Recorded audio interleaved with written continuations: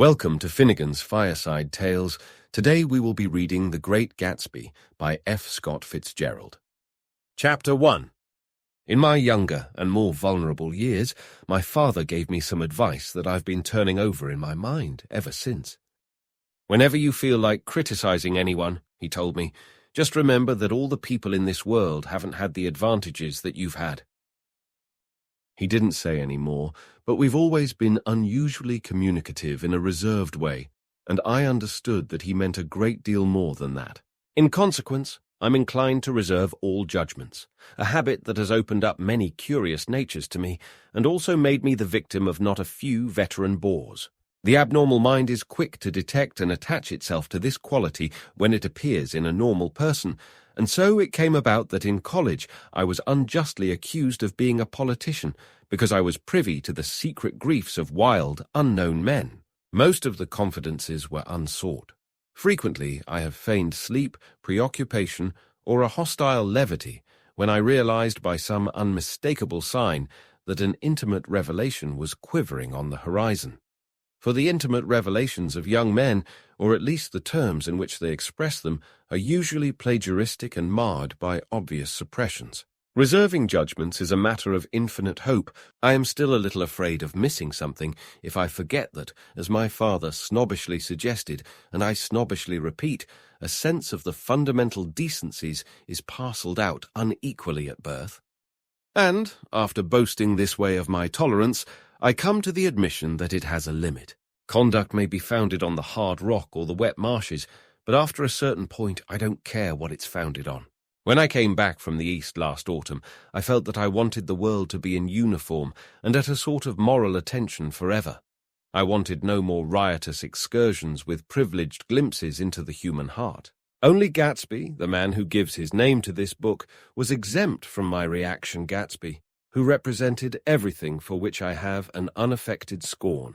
If personality is an unbroken series of successful gestures, then there was something gorgeous about him, some heightened sensitivity to the promises of life, as if he were related to one of those intricate machines that register earthquakes 10,000 miles away.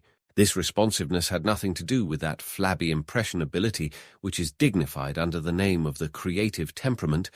It was an extraordinary gift for hope, a romantic readiness such as I have never found in any other person and which it is not likely I shall ever find again. No Gatsby turned out all right at the end.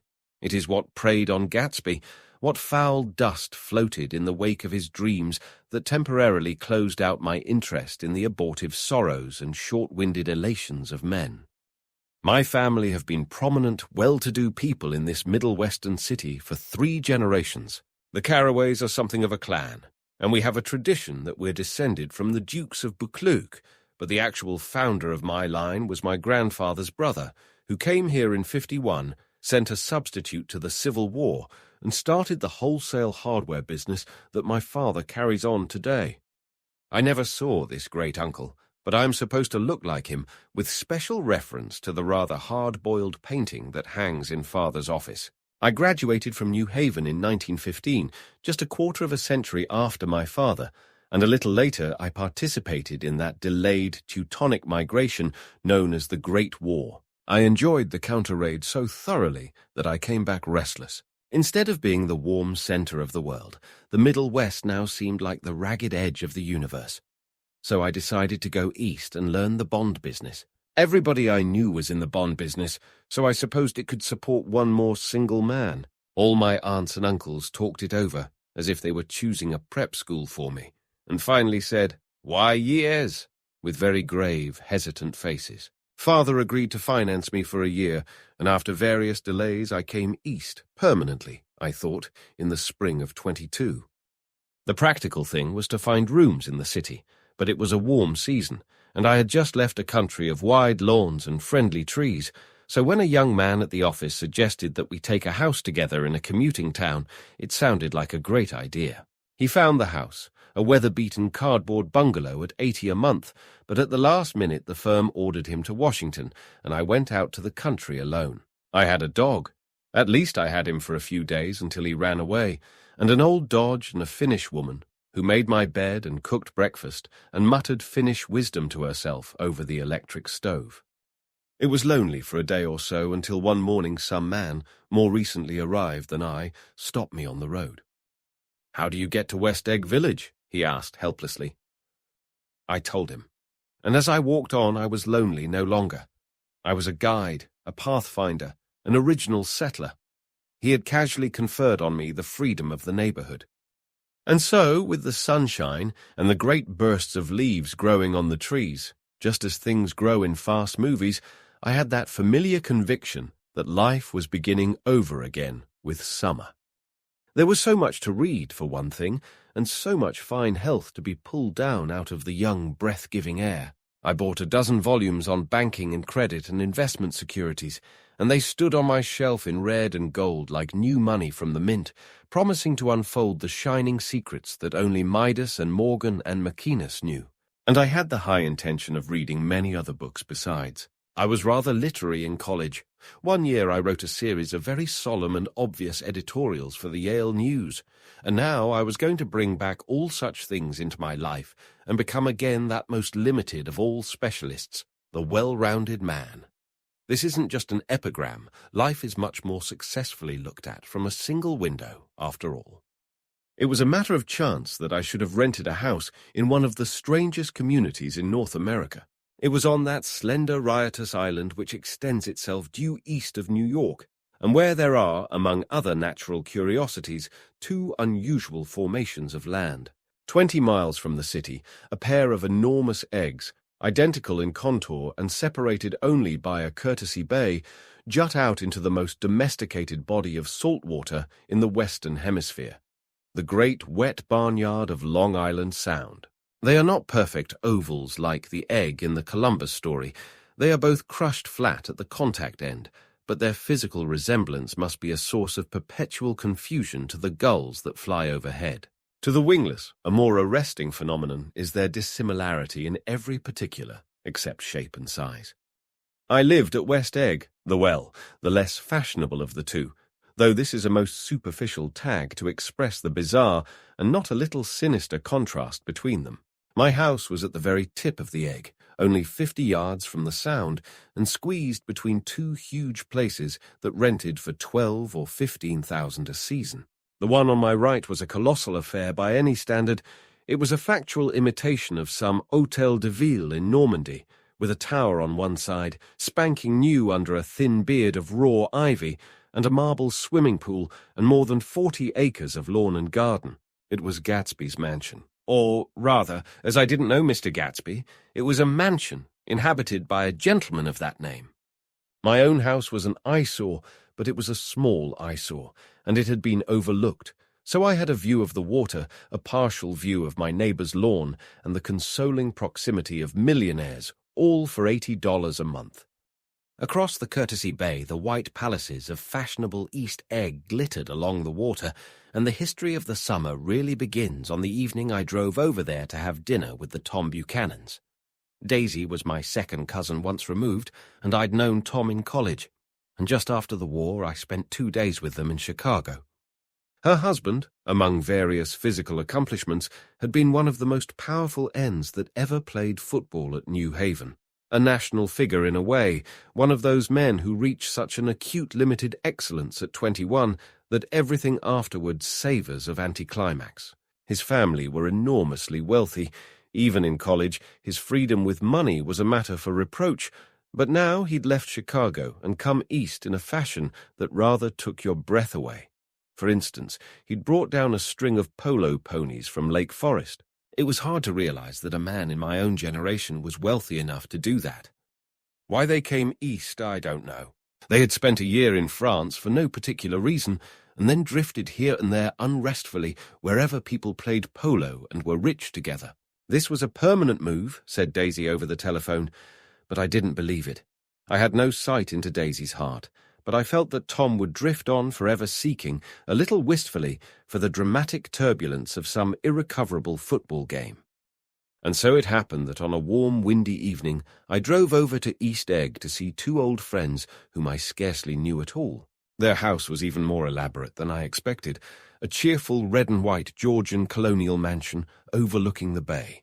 The lawn started at the beach and ran toward the front door for a quarter of a mile, jumping over sundials and brick walks and burning gardens. Finally, when it reached the house, drifting up the side in bright vines, as though from the momentum of its run. The front was broken by a line of French windows, glowing now with reflected gold and wide open to the warm, windy afternoon, and Tom Buchanan in riding clothes was standing with his legs apart on the front porch.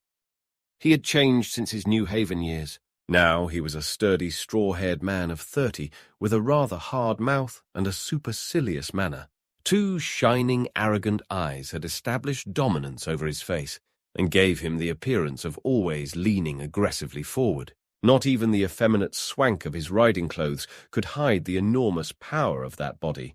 He seemed to fill those glistening boots until he strained the top lacing, and you could see a great pack of muscle shifting when his shoulder moved under his thin coat. It was a body capable of enormous leverage, a cruel body. His speaking voice, a gruff, husky tenor, added to the impression of fractiousness he conveyed. There was a touch of paternal contempt in it, even toward people he liked, and there were men at New Haven who had hated his guts. "Now, don't think my opinion on these matters is final," he seemed to say, "just because I'm stronger and more of a man than you are." We were in the same senior society, and while we were never intimate, I always had the impression that he approved of me and wanted me to like him with some harsh, defiant wistfulness of his own. We talked for a few minutes on the sunny porch.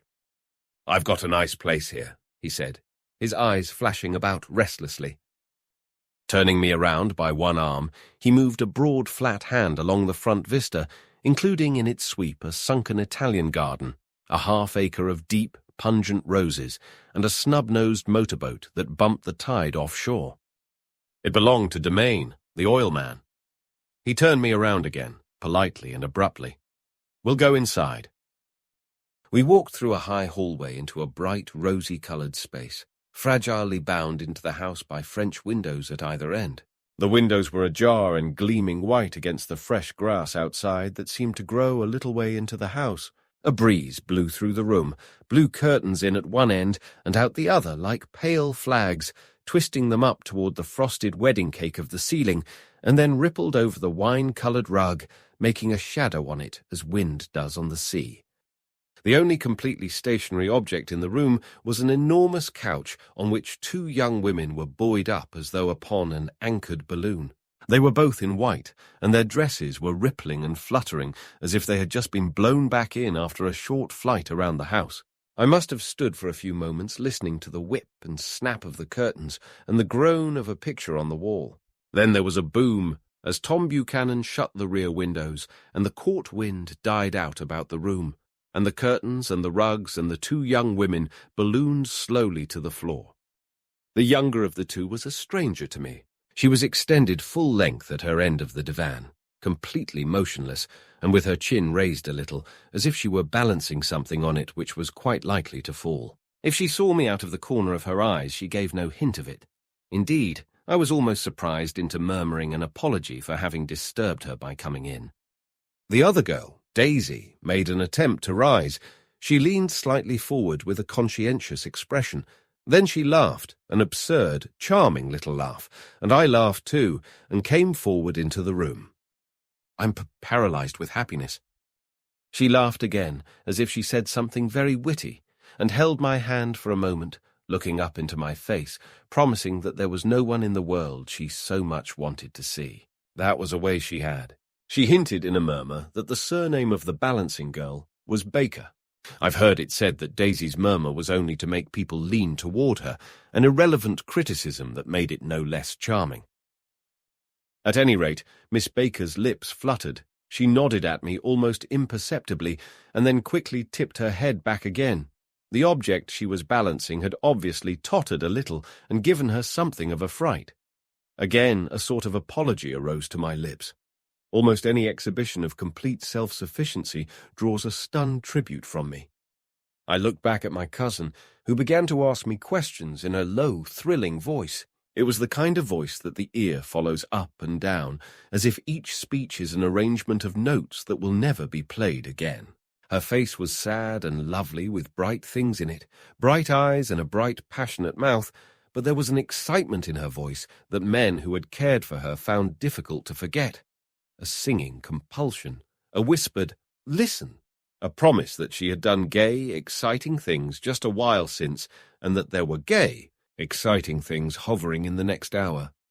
I told her how I had stopped off in Chicago for a day on my way east, and how a dozen people had sent their love through me.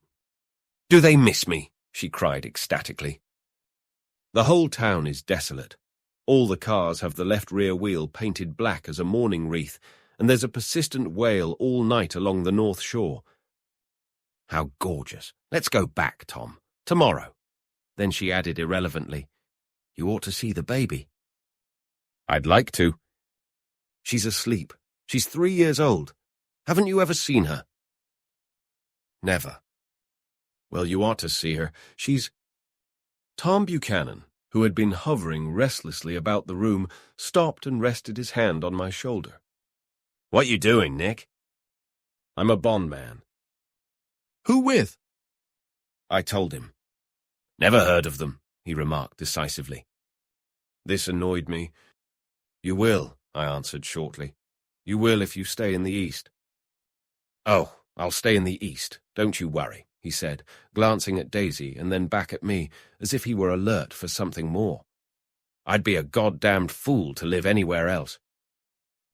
At this point, Miss Baker said, "Absolutely," with such suddenness that I started it was the first word she had uttered since I came into the room.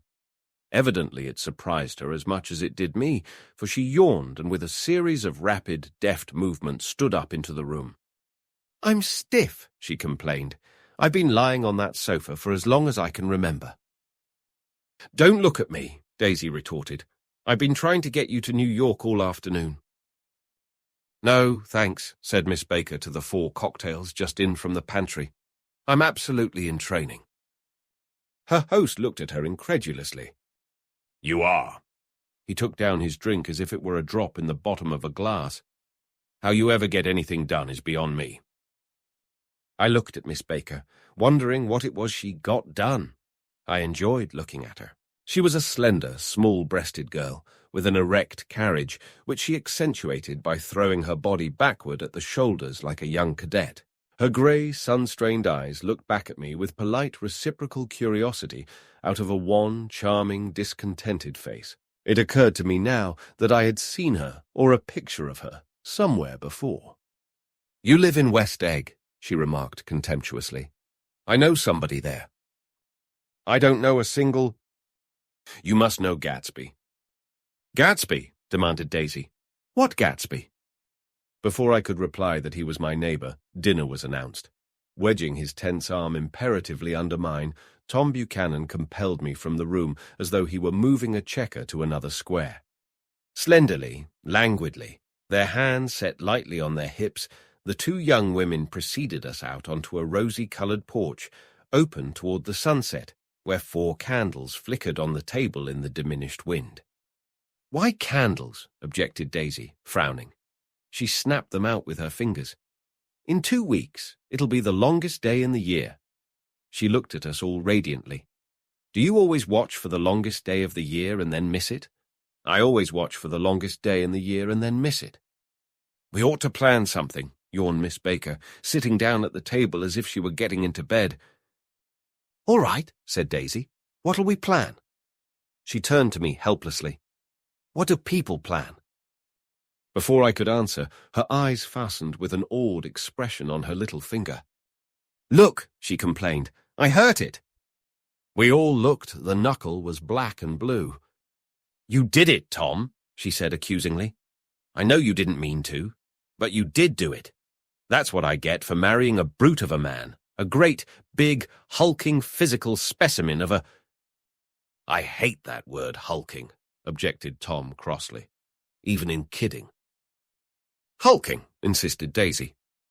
Sometimes she and Miss Baker talked at once, unobtrusively, and with a bantering inconsequence that was never quite chatter, that was as cool as their white dresses and their impersonal eyes in the absence of all desire. They were here, and they accepted Tom and me, making only a polite, pleasant effort to entertain or to be entertained. They knew that presently dinner would be over, and a little later the evening too would be over and casually put away. It was sharply different from the West, where an evening was hurried from phase to phase toward its close, in a continually disappointed anticipation, or else in sheer nervous dread of the moment itself. "You make me feel uncivilized, Daisy," I confessed on my second glass of corky but rather impressive claret. "Can't you talk about crops or something?" I meant nothing in particular by this remark, but it was taken up in an unexpected way. "Civilization's going to pieces," broke out Tom violently.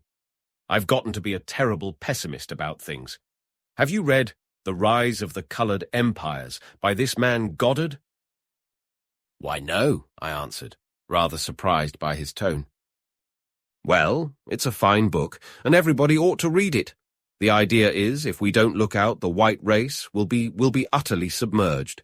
It's all scientific stuff. It's been proved." "Tom's getting very profound," said Daisy, with an expression of unthoughtful sadness. "He reads deep books with long words in them.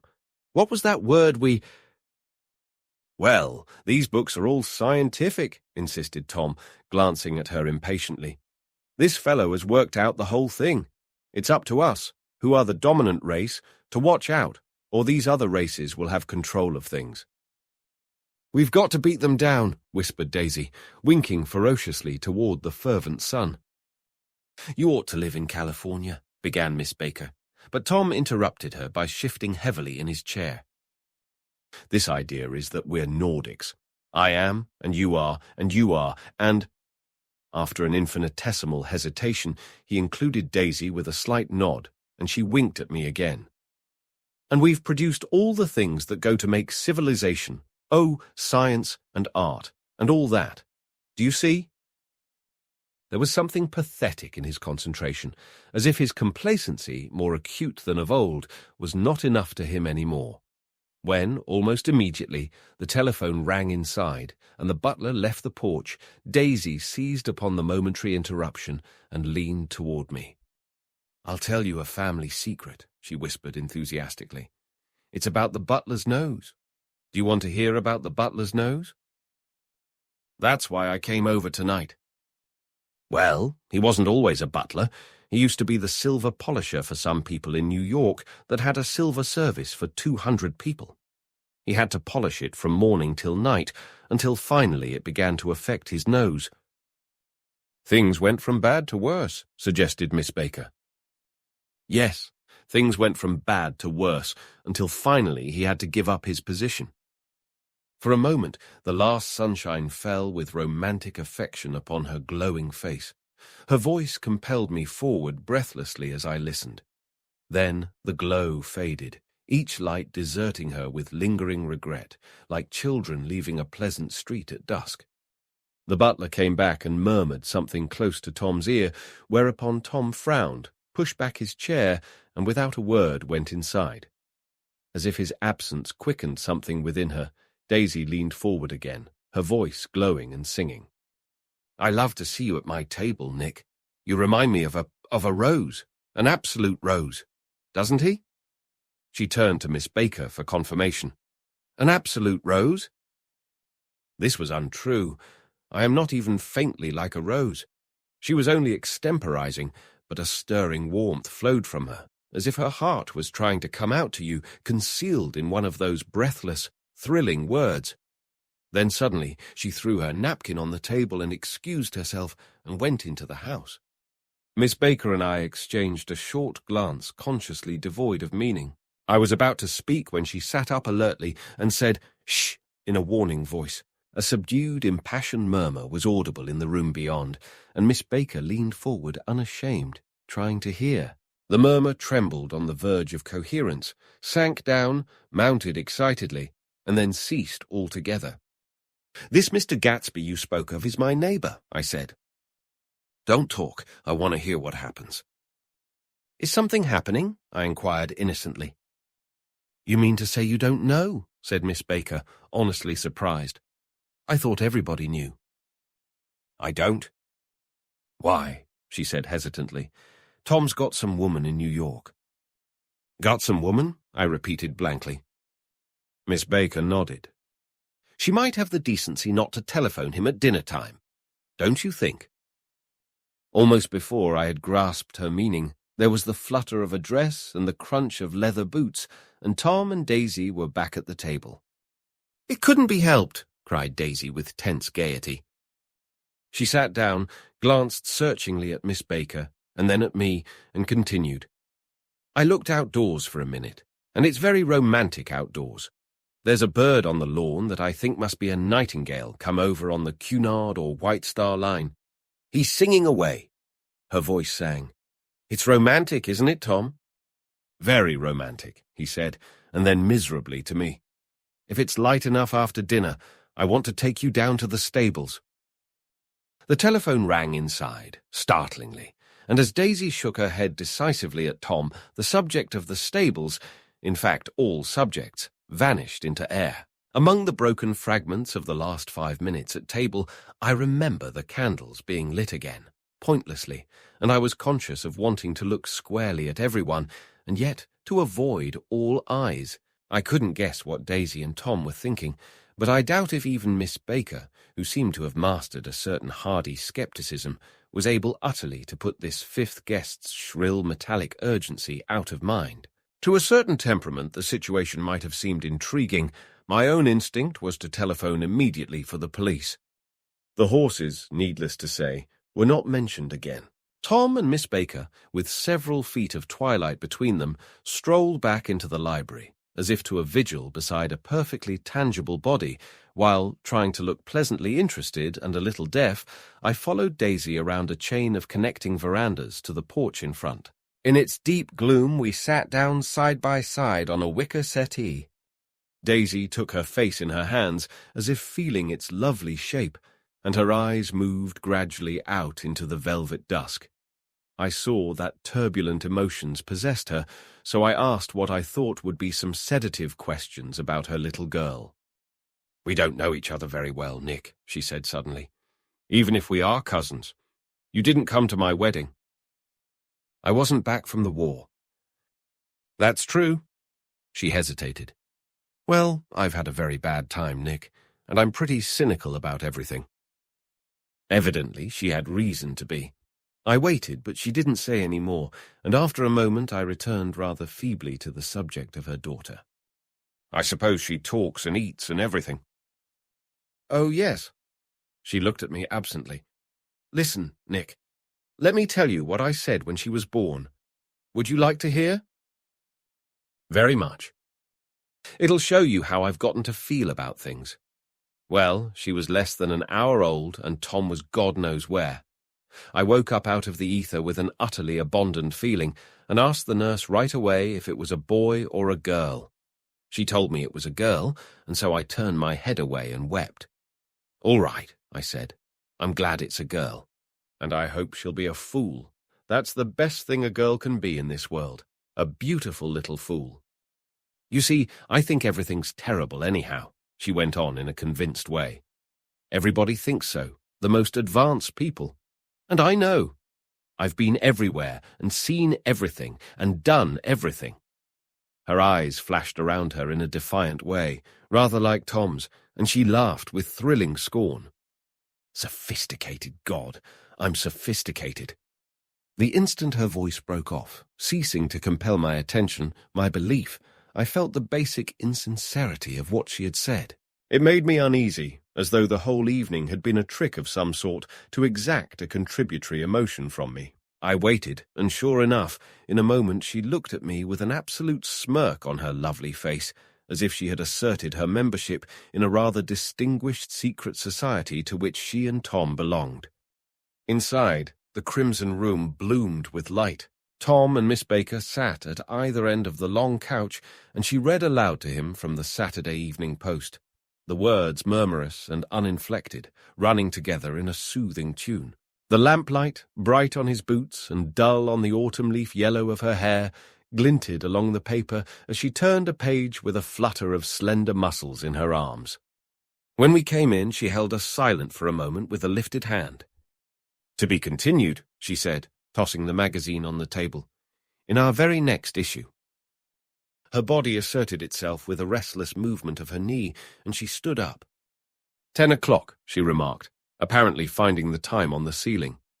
"Time for this good girl to go to bed." "Jordan's going to play in the tournament tomorrow," explained Daisy, "over at Westchester." "Oh, you're Jordan Baker." I knew now why her face was familiar. Its pleasing, contemptuous expression had looked out at me from many rotogravure pictures of the sporting life at Asheville and Hot Springs and Palm Beach. I had heard some story of her too, a critical, unpleasant story, but what it was I had forgotten long ago. "Good night," she said softly. "Wake me at 8, won't you?" "If you'll get up." "I will. Good night, Mr. Carraway. See you anon." "Of course you will," confirmed Daisy. "In fact, I think I'll arrange a marriage. Come over often, Nick, and I'll sort of fling you together. You know, lock you up accidentally in linen closets and push you out to sea in a boat, and all that sort of thing." "Good night," called Miss Baker from the stairs. "I haven't heard a word." "She's a nice girl," said Tom after a moment. "They oughtn't to let her run around the country this way." "Who oughtn't to?" inquired Daisy coldly. "Her family." "Her family is one aunt about 1,000 years old. Besides, Nick's going to look after her, aren't you, Nick? She's going to spend lots of weekends out here this summer. I think the home influence will be very good for her." Daisy and Tom looked at each other for a moment in silence. "Is she from New York?" I asked quickly. "From Louisville. Our white girlhood was passed together there, our beautiful white."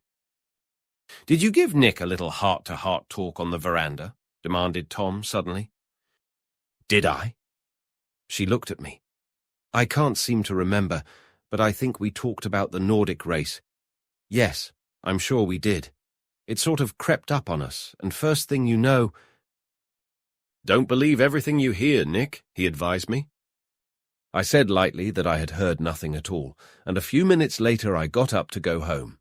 They came to the door with me and stood side by side in a cheerful square of light. As I started my motor, Daisy peremptorily called, "Wait! I forgot to ask you something, and it's important. We heard you were engaged to a girl out west." "That's right," corroborated Tom kindly. "We heard that you were engaged." "It's a libel. I'm too poor." "But we heard it," insisted Daisy, surprising me by opening up again in a flower-like way. "We heard it from 3 people, so it must be true." Of course I knew what they were referring to, but I wasn't even vaguely engaged. The fact that gossip had published the bans was one of the reasons I had come east. You can't stop going with an old friend on account of rumors, and on the other hand, I had no intention of being rumored into marriage. Their interest rather touched me and made them less remotely rich. Nevertheless, I was confused and a little disgusted as I drove away. It seemed to me that the thing for Daisy to do was to rush out of the house, child in arms, but apparently there were no such intentions in her head. As for Tom, the fact that he had some woman in New York was really less surprising than he had been depressed by a book. Something was making him nibble at the edge of stale ideas, as if his sturdy physical egotism no longer nourished his peremptory heart. Already it was deep summer on roadhouse roofs and in front of wayside garages, where new red gas pumps sat out in pools of light, and when I reached my estate at West Egg, I ran the car under its shed and sat for a while on an abandoned grass roller in the yard. The wind had blown off, leaving a loud, bright night, with wings beating in the trees and a persistent organ sound as the full bellows of the earth blew the frogs full of life. The silhouette of a moving cat wavered across the moonlight, and turning my head to watch it, I saw that I was not alone. 50 feet away, a figure had emerged from the shadow of my neighbour's mansion and was standing with his hands in his pockets, regarding the silver pepper of the stars. Something in his leisurely movements and the secure position of his feet upon the lawn suggested that it was Mr. Gatsby himself, come out to determine what share was his of our local heavens. I decided to call to him. Miss Baker had mentioned him at dinner, and that would do for an introduction, but I didn't call to him, for he gave a sudden intimation that he was content to be alone. He stretched out his arms toward the dark water in a curious way, and far as I was from him, I could have sworn he was trembling. Involuntarily, I glanced seaward and distinguished nothing except a single green light, minute and far away, that might have been the end of a dock. When I looked once more for Gatsby, he had vanished, and I was alone again in the unquiet darkness. Chapter 2. About halfway between West Egg and New York, the motor road hastily joins the railroad and runs beside it for a quarter of a mile so as to shrink away from a certain desolate area of land. This is a valley of ashes, a fantastic farm where ashes grow like wheat into ridges and hills and grotesque gardens, where ashes take the forms of houses and chimneys and rising smoke, and finally, with a transcendent effort, of ash-grey men who move dimly and already crumbling through the powdery air. Occasionally, a line of grey cars crawls along an invisible track, gives out a ghastly creak, and comes to rest, and immediately the ash-grey men swarm up with leaden spades and stir up an impenetrable cloud, which screens their obscure operations from your sight. But above the grey land and the spasms of bleak dust which drift endlessly over it, you perceive, after a moment, the eyes of Dr. T.J. Eckelberg. The eyes of Dr. T.J. Eckelberg are blue and gigantic. Their retinas are 1 yard high. They look out of no face, but instead from a pair of enormous yellow spectacles which pass over a non-existent nose. Evidently some wild wag of an oculist set them there to fatten his practice in the borough of Queens, and then sank down himself into eternal blindness, or forgot them and moved away. But his eyes, dimmed a little by many paintless days under sun and rain, brood on over the solemn dumping ground. The Valley of Ashes is bounded on one side by a small foul river, and, when the drawbridge is up to let barges through, the passengers on waiting trains can stare at the dismal scene for as long as half an hour. There is always a halt there of at least a minute, and it was because of this that I first met Tom Buchanan's mistress. The fact that he had one was insisted upon wherever he was known. His acquaintances resented the fact that he turned up in popular restaurants with her, and leaving her at a table, sauntered about, chatting with whomsoever he knew. Though I was curious to see her, I had no desire to meet her, but I did. I went up to New York with Tom on the train one afternoon, and when we stopped by the ash heaps, he jumped to his feet, and taking hold of my elbow, literally forced me from the car. "We're getting off," he insisted. "I want you to meet my girl." I think he'd tanked up a good deal at luncheon, and his determination to have my company bordered on violence. The supercilious assumption was that on Sunday afternoon I had nothing better to do. I followed him over a low, whitewashed railroad fence, and we walked back 100 yards along the road under Dr. Eckelberg's persistent stare. The only building in sight was a small block of yellow brick sitting on the edge of the wasteland, a sort of compact main street ministering to it and contiguous to absolutely nothing. One of the 3 shops it contained was for rent, and another was an all-night restaurant, approached by a trail of ashes. The third was a garage repairs. George B. Wilson, cars bought and sold, and I followed Tom inside. The interior was unprosperous and bare. The only car visible was the dust-covered wreck of a Ford, which crouched in a dim corner. It had occurred to me that this shadow of a garage must be a blind, and that sumptuous and romantic apartments were concealed overhead, when the proprietor himself appeared in the door of an office, wiping his hands on a piece of waste. He was a blond, spiritless man, anemic and faintly handsome. When he saw us, a damp gleam of hope sprang into his light blue eyes. "Hello, Wilson, old man," said Tom, slapping him jovially on the shoulder. "How's business?" "I can't complain," answered Wilson unconvincingly. "When are you going to sell me that car?" "Next week. I've got my man working on it now." "Works pretty slow, don't he?" "No, he doesn't," said Tom coldly. "And if you feel that way about it, maybe I'd better sell it somewhere else after all." "I don't mean that," explained Wilson quickly. "I just meant—" His voice faded off, and Tom glanced impatiently around the garage. Then I heard footsteps on a stairs, and in a moment the thickish figure of a woman blocked out the light from the office door. She was in the middle 30s and faintly stout, but she carried her surplus flesh sensuously, as some women can. Her face, above a spotted dress of dark blue crêpe de chine, contained no facet or gleam of beauty, but there was an immediately perceptible vitality about her, as if the nerves of her body were continually smouldering. She smiled slowly, and walking through her husband as if he were a ghost, shook hands with Tom, looking him flush in the eye. Then she wet her lips, and without turning around spoke to her husband in a soft, coarse voice. "Get some chairs, why don't you, so somebody can sit down." "Oh, sure," agreed Wilson hurriedly, and went toward the little office, mingling immediately with the cement color of the walls. A white ashen dust veiled his dark suit and his pale hair as it veiled everything in the vicinity, except his wife, who moved close to Tom. "I want to see you," said Tom intently. "Get on the next train." "All right. I'll meet you by the newsstand on the lower level." She nodded and moved away from him just as George Wilson emerged with 2 chairs from his office door. We waited for her down the road and out of sight. It was a few days before the 4th of July, and a grey, scrawny Italian child was setting torpedoes in a row along the railroad track. "Terrible place, isn't it?" said Tom, exchanging a frown with Dr. Eckelberg. "Awful. It does her good to get away." "Doesn't her husband object?" "Wilson? He thinks she goes to see her sister in New York. He's so dumb he doesn't know he's alive." So, Tom Buchanan and his girl and I went up together to New York, or not quite together, for Mrs. Wilson sat discreetly in another car.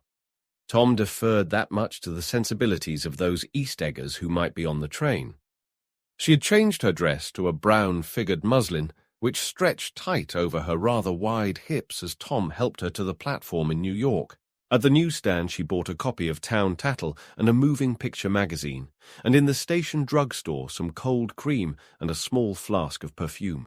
Upstairs, in the solemn, echoing drive, she let 4 taxicabs drive away before she selected a new one, lavender-coloured with grey upholstery, and in this we slid out from the mass of the station into the glowing sunshine.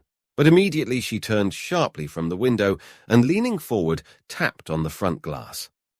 "I want to get one of those dogs," she said earnestly. "I want to get one for the apartment.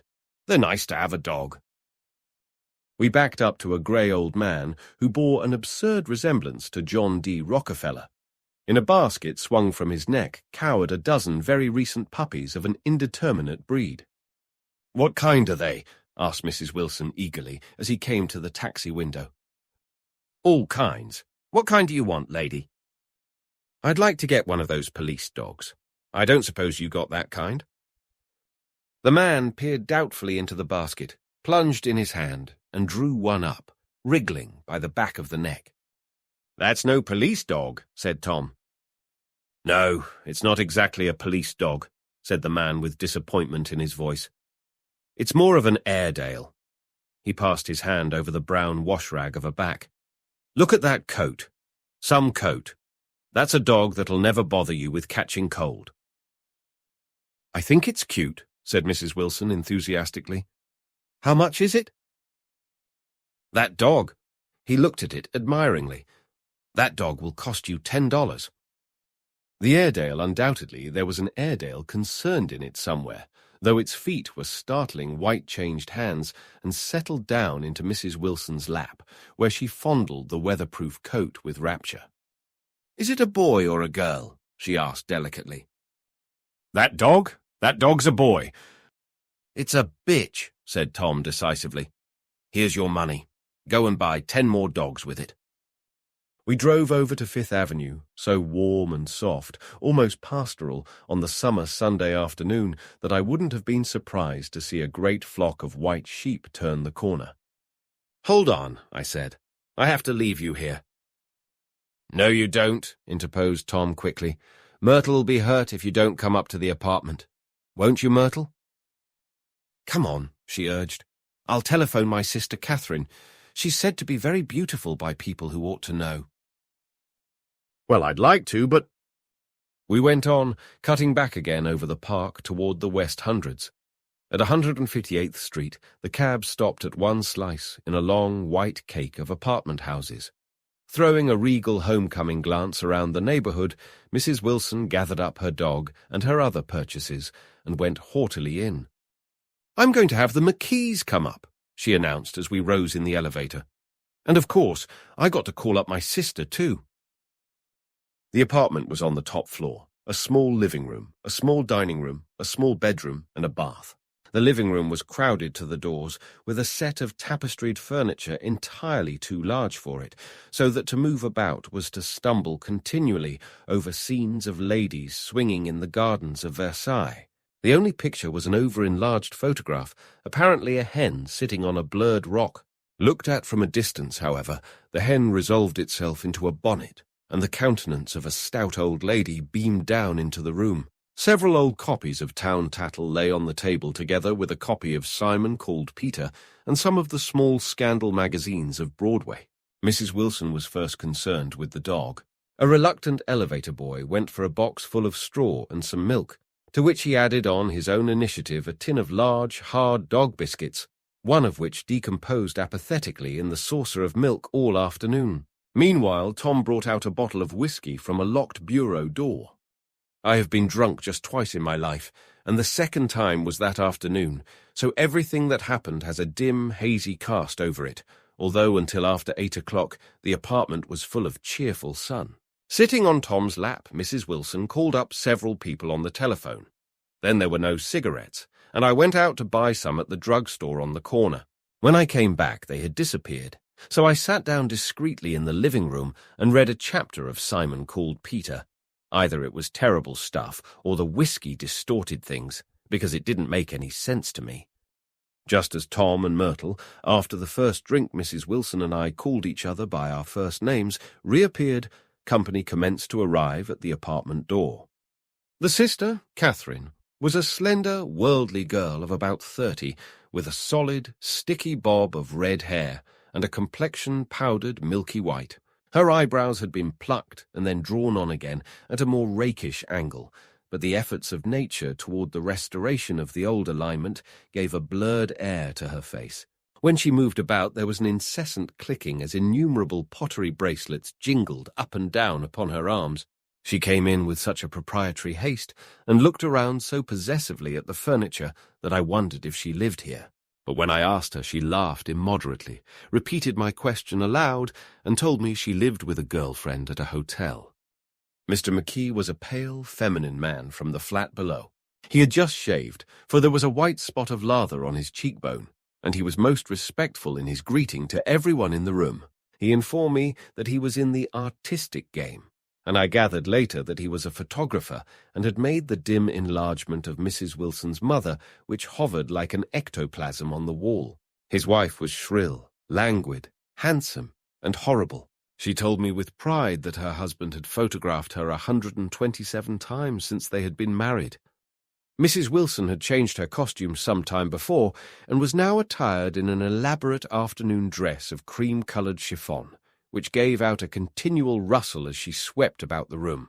With the influence of the dress, her personality had also undergone a change. The intense vitality that had been so remarkable in the garage was converted into impressive hauteur. Her laughter, her gestures, her assertions became more violently affected moment by moment, and as she expanded the room grew smaller around her, until she seemed to be revolving on a noisy, creaking pivot through the smoky air. "My dear," she told her sister in a high, mincing shout, "most of these fellas will cheat you every time. All they think of is money. I had a woman up here last week to look at my feet, and when she gave me the bill, you'd have thought she had my appendicitis out." "What was the name of the woman?" asked Mrs. McKee. "Mrs. Eberhardt. She goes around looking at people's feet in their own homes." "I like your dress," remarked Mrs. McKee. "I think it's adorable."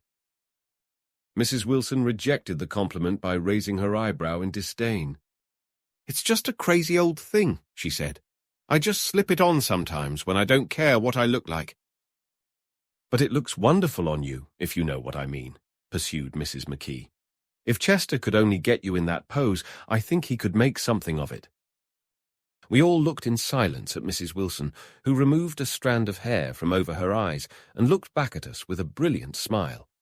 Mr. McKee regarded her intently with his head on one side, and then moved his hand back and forth slowly in front of his face. "I should change the light," he said after a moment. "I'd like to bring out the modelling of the features. and I'd try to get hold of all the back hair. "I wouldn't think of changing the light," cried Mrs. McKee. "I think it's—" Her husband said, "Shh," and we all looked at the subject again, whereupon Tom Buchanan yawned audibly and got to his feet. "You McKees have something to drink," he said. "Get some more ice and mineral water, Myrtle, before everybody goes to sleep." "I told that boy about the ice." Myrtle raised her eyebrows in despair at the shiftlessness of the lower orders. "These people. You have to keep after them all the time." She looked at me and laughed, pointlessly. Then she flounced over to the dog, kissed it with ecstasy, and swept into the kitchen, implying that a dozen chefs awaited her orders there. "I've done some nice things out on Long Island," asserted Mr. McKee. Tom looked at him blankly. "Two of them we have framed downstairs." "Two what?" demanded Tom. "Two studies. One of them I call Montauk Point the Gulls, and the other I call Montauk Point the Sea." The sister Catherine sat down beside me on the couch. "Do you live on Long Island too?" she inquired. "I live at West Egg." "Really? I was down there at a party about a month ago, at a man named Gatsby's. Do you know him?" "I live next door to him." "Well, they say he's a nephew or a cousin of Kaiser Wilhelm's. That's where all his money comes from." "Really?" She nodded. "I'm scared of him. I'd hate to have him get anything on me." This absorbing information about my neighbor was interrupted by Mrs. McKee's pointing suddenly at Catherine. "Chester, I think you could do something with her," she broke out. But Mr. McKee only nodded in a bored way and turned his attention to Tom. "I'd like to do more work on Long Island, if I could get the entry. All I ask is that they should give me a start." "Ask Myrtle," said Tom, breaking into a short shout of laughter as Mrs. Wilson entered with a tray. "She'll give you a letter of introduction, won't you, Myrtle?" "Do what?" she asked, startled. "You'll give McKee a letter of introduction to your husband so he can do some studies of him." His lips moved silently for a moment as he invented, "George B. Wilson at the gasoline pump," or something like that.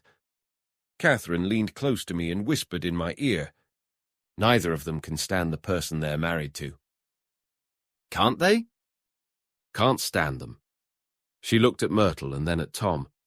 "What I say is, why go on living with them if they can't stand them? If I was them, I'd get a divorce and get married to each other right away." "Doesn't she like Wilson either?" The answer to this was unexpected. It came from Myrtle, who had overheard the question, and it was violent and obscene. "You see?" cried Catherine triumphantly. She lowered her voice again. "It's really his wife that's keeping them apart. She's a Catholic, and they don't believe in divorce." Daisy was not a Catholic, and I was a little shocked at the elaborateness of the lie. "When they do get married," continued Catherine, "they're going west to live for a while until it blows over. It'd be more discreet to go to Europe." "Oh, do you like Europe?" she exclaimed surprisingly. "I just got back from Monte Carlo." "Really?" "Just last year. I went over there with another girl." "Stay long?" "No. We just went to Monte Carlo and back. We went by way of Marseille. We had over $1,200 when we started, but we got gypped out of it all in 2 days in the private rooms. We had an awful time getting back, I can tell you. God, how I hated that town."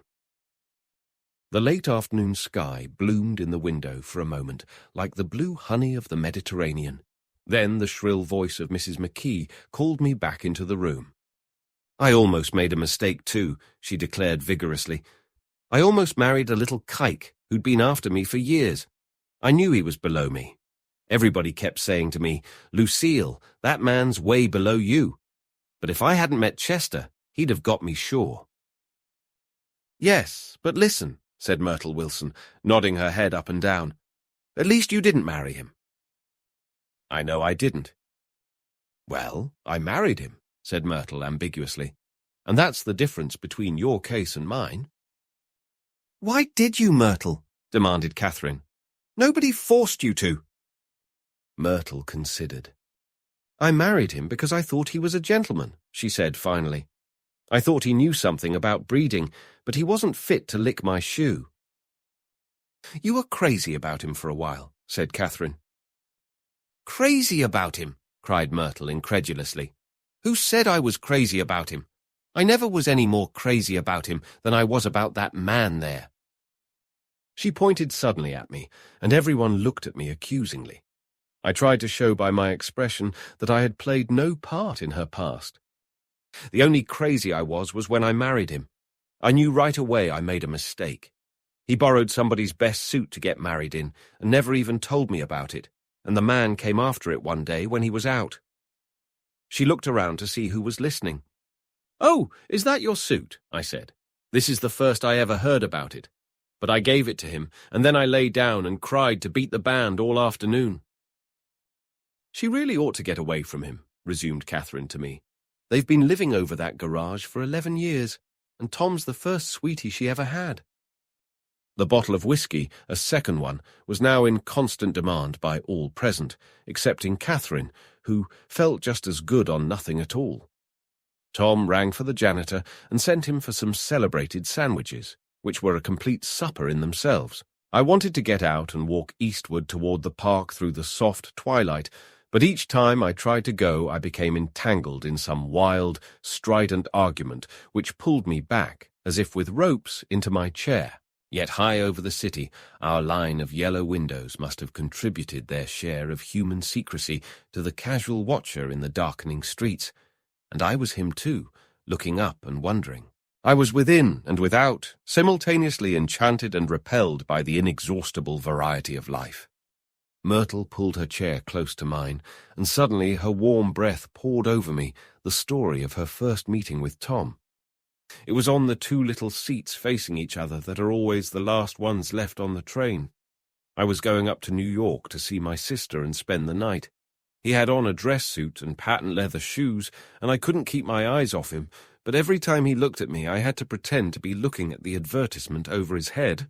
When we came into the station he was next to me, and his white shirt front pressed against my arm, and so I told him I'd have to call a policeman, but he knew I lied. I was so excited that when I got into a taxi with him, I didn't hardly know I wasn't getting into a subway train. All I kept thinking about, over and over, was, "You can't live forever. You can't live forever." She turned to Mrs. McKee, and the room rang full of her artificial laughter.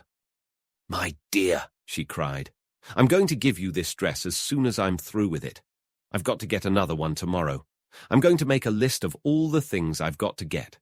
A massage and a wave and a collar for the dog and one of those cute little ashtrays where you touch a spring and a wreath with a black silk bow for Mother's grave that'll last all summer.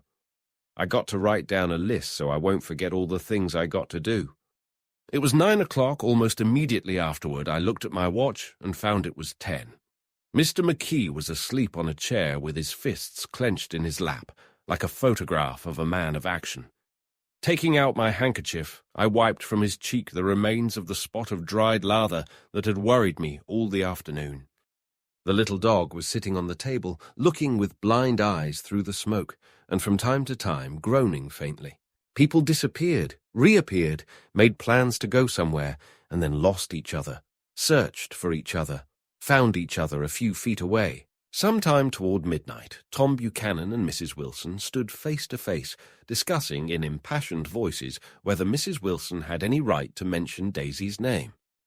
"Daisy! Daisy! Daisy!" shouted Mrs. Wilson. "I'll say it whenever I want to.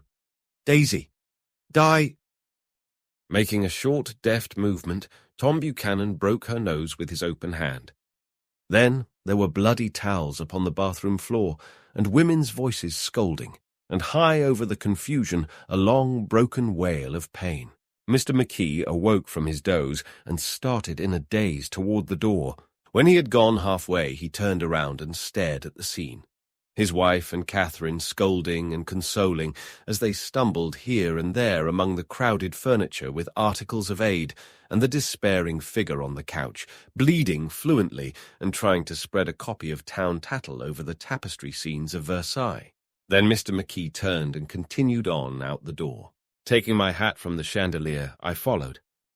"Come to lunch someday," he suggested as we groaned down in the elevator. "Where?"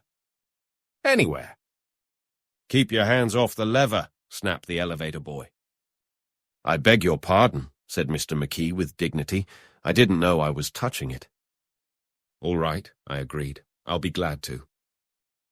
I was standing beside his bed, and he was sitting up between the sheets, clad in his underwear, with a great portfolio in his hands. Beauty and the Beast, Loneliness, Old Grocery Horse, Brooklyn Bridge. Then I was lying half asleep in the cold lower level of the Pennsylvania station, staring at the Morning Tribune and waiting for the 4 o'clock train. Chapter 3.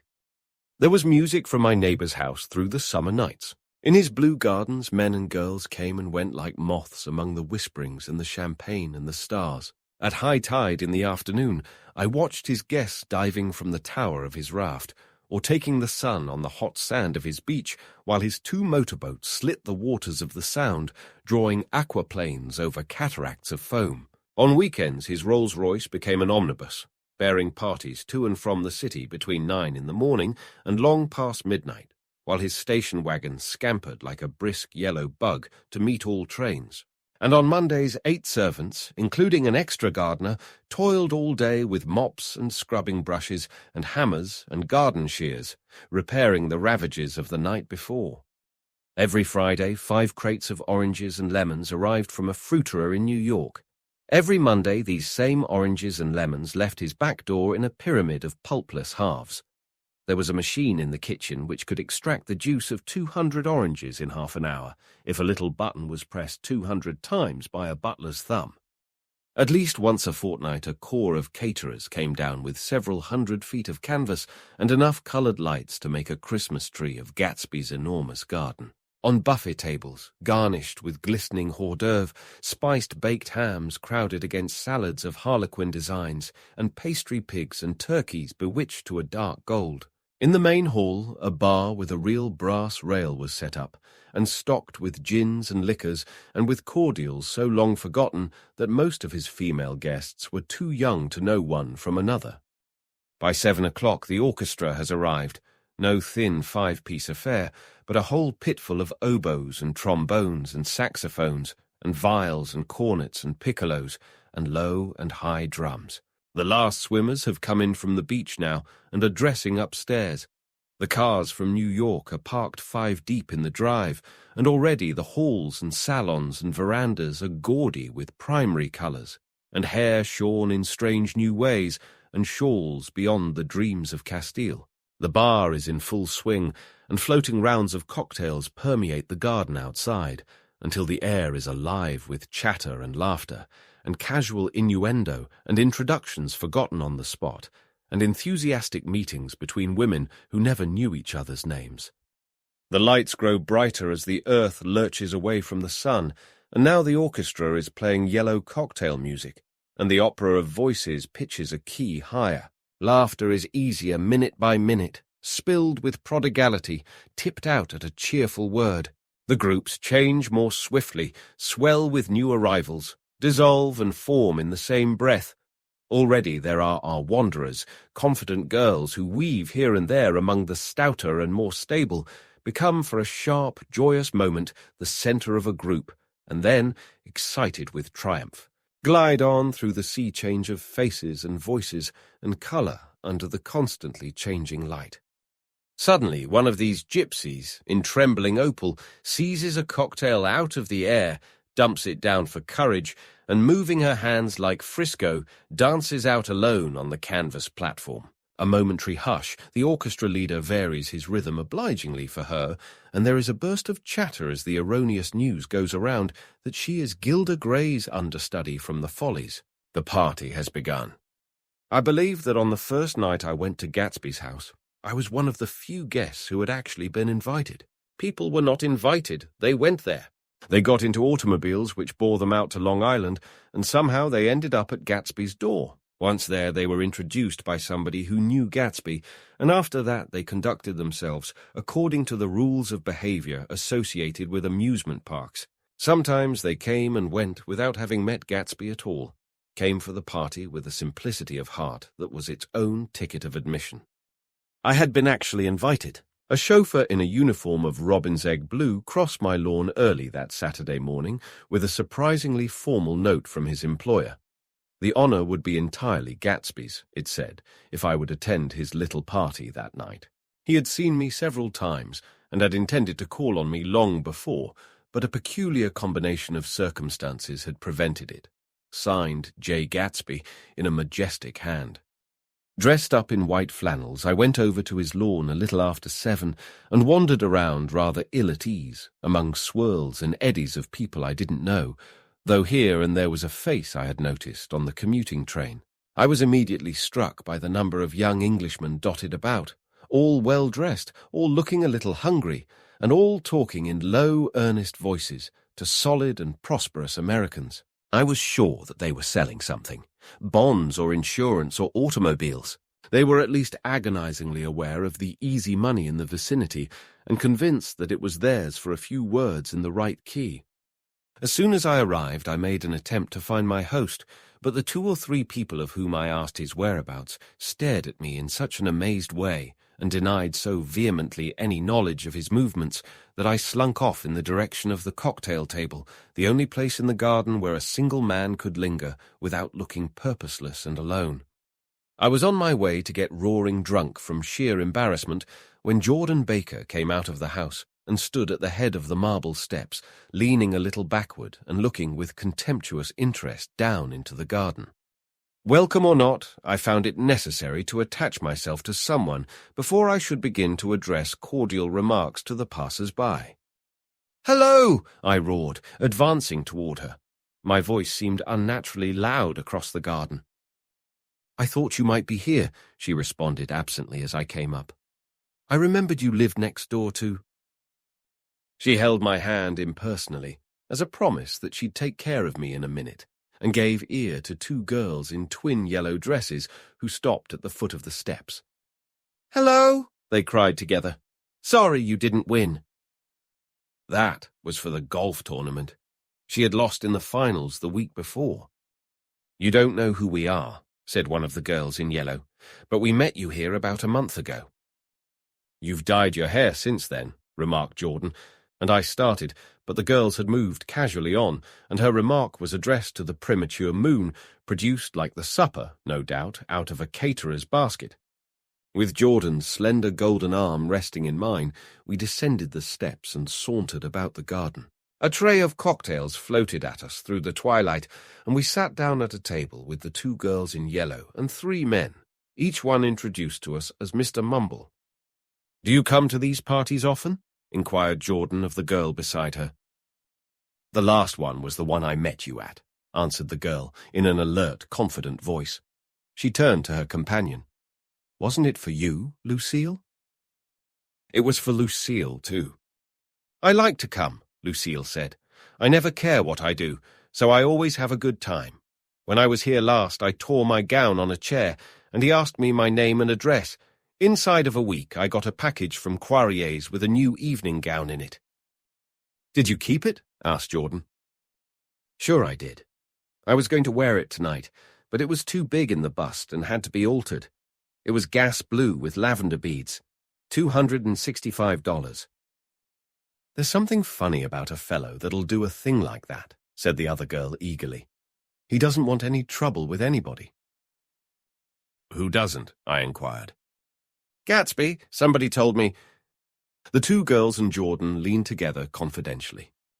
"Somebody told me they thought he killed a man once." A thrill passed over all of us. The 3 Mr. Mumbles bent forward and listened eagerly. "I don't think it's so much that," argued Lucille skeptically. "It's more that he was a German spy during the war." One of the men nodded in confirmation.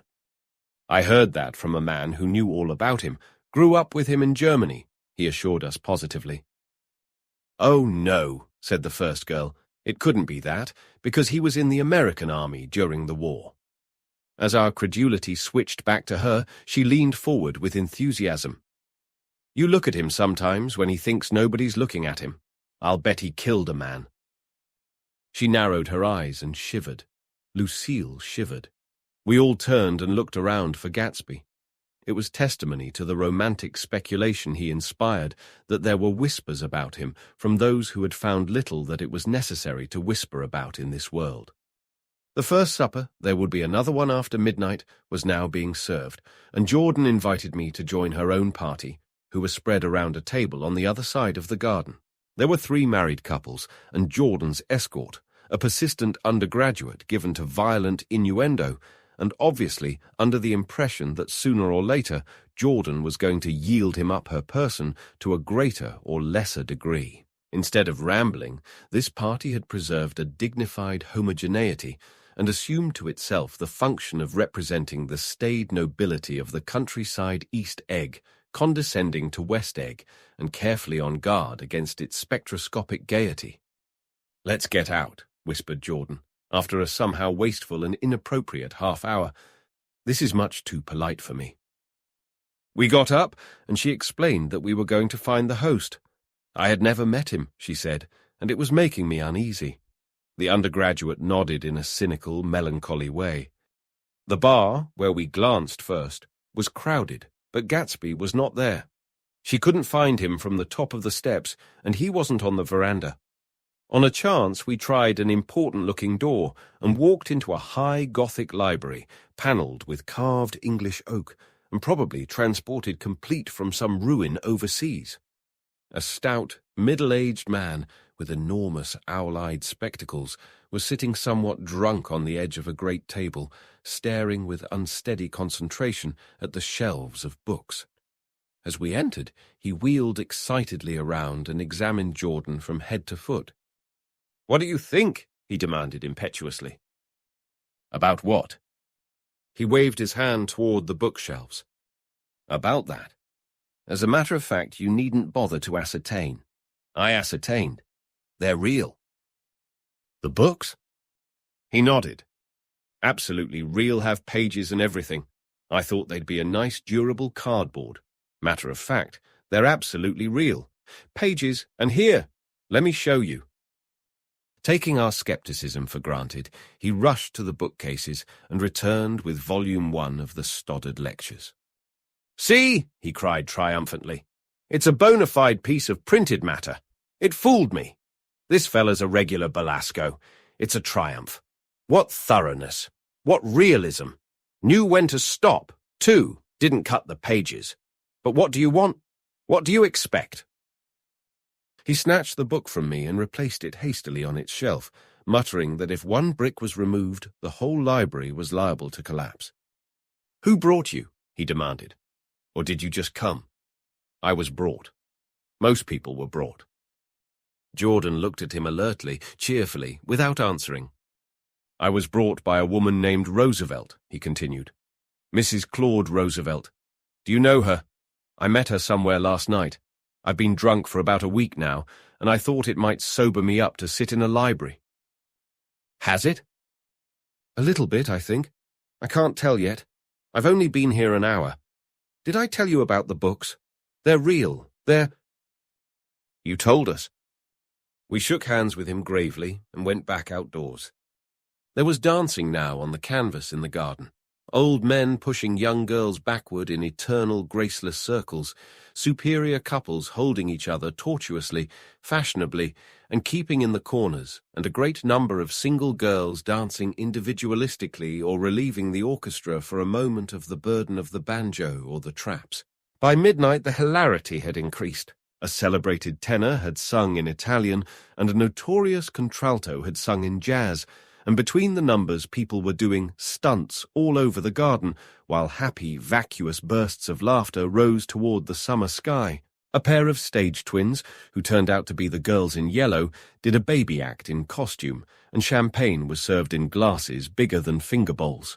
The moon had risen higher, and floating in the sound was a triangle of silver scales, trembling a little to the stiff, tinny drip of the banjos on the lawn.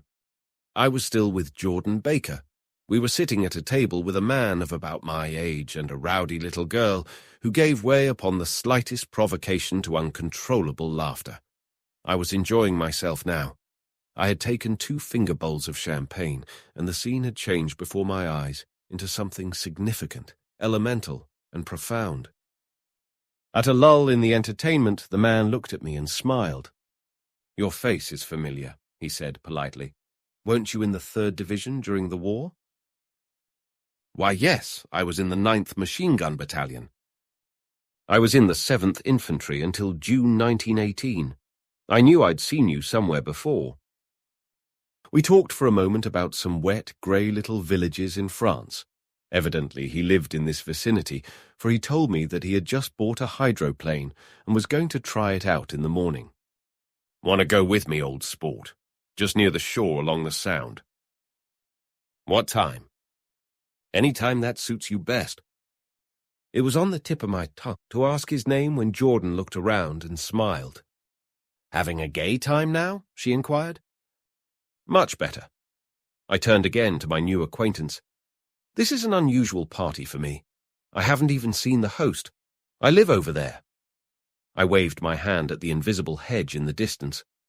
"And this man Gatsby sent over his chauffeur with an invitation." For a moment he looked at me as if he failed to understand. "I'm Gatsby," he said suddenly. "What?" I exclaimed. "Oh, I beg your pardon." "I thought you knew, old sport. I'm afraid I'm not a very good host." He smiled understandingly, much more than understandingly. It was one of those rare smiles with a quality of eternal reassurance in it that you may come across 4 or 5 times in life. It faced or seemed to face the whole external world for an instant and then concentrated on you with an irresistible prejudice in your favor. It understood you just as far as you wanted to be understood, believed in you as you would like to believe in yourself, and assured you that it had precisely the impression of you that at your best you hoped to convey. Precisely at that point it vanished, and I was looking at an elegant young roughneck, a year or 2 over 30, whose elaborate formality of speech just missed being absurd. Some time before he introduced himself, I got a strong impression that he was picking his words with care. Almost at the moment when Mr. Gatsby identified himself, a butler hurried toward him with the information that Chicago was calling him on the wire. He excused himself with a small bow that included each of us in turn. "If you want anything, just ask for it, old sport," he urged me. "Excuse me. I will rejoin you later." When he was gone, I turned immediately to Jordan, constrained to assure her of my surprise. I had expected that Mr. Gatsby would be a florid and corpulent person in his middle years. "Who is he?" I demanded. "Do you know?" "He's just a man named Gatsby." "Where is he from, I mean, and what does he do?" "Now you're started on the subject," she answered with a wan smile. "Well, he told me once he was an Oxford man." A dim background started to take shape behind him, but at her next remark it faded away. "However, I don't believe it." "Why not?" "I don't know," she insisted. "I just don't think he went there." Something in her tone reminded me of the other girls. I think he killed a man, and had the effect of stimulating my curiosity. I would have accepted without question the information that Gatsby sprang from the swamps of Louisiana or from the Lower East Side of New York. That was comprehensible. But young men didn't. At least in my provincial inexperience, I believed they didn't drift coolly out of nowhere and buy a palace on Long Island Sound.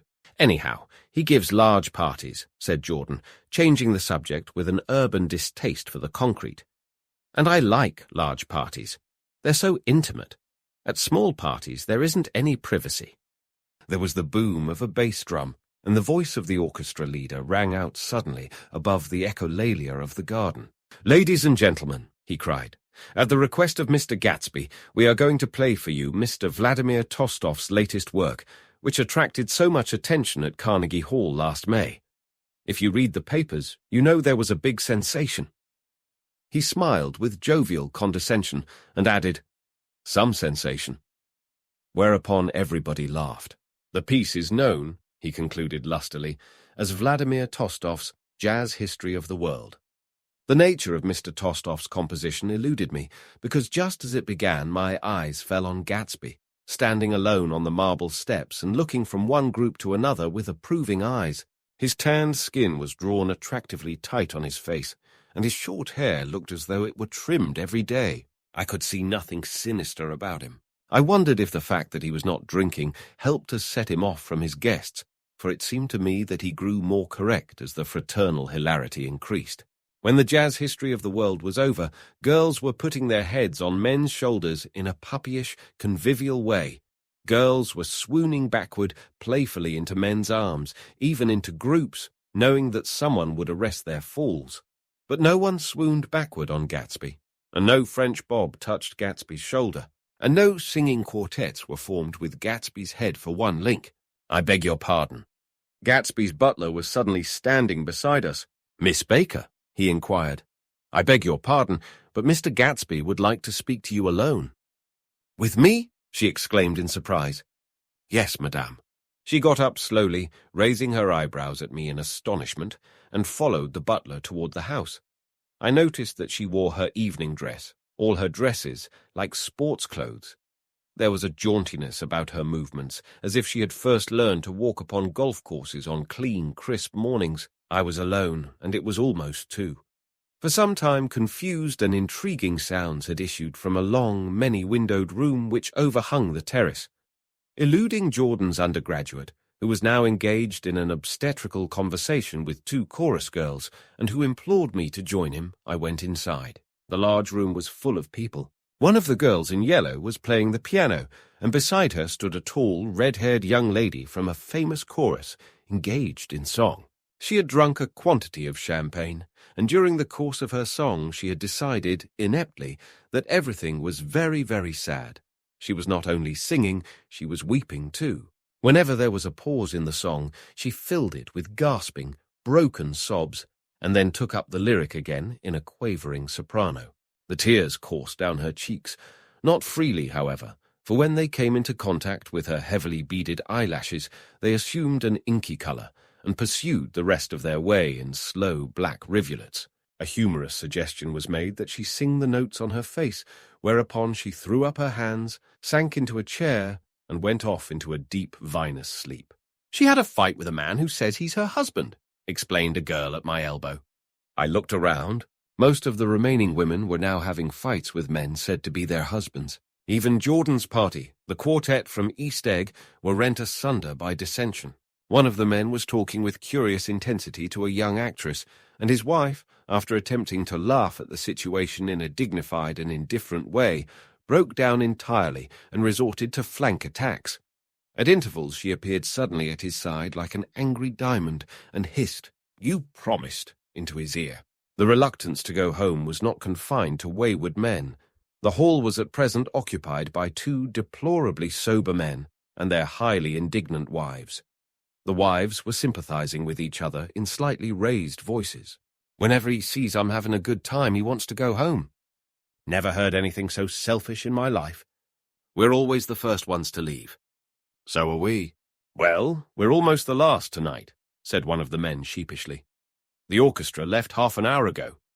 In spite of this wives' agreement that such malevolence was beyond credibility, the dispute ended in a short struggle, and both wives were lifted, kicking, into the night. As I waited for my hat in the hall, the door of the library opened, and Jordan Baker and Gatsby came out together. He was saying some last word to her, but the eagerness in his manner tightened abruptly into formality as several people approached him to say goodbye. Jordan's party were calling impatiently to her from the porch, but she lingered for a moment to shake hands. "I've just heard the most amazing thing," she whispered. "How long were we in there?" "Why, about an hour." "It was simply amazing," she repeated abstractedly. "But I swore I wouldn't tell it, and here I am tantalizing you." She yawned gracefully in my face. "Please come and see me. Phone book. Under the name of Mrs. Sigourney Howard. My aunt." She was hurrying off as she talked. Her brown hand waved a jaunty salute as she melted into her party at the door. Rather ashamed that on my first appearance I had stayed so late, I joined the last of Gatsby's guests, who were clustered around him. I wanted to explain that I'd hunted for him early in the evening, and to apologize for not having known him in the garden. "Don't mention it," he enjoined me eagerly. "Don't give it another thought, old sport." The familiar expression held no more familiarity than the hand which reassuringly brushed my shoulder. "And don't forget, we're going up in the hydroplane tomorrow morning at 9 o'clock. Then the butler, behind his shoulder, "Philadelphia wants you on the phone, sir. All right, in a minute. Tell them I'll be right there. Good night. Good night. Good night. He smiled, and suddenly there seemed to be a pleasant significance in having been among the last to go, as if he had desired it all the time. Good night, old sport. Good night. But as I walked down the steps, I saw that the evening was not quite over. 50 feet from the door, a dozen headlights illuminated a bizarre and tumultuous scene. In the ditch beside the road, right side up, but violently shorn of one wheel, rested a new coupe which had left Gatsby's drive not 2 minutes before. The sharp jut of a wall accounted for the detachment of the wheel, which was now getting considerable attention from half a dozen curious chauffeurs. However, as they had left their cars blocking the road, a harsh, discordant din from those in the rear had been audible for some time, and added to the already violent confusion of the scene. A man in a long duster had dismounted from the wreck and now stood in the middle of the road, looking from the car to the tyre and from the tyre to the observers in a pleasant, puzzled way. "See," he explained, "it went in the ditch."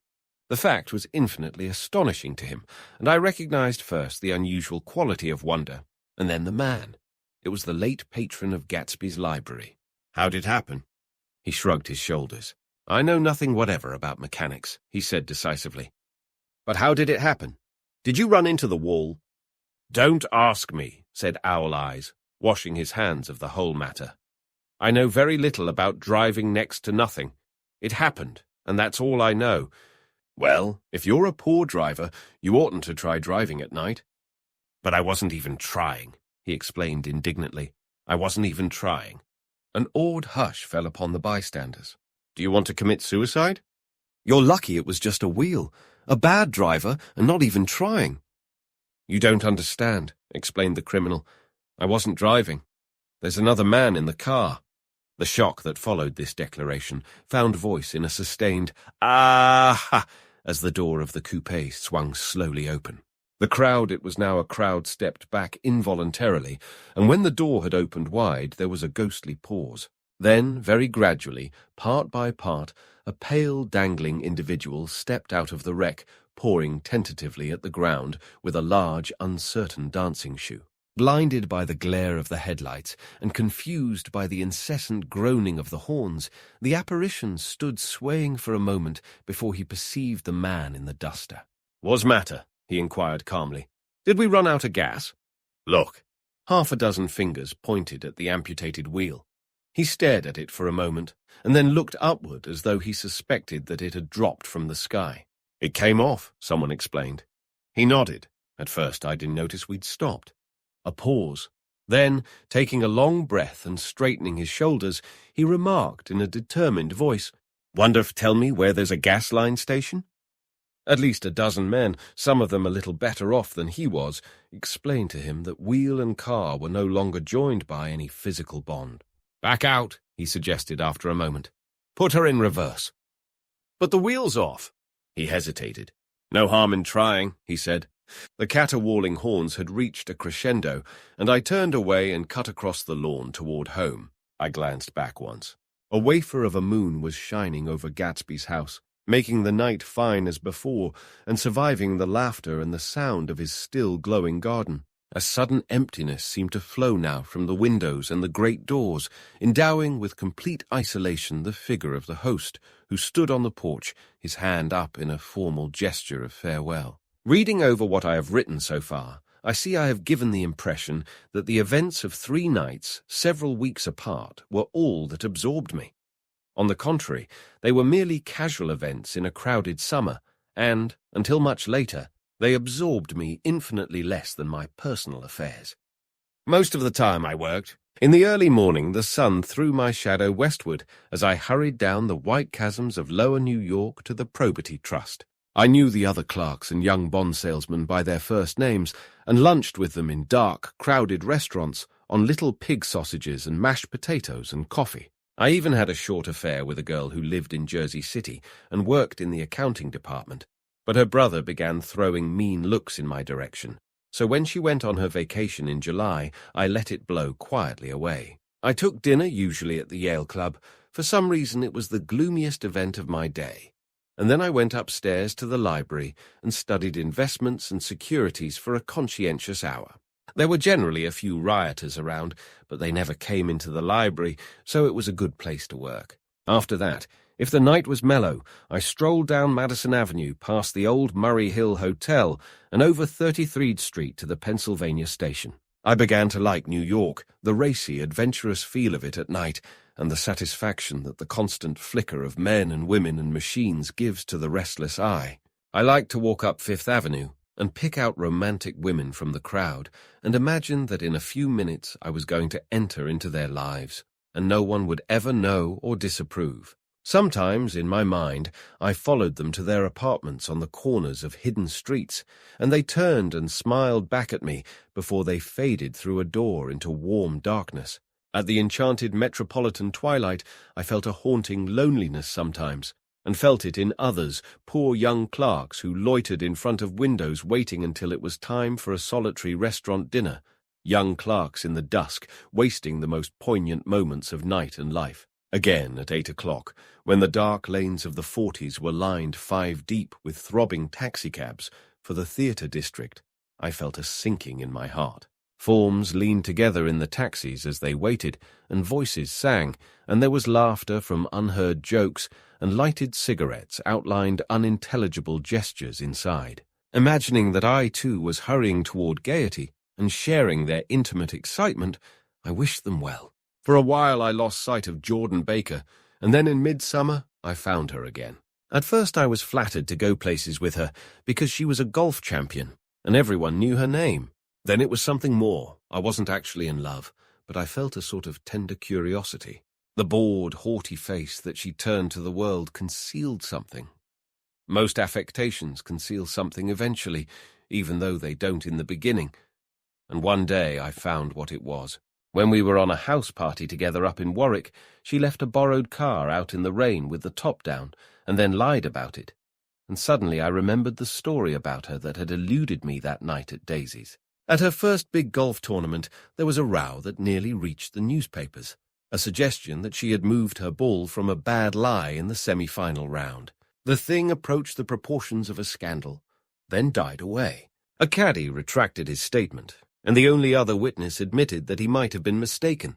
The incident and the name had remained together in my mind. Jordan Baker instinctively avoided clever, shrewd men, and now I saw that this was because she felt safer on a plane where any divergence from a code would be thought impossible. She was incurably dishonest. She wasn't able to endure being at a disadvantage, and given this unwillingness, I suppose she had begun dealing in subterfuges when she was very young, in order to keep that cool, insolent smile turned to the world and yet satisfy the demands of her hard, jaunty body. It made no difference to me. Dishonesty in a woman is a thing you never blame deeply. I was casually sorry, and then I forgot. It was on that same house party that we had a curious conversation about driving a car. It started because she passed so close to some workman that our fender flicked a button on one man's coat. "You're a rotten driver," I protested. "Either you ought to be more careful, or you oughtn't to drive at all." "I am careful." "No, you're not." "Well, other people are," she said lightly. "What's that got to do with it?" "They'll keep out of my way," she insisted. "It takes 2 to make an accident." "Suppose you met somebody just as careless as yourself." "I hope I never will," she answered. "I hate careless people. That's why I like you." Her grey, sun-strained eyes stared straight ahead, but she had deliberately shifted our relations, and for a moment I thought I loved her. But I am slow-thinking and full of interior rules that act as brakes on my desires, and I knew that first I had to get myself definitely out of that tangle back home. I'd been writing letters once a week and signing them. Love, Nick. And all I could think of was how, when that certain girl played tennis, a faint moustache of perspiration appeared on her upper lip. Nevertheless, there was a vague understanding that had to be tactfully broken off before I was free. Everyone suspects himself of at least one of the cardinal virtues, and this is mine. I am one of the few honest people that I have ever known. Chapter 4. On Sunday morning, while church bells rang in the villages along shore, the world and its mistress returned to Gatsby's house and twinkled hilariously on his lawn. "He's a bootlegger," said the young ladies, moving somewhere between his cocktails and his flowers. One time he killed a man who had found out that he was nephew to von Hindenburg and second cousin to the devil. Reach me a rose, honey, and pour me a last drop into that there crystal glass. Once I wrote down on the empty spaces of a timetable the names of those who came to Gatsby's house that summer. It is an old timetable now, disintegrating at its folds, and headed, "This schedule in effect, July 5th, 1922. But I can still read the grey names, and they will give you a better impression than my generalities of those who accepted Gatsby's hospitality and paid him the subtle tribute of knowing nothing whatever about him. From East Egg, then, came the Chesterbeckers and the Leaches, and a man named Bunsen, whom I knew at Yale, and Dr. Webster Civet, who was drowned last summer up in Maine, and the Hornbeams, and the Willie Voltaires, and a whole clan named Blackbuck, who always gathered in a corner and flipped up their noses like goats at whosoever came near, and the Ismays and the Christies, or rather Hubert Auerbach and Mr. Christie's wife, and Edgar Beaver, whose hair, they say, turned cotton white one winter afternoon for no good reason at all. Clarence Endive was from East Egg, as I remember. He came only once, in white knickerbockers, and had a fight with a bum named Etty in the garden. From farther out on the island came the Cheadles and the R.P. Schraders, and the Stonewall Jackson Abrams of Georgia, and the Fishguards and the Ripley Snells. Snell was there 3 days before he went to the penitentiary, so drunk out on the gravel drive that Mrs. Ulysses Sweat's automobile ran over his right hand. The Danceys came too, unless B. Whitebait, who was well over 60, and Maurice E. Flink, and the Hammerheads, and Beluga the tobacco importer, and Beluga's girls. From West Egg came the Poles and the Mulreadys, and Cecil Roebuck, and Cecil Shone and Gulick, the state senator, and Newton Orchid, who controlled films par excellence, and Eckhoust and Clyde Cohen, and Don S. Schwartzer, the son, and Arthur McCarty, all connected with the movies in one way or another, and the Catlips and the Bembergs and G. Earl Muldoon, brother to that Muldoon who afterwards strangled his wife. De Fontano, the promoter, came there, and Ed LaGrosse and James B. Rotgut, Ferret and the De Jongs, and Ernest Lilly. They came to gamble, and when Ferret wandered into the garden, it meant he was cleaned out, and Associated Traction would have to fluctuate profitably next day. A man named Klipspringer was there so often and so long that he became known as the Boarder. I doubt if he had any other home. Of theatrical people, there were Gus Ways, and Horace O'Donovan, and Lester Meyer, and George Duckweed, and Francis Bull. Also from New York were the Cromes and the Backhissons, and the Denekers, and Russell Betty, and the Corrigans, and the Kelleher's, and the Dewars, and the Scullys, and S. U. Belcher, and the Smirks, and the young Quinns, divorced now, and Henry L. Palmetto, who killed himself by jumping in front of a subway train in Times Square. Benny McClenahan arrived always with 4 girls. They were never quite the same ones in physical person, but they were so identical one with another that it inevitably seemed they had been there before. I have forgotten their names, Jacqueline, I think, or else Consuela, or Gloria, or Judy, or June, and their last names were either the melodious names of flowers and months or the sterner ones of the great American capitalists whose cousins, if pressed, they would confess themselves to be. In addition to all these, I can remember that Faustina O'Brien came there, at least once, and the Baedeker girls, and young Brewer, who had his nose shot off in the war, and Mr. Ulbrucksberger, and Miss Haag, his fiancée, and Ardita Fitzpeters, and Mr. P. Jewett, once head of the American Legion, and Miss Claudia Hipp, with a man reputed to be her chauffeur, and a prince of something, whom we called Duke, and whose name, if I ever knew it, I have forgotten. All these people came to Gatsby's house in the summer. At 9 o'clock, one morning, late in July, Gatsby's gorgeous car lurched up the rocky drive to my door and gave out a burst of melody from its 3-noted horn. It was the first time he had called on me, though I had gone to 2 of his parties, mounted in his hydroplane, and, at his urgent invitation, made frequent use of his beach. "Good morning, old sport. You're having lunch with me today, and I thought we'd ride up together." He was balancing himself on the running board of his car with that resourcefulness of movement that is so peculiarly American, that comes, I suppose, with the absence of lifting work or rigid sitting in youth, and even more with the formless grace of our nervous, sporadic games. This quality was continually breaking through his punctilious manner in the shape of restlessness. He was never quite still. There was always a tapping foot somewhere, or the impatient opening and closing of a hand. He saw me looking with admiration at his car. "It's pretty, isn't it, old sport?" He jumped off to give me a better view. "Haven't you ever seen it before?" I'd seen it. Everybody had seen it. It was a rich cream colour, bright with nickel, swollen here and there in its monstrous length with triumphant hat boxes and supper boxes and tool boxes, and terraced with a labyrinth of windshields that mirrored a dozen suns. Sitting down behind many layers of glass in a sort of green leather conservatory, we started to town. I had talked with him perhaps half a dozen times in the past month and found, to my disappointment, that he had little to say. So my first impression that he was a person of some undefined consequence had gradually faded, and he had become simply the proprietor of an elaborate roadhouse next door. And then came that disconcerting ride. We hadn't reached West Egg Village before Gatsby began leaving his elegant sentences unfinished and slapping himself indecisively on the knee of his caramel-coloured suit. "Look here, old sport," he broke out surprisingly. "What's your opinion of me, anyhow?" A little overwhelmed, I began the generalized evasions which that question deserves.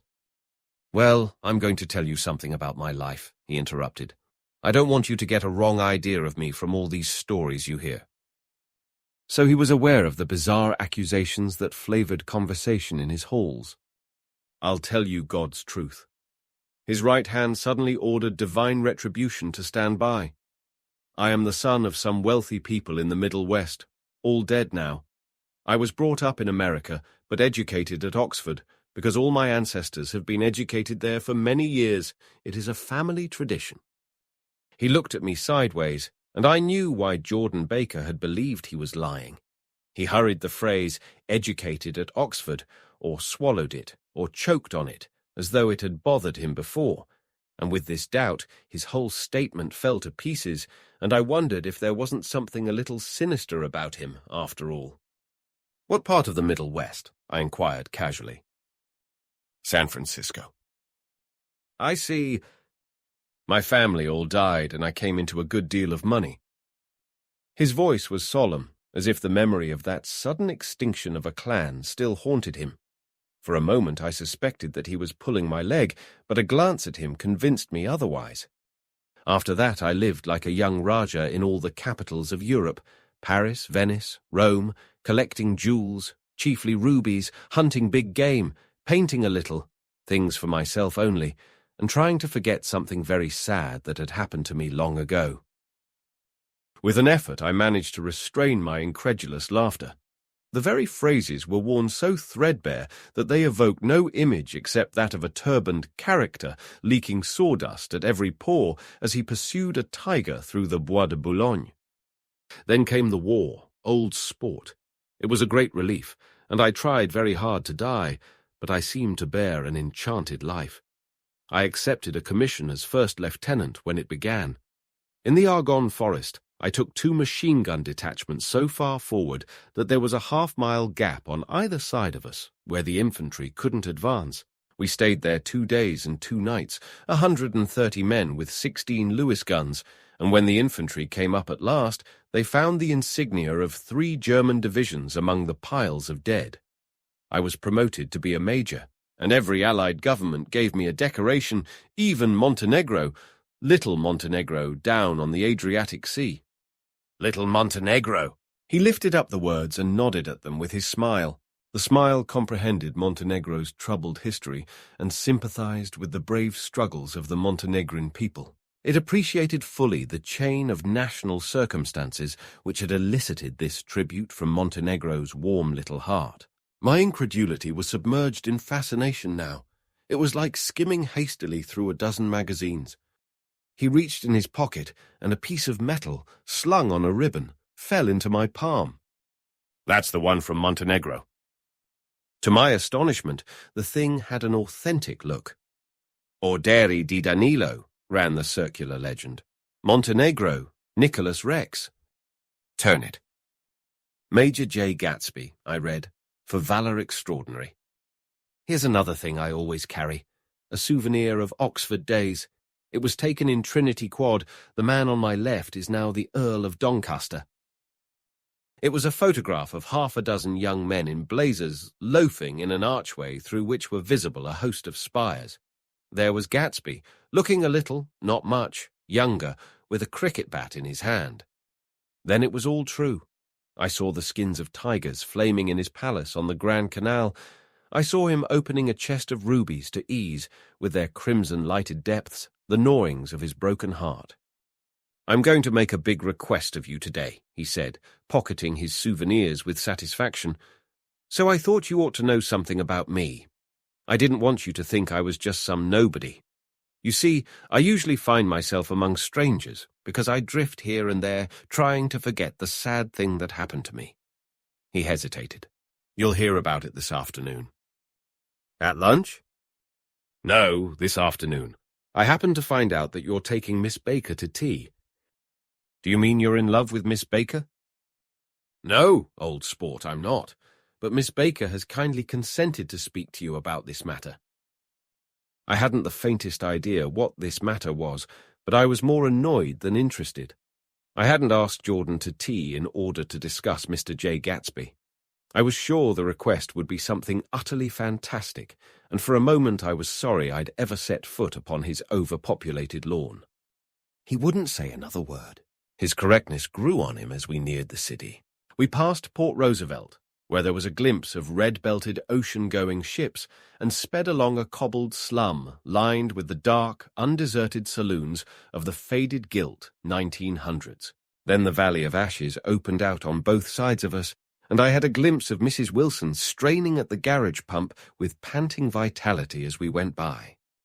With fenders spread like wings, we scattered light through half Astoria only half, for as we twisted among the pillars of the elevated, I heard the familiar jug-jug spat of a motorcycle, and a frantic policeman rode alongside. "All right, old sport," called Gatsby. We slowed down. Taking a white card from his wallet, he waved it before the man's eyes. "Right you are," agreed the policeman, tipping his cap. "Know you next time, Mr. Gatsby. Excuse me." "What was that?" I inquired. "The picture of Oxford?" "I was able to do the commissioner a favour once, and he sends me a Christmas card every year." Over the great bridge, with the sunlight through the girders making a constant flicker upon the moving cars, with the city rising up across the river in white heaps, and sugar lumps all built with a wish out of non-olfactory money. The city seen from the Queensborough Bridge is always the city seen for the first time, in its first wild promise of all the mystery and the beauty in the world. A dead man passed us in a hearse heaped with blooms, followed by 2 carriages with drawn blinds, and by more cheerful carriages for friends. The friends looked out at us with the tragic eyes and short upper lips of southeastern Europe, and I was glad that the sight of Gatsby's splendid car was included in their sombre holiday. As we crossed Blackwell's Island, a limousine passed us, driven by a white chauffeur, in which sat 3 modish Negroes, 2 bucks and a girl. I laughed aloud as the yolks of their eyeballs rolled toward us in haughty rivalry. Anything can happen now that we've slid over this bridge, I thought. Anything at all. Even Gatsby could happen, without any particular wonder. Roaring noon. In a well-fanned 42nd Street cellar, I met Gatsby for lunch. Blinking away the brightness of the street outside, my eyes picked him out obscurely in the anteroom, talking to another man. "Mr. Carraway, this is my friend Mr. Wolfsheim." A small, flat-nosed Jew raised his large head and regarded me with 2 fine growths of hair which luxuriated in either nostril. After a moment, I discovered his tiny eyes in the half-darkness. "So I took one look at him," said Mr. Wolfsheim, shaking my hand earnestly. "And what do you think I did?" "What?" I inquired politely. But evidently he was not addressing me, for he dropped my hand and covered Gatsby with his expressive nose. I handed the money to Catspaw, and I said, "All right, Catspaw, don't pay him a penny till he shuts his mouth." He shut it then and there. Gatsby took an arm of each of us and moved forward into the restaurant, whereupon Mr. Wolfsheim swallowed a new sentence he was starting and lapsed into a somnambulatory abstraction. "Highballs?" asked the head waiter. "This is a nice restaurant here," said Mr. Wolfsheim, looking at the Presbyterian nymphs on the ceiling. "But I like across the street better." "Yes, highballs," agreed Gatsby, and then to Mr. Wolfsheim, "It's too hot over there." "Hot and small, yes," said Mr. Wolfsheim, "but full of memories." "What place is that?" I asked. "The Old Metropole." "The Old Metropole," brooded Mr. Wolfsheim gloomily. "They're filled with faces dead and gone, filled with friends gone now forever. I can't forget so long as I live the night they shot Rosie Rosenthal there. It was 6 of us at the table, and Rosie had eat and drunk a lot all evening. When it was almost morning, the waiter came up to him with a funny look and says somebody wants to speak to him outside. "All right," says Rosie, and begins to get up, and I pulled him down in his chair. "Let the bastards come in here if they want you, Rosie, but don't you, so help me, move outside this room." It was 4 o'clock in the morning then, and if we'd have raised the blinds, we'd have seen daylight. "Did he go?" I asked innocently. "Sure he went." Mr. Wolfsheim's nose flashed at me indignantly. He turned around in the door and says, "Don't let that waiter take away my coffee." Then he went out on the sidewalk, and they shot him 3 times in his full belly and drove away. 4 of them were electrocuted, I said, remembering. 5, with Becker. His nostrils turned to me in an interested way. "I understand you're looking for a business connection." The juxtaposition of these 2 remarks was startling. Gatsby answered for me. "Oh, no," he exclaimed. "This isn't the man." "No?" Mr. Wolfsheim seemed disappointed. "This is just a friend. I told you we'd talk about that some other time." "I beg your pardon," said Mr. Wolfsheim. "I had a wrong man." A succulent hash arrived, and Mr. Wolfsheim, forgetting the more sentimental atmosphere of the Old Metropole, began to eat with ferocious delicacy. His eyes, meanwhile, roved very slowly all around the room. He completed the arc by turning to inspect the people directly behind. I think that, except for my presence, he would have taken one short glance beneath our own table. "Look here, old sport," said Gatsby, leaning toward me. "I'm afraid I made you a little angry this morning in the car." There was the smile again, but this time I held out against it. "I don't like mysteries," I answered, "and I don't understand why you won't come out frankly and tell me what you want. Why has it all got to come through Miss Baker?" "Oh, it's nothing underhand," he assured me. "Miss Baker's a great sportswoman, you know, and she'd never do anything that wasn't all right." Suddenly he looked at his watch, jumped up, and hurried from the room, leaving me with Mr. Wolfsheim at the table. "He has to telephone," said Mr. Wolfsheim, following him with his eyes. "Fine fellow, isn't he? Handsome to look at and a perfect gentleman." "Yes." "He's an Oxford man." "Oh!" "He went to Oxford College in England. You know Oxford College?" "I've heard of it. It's one of the most famous colleges in the world." "Have you known Gatsby for a long time?" I inquired. "Several years," he answered in a gratified way. "I made the pleasure of his acquaintance just after the war, but I knew I had discovered a man of fine breeding after I talked with him an hour. I said to myself, there's the kind of man you'd like to take home and introduce to your mother and sister."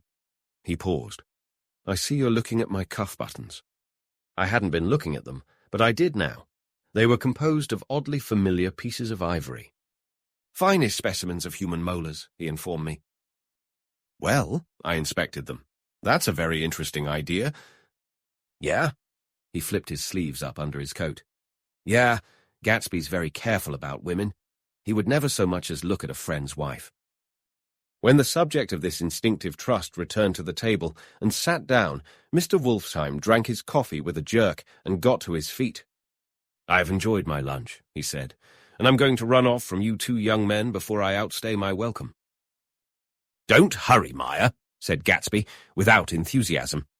Mr. Wolfsheim raised his hand in a sort of benediction. "You're very polite, but I belong to another generation," he announced solemnly. You sit here and discuss your sports and your young ladies, and your—" He supplied an imaginary noun with another wave of his hand. "As for me, I am 50 years old, and I won't impose myself on you any longer." As he shook hands and turned away, his tragic nose was trembling. I wondered if I had said anything to offend him. "He becomes very sentimental sometimes," explained Gatsby. "This is one of his sentimental days. He's quite a character around New York, a denizen of Broadway." "Who is he anyhow, an actor?" "No." "A dentist?" "Meyer Wolfsheim. No, he's a gambler." Gatsby hesitated, then added coolly, "He's the man who fixed the World Series back in 1919. "Fixed the World Series?" I repeated. The idea staggered me. I remembered, of course, that the World Series had been fixed in 1919, but if I had thought of it at all, I would have thought of it as a thing that merely happened, the end of some inevitable chain. It never occurred to me that one man could start to play with the faith of 50 million people with the single-mindedness of a burglar blowing a safe. "How did he happen to do that?" I asked after a minute. "He just saw the opportunity." "Why isn't he in jail?" "They can't get him, old sport. He's a smart man." I insisted on paying the check. As the waiter brought my change, I caught sight of Tom Buchanan across the crowded room. "Come along with me for a minute," I said. "I've got to say hello to someone." When he saw us, Tom jumped up and took half a dozen steps in our direction. "Where have you been?" he demanded eagerly. "Daisy's furious because you haven't called up." "This is Mr. Gatsby, Mr. Buchanan." They shook hands briefly, and a strained, unfamiliar look of embarrassment came over Gatsby's face. "How have you been, anyhow?" demanded Tom of me. "How'd you happen to come up this far to eat?" "I've been having lunch with Mr. Gatsby." I turned toward Mr. Gatsby, but he was no longer there. "One October day in 1917, said Jordan Baker that afternoon, sitting up very straight on a straight chair in the tea garden at the Plaza Hotel. I was walking along from one place to another, half on the sidewalks and half on the lawns. I was happier on the lawns because I had on shoes from England with rubber knobs on the soles that bit into the soft ground. I had on a new plaid skirt also that blew a little in the wind, and whenever this happened, the red, white, and blue banners in front of all the houses stretched out stiff and said, "Tut, tut, tut, tut," in a disapproving way. The largest of the banners and the largest of the lawns belonged to Daisy Faye's house. She was just 18, 2 years older than me, and by far the most popular of all the young girls in Louisville. She dressed in white and had a little white roadster, and all day long the telephone rang in her house, and excited young officers from Camp Taylor demanded the privilege of monopolizing her that night. Anyways, for an hour. When I came opposite her house that morning, her white roadster was beside the curb, and she was sitting in it with a lieutenant I had never seen before. They were so engrossed in each other that she didn't see me until I was 5 feet away. "Hello, Jordan," she called unexpectedly. "Please come here." I was flattered that she wanted to speak to me because of all the older girls I admired her most. She asked me if I was going to the Red Cross and make bandages. I was. Well, then, would I tell them that she couldn't come that day? The officer looked at Daisy while she was speaking, in a way that every young girl wants to be looked at sometime. And because it seemed romantic to me, I have remembered the incident ever since. His name was J. Gatsby, and I didn't lay eyes on him again for over 4 years. Even after I'd met him on Long Island, I didn't realize it was the same man. That was 1917. By the next year I had a few beaux myself, and I began to play in tournaments, so I didn't see Daisy very often. She went with a slightly older crowd, when she went with anyone at all. Wild rumors were circulating about her, how her mother had found her packing her bag one winter night to go to New York and say goodbye to a soldier who was going overseas. She was effectually prevented, but she wasn't on speaking terms with her family for several weeks. After that, she didn't play around with the soldiers anymore, but only with a few flat-footed, short-sighted young men in town who couldn't get into the army at all. By the next autumn, she was gay again, gay as ever. She had a debut after the armistice, and in February she was presumably engaged to a man from New Orleans. In June, she married Tom Buchanan of Chicago, with more pomp and circumstance than Louisville ever knew before. He came down with 100 people in 4 private cars and hired a whole floor of the Mulbach Hotel, and the day before the wedding he gave her a string of pearls valued at $350,000. I was a bridesmaid. I came into her room half an hour before the bridal dinner and found her lying on her bed as lovely as the June night in her flowered dress and as drunk as a monkey. She had a bottle of Sauterne in one hand and a letter in the other. "Gratulate me," she muttered. "Never had a drink before, but oh, how I do enjoy it." "What's the matter, Daisy?" I was scared, I can tell you. I'd never seen a girl like that before. "Here, dearies." She groped around in a wastebasket she had with her on the bed and pulled out the string of pearls. "Take 'em downstairs and give 'em back to whoever they belong to. Tell 'em all Daisy's change her mind. Say, Daisy's change her mind." She began to cry. She cried and cried. I rushed out and found her mother's maid, and we locked the door and got her into a cold bath. She wouldn't let go of the letter. She took it into the tub with her and squeezed it up into a wet ball and only let me leave it in the soap dish when she saw that it was coming to pieces like snow. But she didn't say another word. We gave her spirits of ammonia and put ice on her forehead and hooked her back into her dress, and half an hour later, when we walked out of the room, the pearls were around her neck, and the incident was over. Next day at 5 o'clock she married Tom Buchanan without so much as a shiver and started off on a 3-month trip to the South Seas. I saw them in Santa Barbara when they came back, and I thought I'd never seen a girl so mad about her husband. If he left the room for a minute, she'd look around uneasily and say, "Where's Tom gone?" and wear the most abstracted expression until she saw him coming in the door. She used to sit on the sand with his head in her lap by the hour, rubbing her fingers over his eyes and looking at him with unfathomable delight. It was touching to see them together. It made you laugh in a hushed, fascinated way. That was in August. A week after I left Santa Barbara, Tom ran into a wagon on the Ventura Road one night and ripped a front wheel off his car.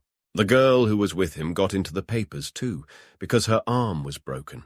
She was one of the chambermaids in the Santa Barbara Hotel. The next April, Daisy had her little girl, and they went to France for a year. I saw them one spring in Cannes, and later in Deauville, and then they came back to Chicago to settle down. Daisy was popular in Chicago, as you know. They moved with a fast crowd, all of them young and rich and wild, but she came out with an absolutely perfect reputation. Perhaps because she doesn't drink. It's a great advantage not to drink among hard-drinking people. You can hold your tongue, and moreover, you can time any little irregularity of your own so that everybody else is so blind that they don't see or care. Perhaps Daisy never went in for a moor at all, and yet there's something in that voice of hers. Well, about 6 weeks ago, she heard the name Gatsby for the first time in years. It was when I asked you, do you remember? If you knew Gatsby in West Egg. After you had gone home, she came into my room and woke me up and said, "What Gatsby?" And when I described him, I was half asleep. She said in the strangest voice that it must be the man she used to know. It wasn't until then that I connected this Gatsby with the officer in her white car. When Jordan Baker had finished telling all this, we had left the plaza for half an hour and were driving in a Victoria through Central Park. The sun had gone down behind the tall apartments of the movie stars in the West 50s, and the clear voices of little girls, already gathered like crickets on the grass, rose through the hot twilight. "I'm the Sheik of Araby. Your love belongs to me. At night when you're asleep. Into your tent I'll creep." It was a strange coincidence, I said. But it wasn't a coincidence at all. Why not? Gatsby bought that house so that Daisy would be just across the bay. Then it had not been merely the stars to which he had aspired on that June night. He came alive to me, delivered suddenly from the womb of his purposeless splendor. "He wants to know," continued Jordan, "if you'll invite Daisy to your house some afternoon, and then let him come over." The modesty of the demand shook me. He had waited 5 years and bought a mansion where he dispensed starlight to casual moths so that he could come over some afternoon to a stranger's garden. Did I have to know all this before he could ask such a little thing? He's afraid he's waited so long. He thought you might be offended. You see, he's a regular tough underneath it all." Something worried me. "Why didn't he ask you to arrange a meeting?" "He wants her to see his house," she explained. "And your house is right next door." "Oh!" "I think he half expected her to wander into one of his parties some night," went on Jordan, "but she never did. Then he began asking people casually if they knew her, and I was the first one he found. It was that night he sent for me at his dance, and you should have heard the elaborate way he worked up to it. Of course, I immediately suggested a luncheon in New York, and I thought he'd go mad. 'I don't want to do anything out of the way,' he kept saying. 'I want to see her right next door.' When I said you were a particular friend of Tom's, he started to abandon the whole idea. He doesn't know very much about Tom, though he says he's read a Chicago paper for years, just on the chance of catching a glimpse of Daisy's name. It was dark now, and as we dipped under a little bridge, I put my arm around Jordan's golden shoulder and drew her toward me and asked her to dinner. Suddenly, I wasn't thinking of Daisy and Gatsby anymore, but of this clean, hard, limited person who dealt in universal skepticism and who leaned back jauntily just within the circle of my arm. A phrase began to beat in my ears with a sort of heady excitement. "There are only the pursued, the pursuing, the busy, and the tired. And Daisy ought to have something in her life," murmured Jordan to me. "Does she want to see Gatsby?" "She's not to know about it. Gatsby doesn't want her to know. You're just supposed to invite her to tea." We passed a barrier of dark trees, and then the facade of 59th Street, a block of delicate pale light, beamed down into the park. Unlike Gatsby and Tom Buchanan, I had no girl whose disembodied face floated along the dark cornices and blinding signs, and so I drew up the girl beside me, tightening my arms. Her wan, scornful mouth smiled, and so I drew her up again closer, this time to my face. Chapter 5.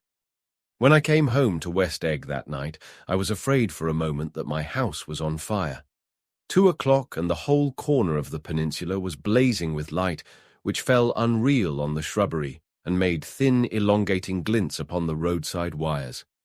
Turning a corner, I saw that it was Gatsby's house, lit from tower to cellar. At first I thought it was another party, a wild rout that had resolved itself into hide-and-go-seek or sardines in the box, with all the house thrown open to the game. But there wasn't a sound, only wind in the trees, which blew the wires and made the lights go off and on again, as if the house had winked into the darkness. As my taxi groaned away, I saw Gatsby walk toward me across his lawn. "Your place looks like the World's Fair," I said. "Does it?" He turned his eyes toward it absently. "I have been glancing into some of the rooms. Let's go to Coney Island, Old Sport, in my car." "It's too late." "Well, suppose we take a plunge in the swimming pool. I haven't made use of it all summer." "I've got to go to bed." "All right." He waited, looking at me with suppressed eagerness. "I talked with Miss Baker," I said after a moment. "I'm going to call up Daisy tomorrow and invite her over here to tea." "Oh, that's all right," he said carelessly. "I don't want to put you to any trouble." "What day would suit you?" "What day would suit you?" he corrected me quickly. "I don't want to put you to any trouble, you see." "How about the day after tomorrow?" He considered for a moment, then, with reluctance. "I want to get the grass cut," he said. We both looked at the grass. There was a sharp line where my ragged lawn ended, and the darker, well-kept expanse of his began. I suspected that he meant my grass. "There's another little thing," he said uncertainly, and hesitated. "Would you rather put it off for a few days?" I asked. "Oh, it isn't about that. At least—" He fumbled with a series of beginnings. "Why, I thought, why, look here, old sport. You don't make much money, do you?" "Not very much." This seemed to reassure him, and he continued more confidently. "I thought you didn't, if you'll pardon you see, I carry on a little business on the side, a sort of sideline, you understand.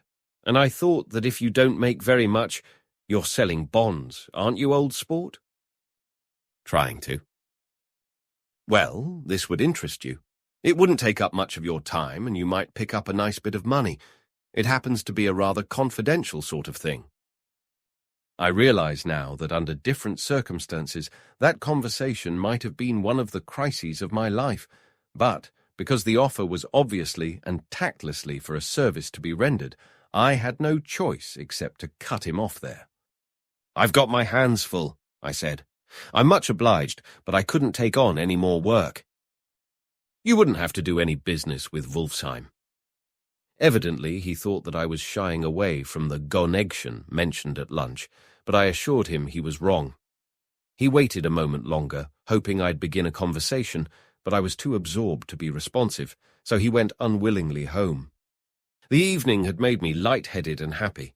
I think I walked into a deep sleep as I entered my front door, so I don't know whether or not Gatsby went to Coney Island, or for how many hours he glanced into rooms while his house blazed gaudily on. I called up Daisy from the office next morning and invited her to come to tea. "Don't bring Tom," I warned her. "What?" "Don't bring Tom." "Who is Tom?" she asked innocently. The day agreed upon was pouring rain. At 11 o'clock, a man in a raincoat, dragging a lawnmower, tapped at my front door and said that Mr. Gatsby had sent him over to cut my grass. This reminded me that I had forgotten to tell my Finn to come back, so I drove into West Egg Village to search for her among soggy, whitewashed alleys and to buy some cups and lemons and flowers. The flowers were unnecessary, for at 2 o'clock a greenhouse arrived from Gatsby's with innumerable receptacles to contain it. An hour later, the front door opened nervously, and Gatsby, in a white flannel suit, silver shirt, and gold-colored tie, hurried in. He was pale, and there were dark signs of sleeplessness beneath his eyes. "Is everything all right?" he asked immediately. "The grass looks fine, if that's what you mean." "What grass?" he inquired blankly. "Oh, the grass in the yard?" He looked out the window at it, but judging from his expression, I don't believe he saw a thing. "Looks very good," he remarked vaguely. "One of the papers said they thought the rain would stop about 4. I think it was the Journal. Have you got everything you need in the shape of tea?" I took him into the pantry, where he looked a little reproachfully at the Finn. Together we scrutinized the 12 lemon cakes from the delicatessen shop. "Will they do?" I asked. Of course, they're fine," and he added hollowly, "Old sport." The rain cooled about 3:30 to a damp mist, through which occasional thin drops swam like dew. Gatsby looked with vacant eyes through a copy of Clay's Economics, starting at the finish tread that shook the kitchen floor and peering toward the bleared windows from time to time as if a series of invisible but alarming happenings were taking place outside. Finally, he got up and informed me, in an uncertain voice, that he was going home. "Why's that?" "Nobody's coming to tea. It's too late." He looked at his watch as if there was some pressing demand on his time elsewhere. "I can't wait all day." "Don't be silly. It's just 2 minutes to 4. He sat down miserably, as if I had pushed him, and simultaneously there was the sound of a motor turning into my lane. We both jumped up, and a little harrowed myself, I went out into the yard. Under the dripping bare lilac trees, a large open car was coming up the drive. It stopped. Daisy's face, tipped sideways beneath a 3-cornered lavender hat, looked out at me with a bright, ecstatic smile. "Is this absolutely where you live, my dearest one?" The exhilarating ripple of her voice was a wild tonic in the rain. I had to follow the sound of it for a moment, up and down, with my ear alone, before any words came through.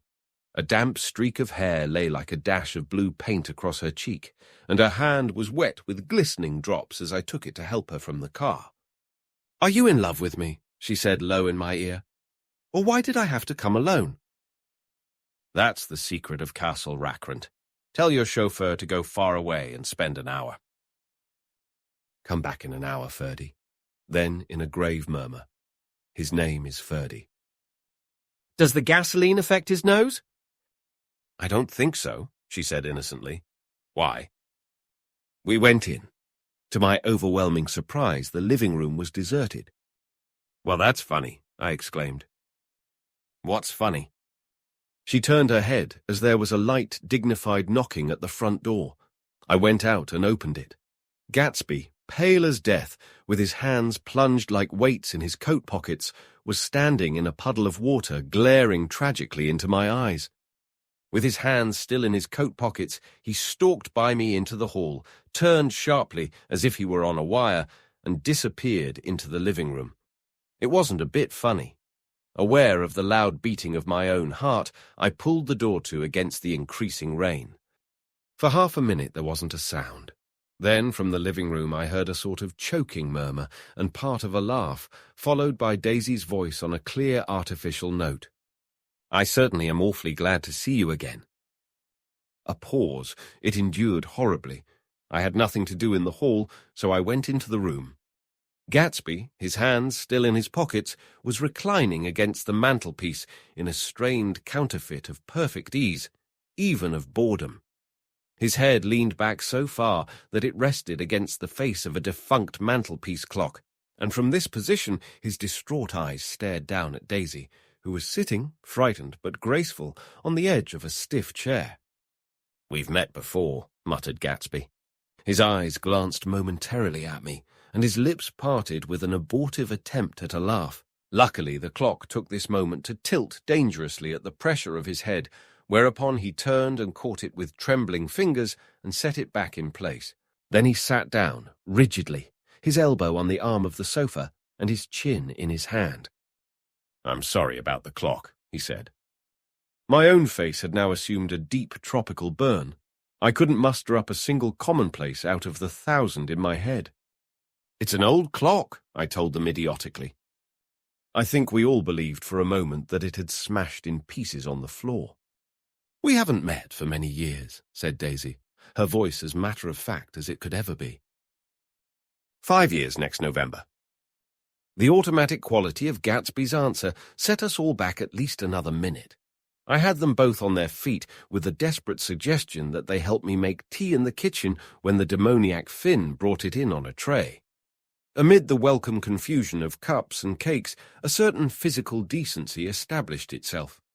Gatsby got himself into a shadow, and while Daisy and I talked, looked conscientiously from one to the other of us with tense, unhappy eyes. However, as calmness wasn't an end in itself, I made an excuse at the first possible moment and got to my feet. "Where are you going?" demanded Gatsby in immediate alarm. "I'll be back. I've got to speak to you about something before you go." He followed me wildly into the kitchen, closed the door, and whispered, "Oh, God," in a miserable way. "What's the matter?" "This is a terrible mistake," he said, shaking his head from side to side. "A terrible, terrible mistake.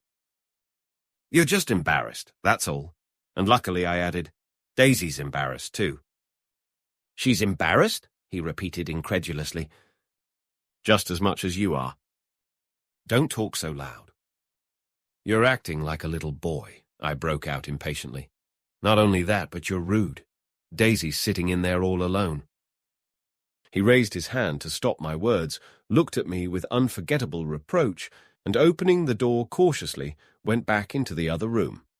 I walked out the back way, just as Gatsby had when he had made his nervous circuit of the house half an hour before, and ran for a huge black knotted tree whose massed leaves made a fabric against the rain. Once more it was pouring, and my irregular lawn, well shaved by Gatsby's gardener, abounded in small muddy swamps and prehistoric marshes. There was nothing to look at from under the tree except Gatsby's enormous house, so I stared at it, like Kant at his church steeple, for half an hour. A brewer had built it early in the period craze, a decade before, and there was a story that he'd agreed to pay 5 years' taxes on all the neighbouring cottages if the owners would have their roofs thatched with straw. Perhaps their refusal took the heart out of his plan to found a family. He went into an immediate decline. His children sold his house with the black wreath still on the door. Americans, while occasionally willing to be serfs, have always been obstinate about being peasantry. After half an hour, the sun shone again, and the grocer's automobile rounded Gatsby's drive with the raw material for his servant's dinner. I felt sure he wouldn't eat a spoonful. A maid began opening the upper windows of his house, appeared momentarily in each, and, leaning from a large central bay, spat meditatively into the garden. It was time I went back. While the rain continued, it had seemed like the murmur of their voices, rising and swelling a little now and then, with gusts of emotion. But in the new silence I felt that silence had fallen within the house too. I went in, after making every possible noise in the kitchen, short of pushing over the stove, but I don't believe they heard a sound.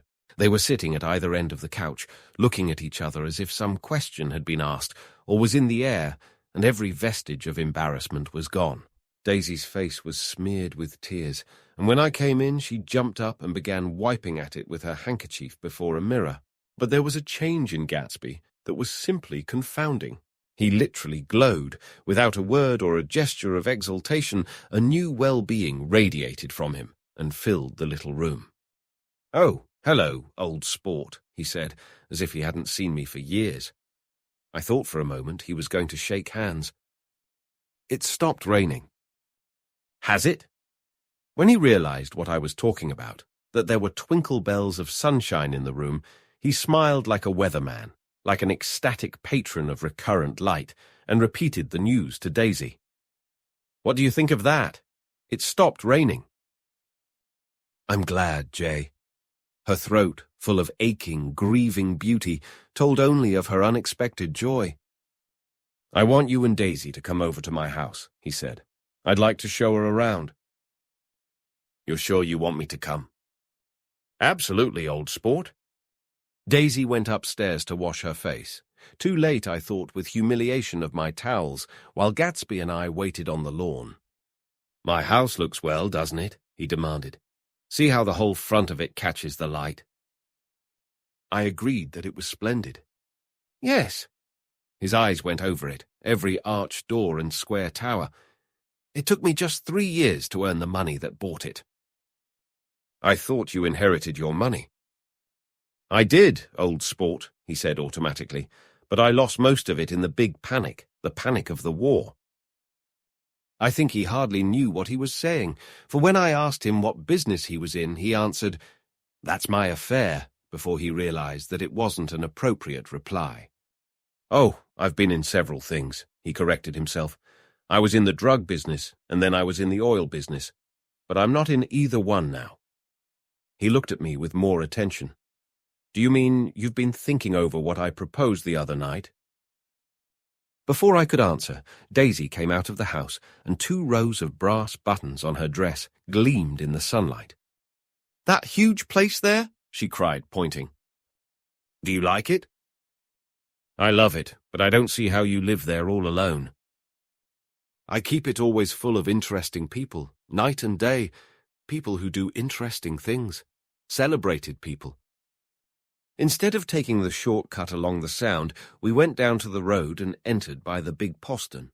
With enchanting murmurs, Daisy admired this aspect or that of the feudal silhouette against the sky, admired the gardens, the sparkling odour of jonquils, and the frothy odour of hawthorn and plum blossoms, and the pale gold odour of kiss me at the gate.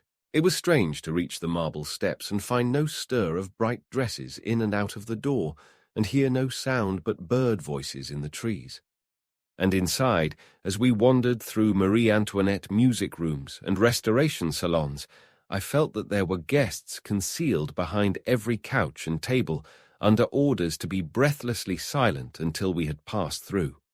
As Gatsby closed the door of the Merton College Library, I could have sworn I heard the owl-eyed man break into ghostly laughter. We went upstairs, through period bedrooms swathed in rose and lavender silk and vivid with new flowers, through dressing rooms and pool rooms and bathrooms with sunken baths intruding into one chamber where a dishevelled man in pyjamas was doing liver exercises on the floor. It was Mr. Klipspringer, the boarder. I had seen him wandering hungrily about the beach that morning. Finally, we came to Gatsby's own apartment, a bedroom and a bath and an Adams study, where we sat down and drank a glass of some chartreuse he took from a cupboard in the wall. He hadn't once ceased looking at Daisy, and I think he revalued everything in his house according to the measure of response it drew from her well-loved eyes. Sometimes, too, he stared around at his possessions in a dazed way, as though in her actual and astounding presence none of it was any longer real. Once he nearly toppled down a flight of stairs. His bedroom was the simplest room of all, except where the dresser was garnished with a toilet set of pure dull gold. Daisy took the brush with delight and smoothed her hair, whereupon Gatsby sat down and shaded his eyes and began to laugh. "It's the funniest thing, old sport," he said hilariously. "I can't when I try to—" He had passed visibly through 2 states and was entering upon a third. After his embarrassment and his unreasoning joy, he was consumed with wonder at her presence. He had been full of the idea so long, dreamed it right through to the end, waited with his teeth set, so to speak, at an inconceivable pitch of intensity. Now, in the reaction, he was running down like an overwound clock. Recovering himself in a minute, he opened for us 2 hulking patent cabinets which held his mass suits and dressing gowns and ties, and his shirts piled like bricks in stacks a dozen high. "I've got a man in England who buys me clothes. He sends over a selection of things at the beginning of each season, spring and fall." He took out a pile of shirts and began throwing them, one by one, before us. Shirts of sheer linen and thick silk and fine flannel, which lost their folds as they fell and covered the table in many-coloured disarray. While we admired, he brought more, and the soft, rich heap mounted higher shirts with stripes and scrolls and plaids in coral and apple green and lavender and faint orange with monograms of Indian blue. Suddenly, with a strained sound, Daisy bent her head into the shirts and began to cry stormily. "They're such beautiful shirts," she sobbed, her voice muffled in the thick folds. "It makes me sad, because I've never seen such beautiful shirts before." After the house, we were to see the grounds and the swimming pool and the hydroplane and the midsummer flowers. But outside Gatsby's window it began to rain again, so we stood in a row looking at the corrugated surface of the Sound. "If it wasn't for the mist, we could see your home across the bay," said Gatsby.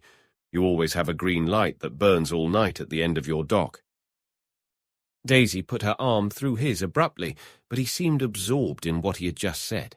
Possibly it had occurred to him that the colossal significance of that light had now vanished forever.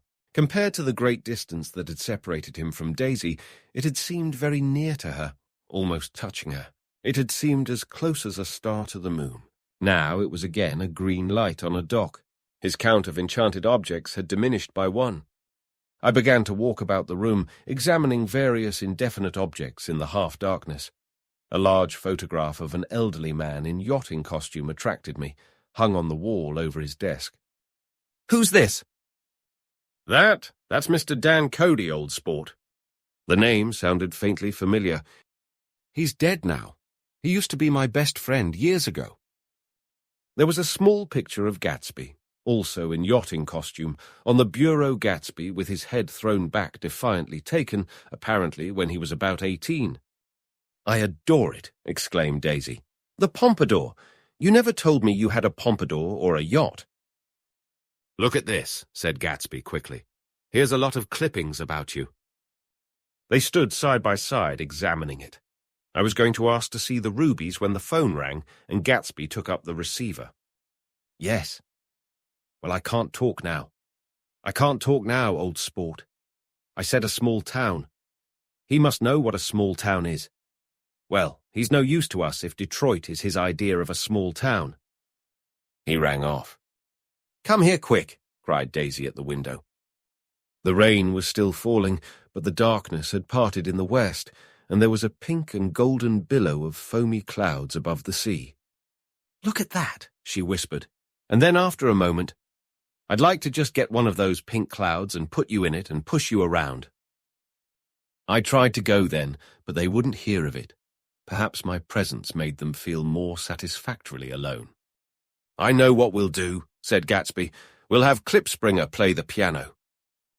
He went out of the room calling Ewing, and returned in a few minutes, accompanied by an embarrassed, slightly worn young man. with shell-rimmed glasses and scanty blonde hair. He was now decently clothed in a sport shirt, open at the neck, sneakers, and duck trousers of a nebulous hue. "Did we interrupt your exercises?" inquired Daisy politely. "I was asleep," cried Mr. Klipspringer, in a spasm of embarrassment.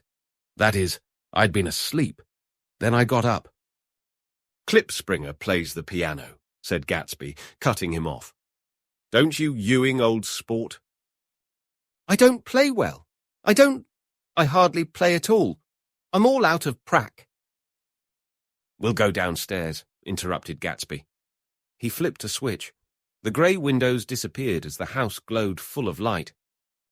In the music room, Gatsby turned on a solitary lamp beside the piano. He lit Daisy's cigarette from a trembling match and sat down with her on a couch far across the room, where there was no light save what the gleaming floor bounced in from the hall. When Klipspringer had played the Love Nest, he turned around on the bench and searched unhappily for Gatsby in the gloom. "I'm all out of practice, you see. I told you I couldn't play. I'm all out of prac." "Don't talk so much, old sport," commanded Gatsby. "Play." "In the morning." "In the evening." "Ain't we got fun?" Outside, the wind was loud, and there was a faint flow of thunder along the sound. All the lights were going on in West Egg now. The electric trains, men carrying, were plunging home through the rain from New York. It was the hour of a profound human change, and excitement was generating on the air. One thing's sure and nothing's surer. The rich get richer, and the poor get children. In the meantime, in between time, as I went over to say goodbye, I saw that the expression of bewilderment had come back into Gatsby's face, as though a faint doubt had occurred to him as to the quality of his present happiness. Almost 5 years. There must have been moments, even that afternoon, when Daisy tumbled short of his dreams, not through her own fault, but because of the colossal vitality of his illusion. It had gone beyond her, beyond everything. He had thrown himself into it with a creative passion, adding to it all the time, decking it out with every bright feather that drifted his way. No amount of fire or freshness can challenge what a man will store up in his ghostly heart. As I watched him, he adjusted himself a little, visibly. His hand took hold of hers, and as she said something low in his ear, he turned toward her with a rush of emotion. I think that voice held him most, with its fluctuating, feverish warmth, because it couldn't be overdreamed. That voice was a deathless song. They had forgotten me, but Daisy glanced up and held out her hand.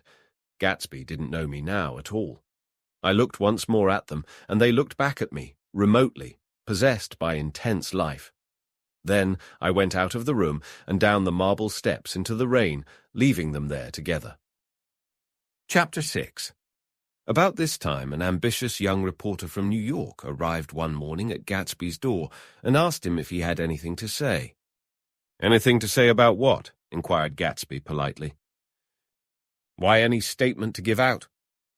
It transpired after a confused 5 minutes that the man had heard Gatsby's name around his office in a connection which he either wouldn't reveal or didn't fully understand. This was his day off, and with laudable initiative he had hurried out to see. It was a random shot, and yet the reporter's instinct was right. Gatsby's notoriety, spread about by the hundreds who had accepted his hospitality and so become authorities upon his past, had increased all summer until he fell just short of being news.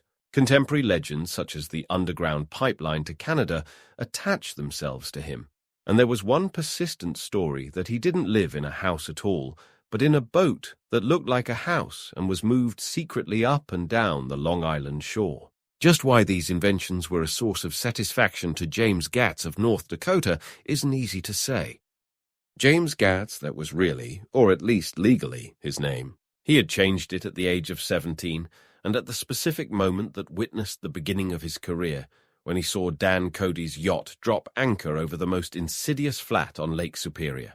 It was James Gatz who had been loafing along the beach that afternoon in a torn green jersey and a pair of canvas pants, but it was already J. Gatsby who borrowed a rowboat, pulled out to the Tuolumne, and informed Cody that a wind might catch him and break him up in half an hour. I suppose he'd had the name ready for a long time, even then. His parents were shiftless and unsuccessful farm people. His imagination had never really accepted them as his parents at all. The truth was that J. Gatsby of West Egg, Long Island, sprang from his Platonic conception of himself. He was a son of God, a phrase, which, if it means anything, means just that. And he must be about his father's business, the service of a vast, vulgar, and meretricious beauty. So he invented just the sort of J. Gatsby that a 17-year-old boy would be likely to invent, and to this conception he was faithful to the end. For over a year, he had been beating his way along the south shore of Lake Superior as a clam digger and a salmon fisher, or in any other capacity that brought him food and bed. His brown, hardening body lived naturally through the half-fierce, half-lazy work of the bracing days. He knew women early, and since they spoiled him, he became contemptuous of them, of young virgins because they were ignorant, of the others because they were hysterical about things which in his overwhelming self-absorption he took for granted. But his heart was in a constant, turbulent riot. The most grotesque and fantastic conceits haunted him in his bed at night. A universe of ineffable gaudiness spun itself out in his brain while the clock ticked on the washstand and the moon soaked with wet light his tangled clothes upon the floor. Each night he added to the pattern of his fancies until drowsiness closed down upon some vivid scene with an oblivious embrace. For a while these reveries provided an outlet for his imagination. They were a satisfactory hint of the unreality of reality, a promise that the rock of the world was founded securely on a fairy's wing. An instinct toward his future glory had led him, some months before, to the small Lutheran college of St. Olaf's in southern Minnesota. He stayed there 2 weeks, dismayed at its ferocious indifference to the drums of his destiny, to destiny itself, and despising the janitor's work with which he was to pay his way through. Then he drifted back to Lake Superior, and he was still searching for something to do on the day that Dan Cody's yacht dropped anchor in the shallows along shore. Cody was 50 years old then, a product of the Nevada silver fields, of the Yukon, of every rush for metal since '75.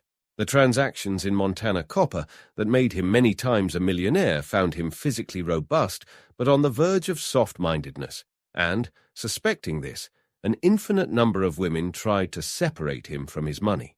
The none too savory ramifications by which Ella Kay, the newspaper woman, played Madame de Maintenon to his weakness and sent him to sea in a yacht were common knowledge to the turgid sub or suppressed journalism of 1902. He had been coasting along all too hospitable shores for 5 years when he turned up as James Gats's destiny in Little Girl Bay. To young Gats, resting on his oars and looking up at the railed deck, that yacht represented all the beauty and glamour in the world. I suppose he smiled at Cody. He had probably discovered that people liked him when he smiled. At any rate, Cody asked him a few questions. One of them elicited the brand-new name and found that he was quick and extravagantly ambitious. A few days later he took him to Duluth and bought him a blue coat, 6 pairs of white duck trousers, and a yachting cap. And when the Tuolumne left for the West Indies, and the Barbary Coast Gatsby left too. He was employed in a vague personal capacity. While he remained with Cody, he was in turn steward, mate, skipper, secretary, and even jailer, for Dan Cody sober knew what lavish doings Dan Cody drunk might soon be about, and he provided for such contingencies by reposing more and more trust in Gatsby. The arrangement lasted 5 years, during which the boat went 3 times around the continent. It might have lasted indefinitely, except for the fact that Ella Kay came on board one night in Boston, and a week later Dan Cody inhospitably died. I remember the portrait of him, up in Gatsby's bedroom, a grey, florid man with a hard, empty face, the pioneer debauchee, who during one phase of American life brought back to the eastern seaboard the savage violence of the frontier brothel and saloon. It was indirectly due to Cody that Gatsby drank so little. Sometimes in the course of gay parties, women used to rub champagne into his hair. For himself, he formed the habit of letting liquor alone. And it was from Cody that he inherited money, a legacy of $25,000. He didn't get it. He never understood the legal device that was used against him, but what remained of the millions went intact to Ella Kay. He was left with his singularly appropriate education. The vague contour of J. Gatsby had filled out to the substantiality of a man.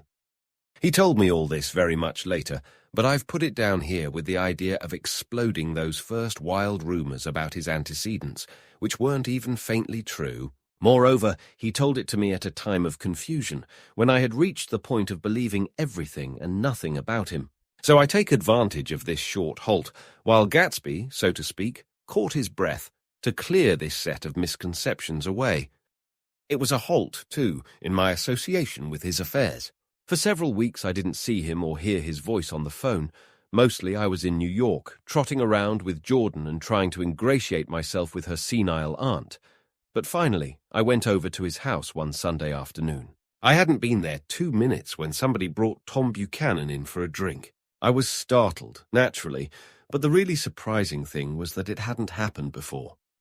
They were a party of 3 on horseback.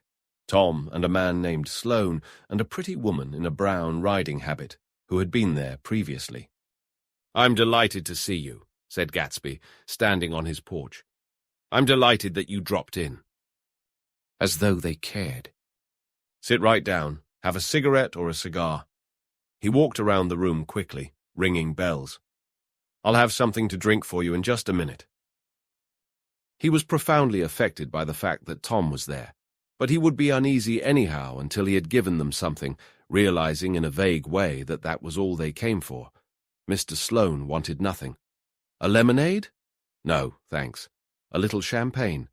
"Nothing at all, thanks." "I'm sorry." "Did you have a nice ride?" "Very good roads around here."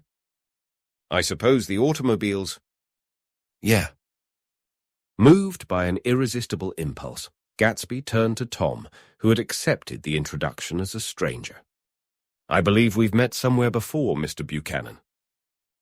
"Oh, yes," said Tom, gruffly polite, but obviously not remembering. "So we did. I remember very well." "About 2 weeks ago." "That's right. You were with Nick here." "I know your wife," continued Gatsby, almost aggressively. "That's so." Tom turned to me. "You live near here, Nick?" "Next door." "That's so." Mr. Sloane didn't enter into the conversation, but lounged back haughtily in his chair. The woman said nothing either, until unexpectedly, after 2 highballs, she became cordial. "We'll all come over to your next party, Mr. Gatsby," she suggested. "What do you say?" "Certainly, I'd be delighted to have you." "Beaver nice," said Mr. Sloane, without gratitude. "Well, think ought to be starting home." "Please don't hurry," Gatsby urged them. He had control of himself now, and he wanted to see more of Tom. Why don't you stay for supper?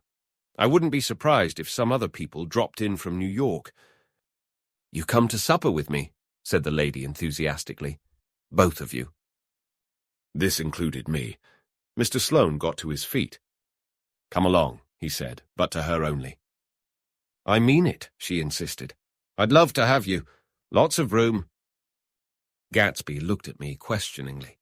He wanted to go, and he didn't see that Mr. Sloane had determined he shouldn't. "I'm afraid I won't be able to," I said. "Well, you come," she urged, concentrating on Gatsby. Mr. Sloane murmured something close to her ear. "We won't be late if we start now," she insisted aloud. "I haven't got a horse," said Gatsby. "I used to ride in the army, but I've never bought a horse. I'll have to follow you in my car. Excuse me for just a minute." The rest of us walked out on the porch, where Sloane and the lady began an impassioned conversation aside. "My God, I believe the man's coming," said Tom. "Doesn't he know she doesn't want him?" "She says she does want him. She has a big dinner party and he won't know a soul there." He frowned. "I wonder where in the devil he met Daisy. By God, I may be old-fashioned in my ideas, but women run around too much these days to suit me. They meet all kinds of crazy fish." Suddenly, Mr. Sloane and the lady walked down the steps and mounted their horses. "Come on," said Mr. Sloane to Tom. "We're late. We've got to go." And then to me, "Tell him we couldn't wait, will you?" Tom and I shook hands. The rest of us exchanged a cool nod, and they trotted quickly down the drive, disappearing under the August foliage just as Gatsby, with hat and light overcoat in hand, came out the front door. Tom was evidently perturbed at Daisy's running around alone, for on the following Saturday night he came with her to Gatsby's party. Perhaps his presence gave the evening its peculiar quality of oppressiveness. It stands out in my memory from Gatsby's other parties that summer. There were the same people, or at least the same sort of people, the same profusion of champagne, the same many-coloured, many-keyed commotion, but I felt an unpleasantness in the air, a pervading harshness that hadn't been there before. Or perhaps I had merely grown used to it, grown to accept West Egg as a world complete in itself, with its own standards and its own great figures, second to nothing because it had no consciousness of being so. And now I was looking at it again through Daisy's eyes. It is invariably saddening to look through new eyes at things upon which you have expended your own powers of adjustment. They arrived at twilight, and, as we strolled out among the sparkling hundreds, Daisy's voice was playing murmurous tricks in her throat. "These things excite me so," she whispered. "If you want to kiss me any time during the evening, Nick, just let me know, and I'll be glad to arrange it for you. Just mention my name, or present a green card. I'm giving out green." "Look around," suggested Gatsby.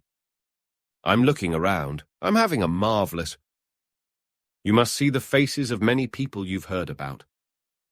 Tom's arrogant eyes roamed the crowd. "We don't go around very much," he said. "In fact, I was just thinking I don't know a soul here." "Perhaps you know that lady." Gatsby indicated a gorgeous, scarcely human orchid of a woman who sat in state under a white plum tree. Tom and Daisy stared with that particularly unreal feeling that accompanies the recognition of a hitherto ghostly celebrity of the movies. "She's lovely," said Daisy. "The man bending over her is her director." He took them ceremoniously from group to group. "Mrs. Buchanan and Mr. Buchanan." After an instant's hesitation, he added, "The polo player." "Oh, no," objected Tom quickly. "Not me." But evidently the sound of it pleased Gatsby, for Tom remained the polo player for the rest of the evening. "I've never met so many celebrities," Daisy exclaimed. "I like that man. What was his name? With the sort of blue nose." Gatsby identified him, adding that he was a small producer. "Well, I liked him anyhow." "I'd a little rather not be the polo player," said Tom pleasantly. "I'd rather look at all these famous people in oblivion." Daisy and Gatsby danced. I remember being surprised by his graceful, conservative foxtrot. I had never seen him dance before. Then they sauntered over to my house and sat on the steps for half an hour, while at her request I remained watchfully in the garden. "In case there's a fire or a flood," she explained, "or any act of God." Tom appeared from his oblivion as we were sitting down to supper together. "Do you mind if I eat with some people over here?" he said. "A fellow's getting off some funny stuff." "Go ahead," answered Daisy genially, "and if you want to take down any addresses, here's my little gold pencil."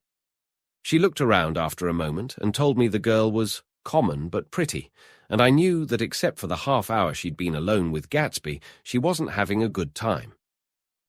We were at a particularly tipsy table. That was my fault. Gatsby had been called to the phone, and I'd enjoyed these same people only 2 weeks before. But what had amused me then turned septic on the air now. "How do you feel, Miss Baedeker?" The girl addressed was trying, unsuccessfully, to slump against my shoulder. At this inquiry she sat up and opened her eyes. "What?" A massive and lethargic woman, who had been urging Daisy to play golf with her at the local club tomorrow, spoke in Miss Baedeker's defence. "Oh, she's all right now. When she's had 5 or 6 cocktails, she always starts screaming like that. I tell her she ought to leave it alone." "I do leave it alone," affirmed the accused hollowly. "We heard you yelling, so I said to Doc Civet here, 'There's somebody that needs your help, Doc.'" "She's much obliged, I'm sure," said another friend without gratitude. "But you got her dress all wet when you stuck her head in the pool." "Anything I hate is to get my head stuck in a pool," mumbled Miss Baedeker. "They almost drowned me once over in New Jersey." Then you ought to leave it alone, countered Dr. Civet. Speak for yourself, cried Miss Baedeker violently. Your hand shakes. I wouldn't let you operate on me. It was like that. Almost the last thing I remember was standing with Daisy and watching the moving picture director and his star. They were still under the white plum tree, and their faces were touching except for a pale, thin ray of moonlight between. It occurred to me that he had been very slowly bending toward her all evening to attain this proximity, and even while I watched, I saw him stoop one ultimate degree and kiss at her cheek. I like her, said Daisy. I think she's lovely. But the rest offended her, and inarguably, because it wasn't a gesture but an emotion. She was appalled by West Egg, this unprecedented place that Broadway had begotten upon a Long Island fishing village, appalled by its raw vigor that chafed under the old euphemisms and by the too obtrusive fate that herded its inhabitants along a short cut from nothing to nothing. She saw something awful in the very simplicity she failed to understand. I sat on the front steps with them while they waited for their car. It was dark here in front, only the bright door sent 10 square feet of light volleying out into the soft black morning. Sometimes a shadow moved against a dressing-room blind above, gave way to another shadow, an indefinite procession of shadows that rouged and powdered in an invisible glass. "Who is this Gatsby anyhow?" demanded Tom suddenly. "Some big bootlegger." "Where'd you hear that?" I inquired. "I didn't hear it. I imagined it. A lot of these newly rich people are just big bootleggers, you know." "Not Gatsby," I said shortly. He was silent for a moment. The pebbles of the drive crunched under his feet. Well, he certainly must have strained himself to get this menagerie together. A breeze stirred the grey haze of Daisy's fur collar. "At least they're more interesting than the people we know," she said with an effort. "You didn't look so interested." "Well, I was." Tom laughed and turned to me. "Did you notice Daisy's face when that girl asked her to put her under a cold shower?" Daisy began to sing with the music in a husky, rhythmic whisper, bringing out a meaning in each word that it had never had before and would never have again. When the melody rose, her voice broke up sweetly, following it in a way contralto voices have, and each change tipped out a little of her warm human magic upon the air. "Lots of people come who haven't been invited," she said suddenly. "That girl hadn't been invited. They simply forced their way in, and he's too polite to object." "I'd like to know who he is and what he does," insisted Tom, "and I think I'll make a point of finding out." "I can tell you right now," she answered. "He owned some drugstores, a lot of drugstores. He built them up himself." The dilatory limousine came rolling up the drive. "Good night, Nick," said Daisy. Her glance left me and sought the lighted top of the steps, where 3 o'clock in the morning, a neat, sad little waltz of that year, was drifting out the open door. After all, in the very casualness of Gatsby's party, there were romantic possibilities totally absent from her world. What was it up there in the song that seemed to be calling her back inside? What would happen now in the dim, incalculable hours? Perhaps some unbelievable guest would arrive, a person infinitely rare and to be marveled at, some authentically radiant young girl who, with one fresh glance at Gatsby, one moment of magical encounter, would blot out those 5 years of unwavering devotion. I stayed late that night. Gatsby asked me to wait until he was free, and I lingered in the garden until the inevitable swimming party had run up, chilled and exalted, from the black beach until the lights were extinguished in the guest rooms overhead. When he came down the steps at last, the tanned skin was drawn unusually tight on his face, and his eyes were bright and tired. "She didn't like it," he said immediately. "Of course she did." "She didn't like it," he insisted. "She didn't have a good time." He was silent, and I guessed at his unutterable depression. "I feel far away from her," he said. "It's hard to make her understand." "You mean about the dance?" "The dance?" He dismissed all the dances he had given with a snap of his fingers. "Old sport. The dance is unimportant." He wanted nothing less of Daisy than that she should go to Tom and say, "I never loved you." After she had obliterated 4 years with that sentence, they could decide upon the more practical measures to be taken. One of them was that after she was free, they were to go back to Louisville and be married from her house, just as if it were 5 years ago. "And she doesn't understand," he said. "She used to be able to understand. We'd sit for hours." He broke off and began to walk up and down a desolate path of fruit rinds and discarded favors and crushed flowers. "I wouldn't ask too much of her," I ventured. "You can't repeat the past." "Can't repeat the past?" he cried incredulously. "Why, of course you can." He looked around him wildly, as if the past were lurking here in the shadow of his house, just out of reach of his hand. "I'm going to fix everything just the way it was before," he said, nodding determinedly. "She'll see." He talked a lot about the past, and I gathered that he wanted to recover something, some idea of himself perhaps, that had gone into loving Daisy. His life had been confused and disordered since then, but if he could once return to a certain starting place and go over it all slowly, he could find out what that thing was. One autumn night, 5 years before, they had been walking down the street when the leaves were falling, and they came to a place where there were no trees, and the sidewalk was white with moonlight. They stopped here and turned toward each other. Now it was a cool night with that mysterious excitement in it which comes at the 2 changes of the year. The quiet lights in the houses were humming out into the darkness, and there was a stir and bustle among the stars. Out of the corner of his eye, Gatsby saw that the blocks of the sidewalks really formed a ladder and mounted to a secret place above the trees.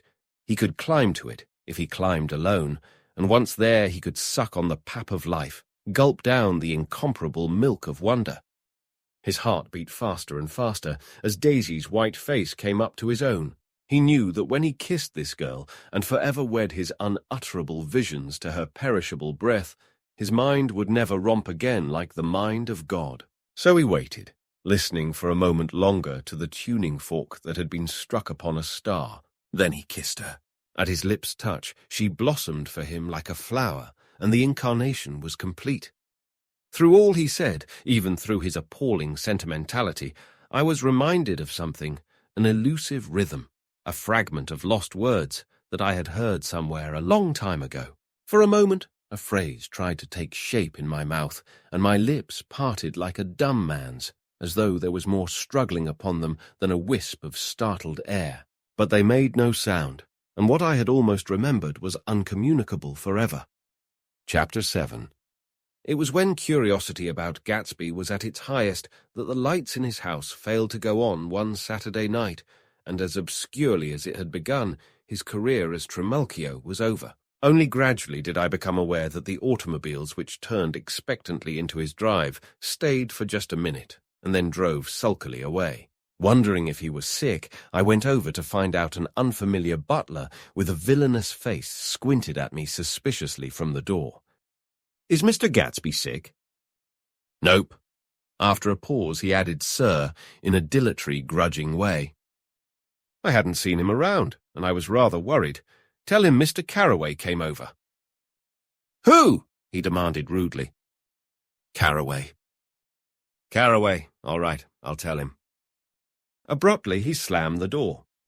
My Finn informed me that Gatsby had dismissed every servant in his house a week ago and replaced them with 6 others who never went into West Egg Village to be bribed by the tradesmen, but ordered moderate supplies over the telephone. The grocery boy reported that the kitchen looked like a pigsty, and the general opinion in the village was that the new people weren't servants at all. Next day, Gatsby called me on the phone. "Going away?" I inquired. "No, old sport. I hear you fired all your servants." I wanted somebody who wouldn't gossip. Daisy comes over quite often in the afternoons. So the whole caravansary had fallen in like a card house at the disapproval in her eyes. There's some people Wolfsheim wanted to do something for. They're all brothers and sisters. They used to run a small hotel. I see. He was calling up at Daisy's request. Would I come to lunch at her house tomorrow? Miss Baker would be there. Half an hour later, Daisy herself telephoned and seemed relieved to find that I was coming. Something was up, And yet I couldn't believe that they would choose this occasion for a scene, especially for the rather harrowing scene that Gatsby had outlined in the garden. The next day was broiling, almost the last, certainly the warmest of the summer.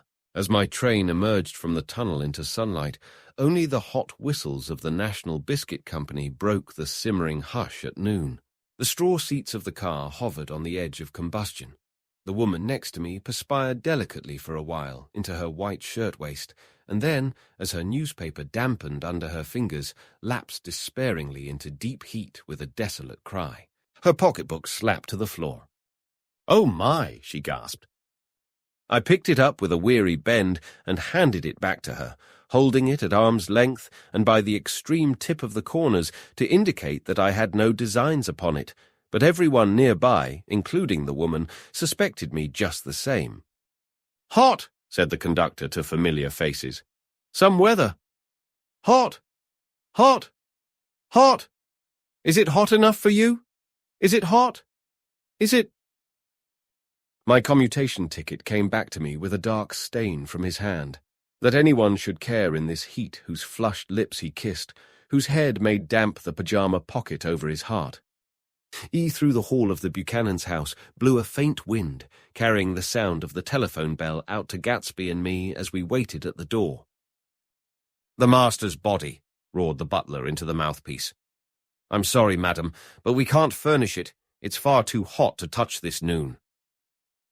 What he really said was, "Yes, yes, I'll see." He set down the receiver and came toward us, glistening slightly, to take our stiff straw hats. "Madame expects you in the salon," he cried, needlessly indicating the direction.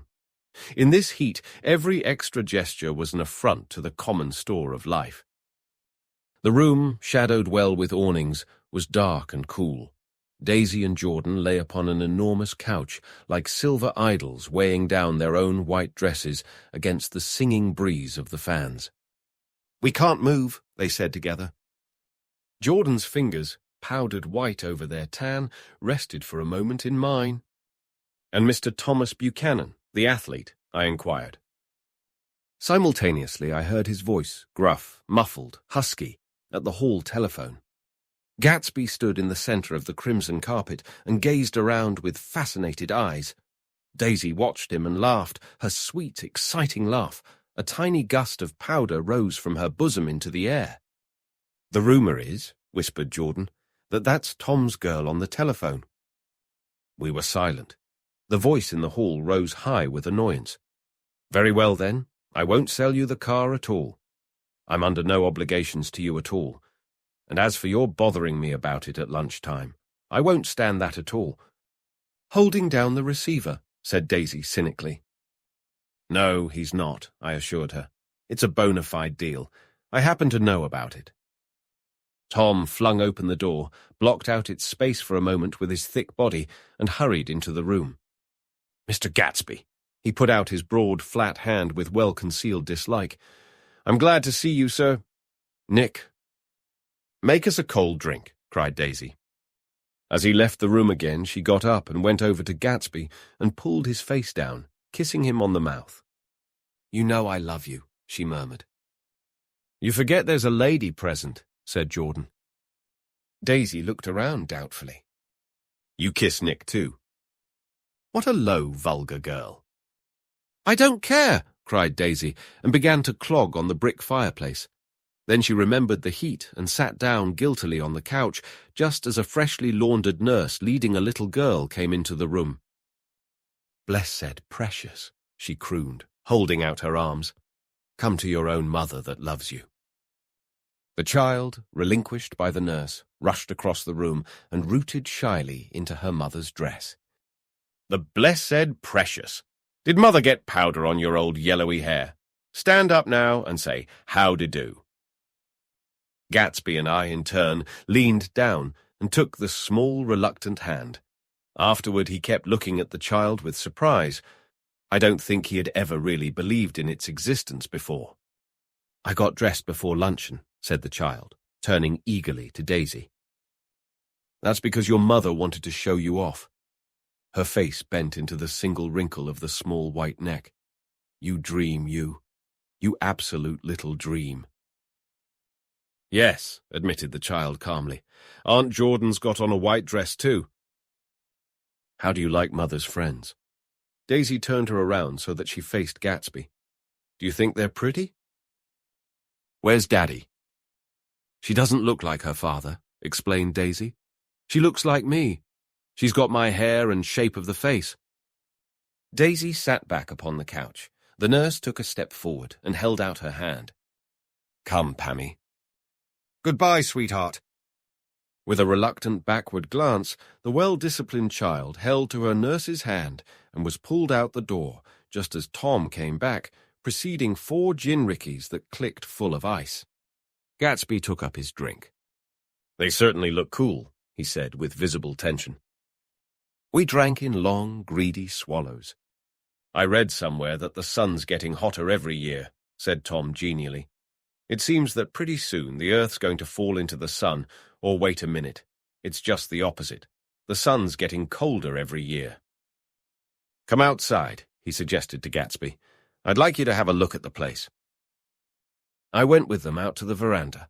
On the green sound, stagnant in the heat, one small sail crawled slowly toward the fresher sea. Gatsby's eyes followed it momentarily. He raised his hand and pointed across the bay. I'm right across from you. So you are. Our eyes lifted over the rosebeds and the hot lawn and the weedy refuse of the dog days along shore. Slowly the white wings of the boat moved against the blue, cool limit of the sky. Ahead lay the scalloped ocean and the abounding Blessed Isles. There's sport for you, said Tom, nodding. I'd like to be out there with him for about an hour. We had luncheon in the dining room, darkened too against the heat, and drank down nervous gaiety with the cold ale. What'll we do with ourselves this afternoon? Cried Daisy. And the day after that, and the next 30 years? Don't be morbid, Jordan said. Life starts all over again when it gets crisp in the fall. But it's so hot, insisted Daisy, on the verge of tears, and everything's so confused. Let's all go to town. Her voice struggled on through the heat, beating against it, moulding its senselessness into forms. I've heard of making a garage out of a stable, Tom was saying to Gatsby, but I'm the first man who ever made a stable out of a garage. Who wants to go to town? Demanded Daisy insistently. Gatsby's eyes floated toward her. Ah, she cried, you look so cool. Their eyes met, and they stared together at each other, alone in space. With an effort, she glanced down at the table. You always look so cool, she repeated. She had told him that she loved him, and Tom Buchanan saw. He was astounded. His mouth opened a little, and he looked at Gatsby, and then back at Daisy, as if he had just recognized her as someone he knew a long time ago. You resemble the advertisement of the man, she went on innocently. You know the advertisement of the man?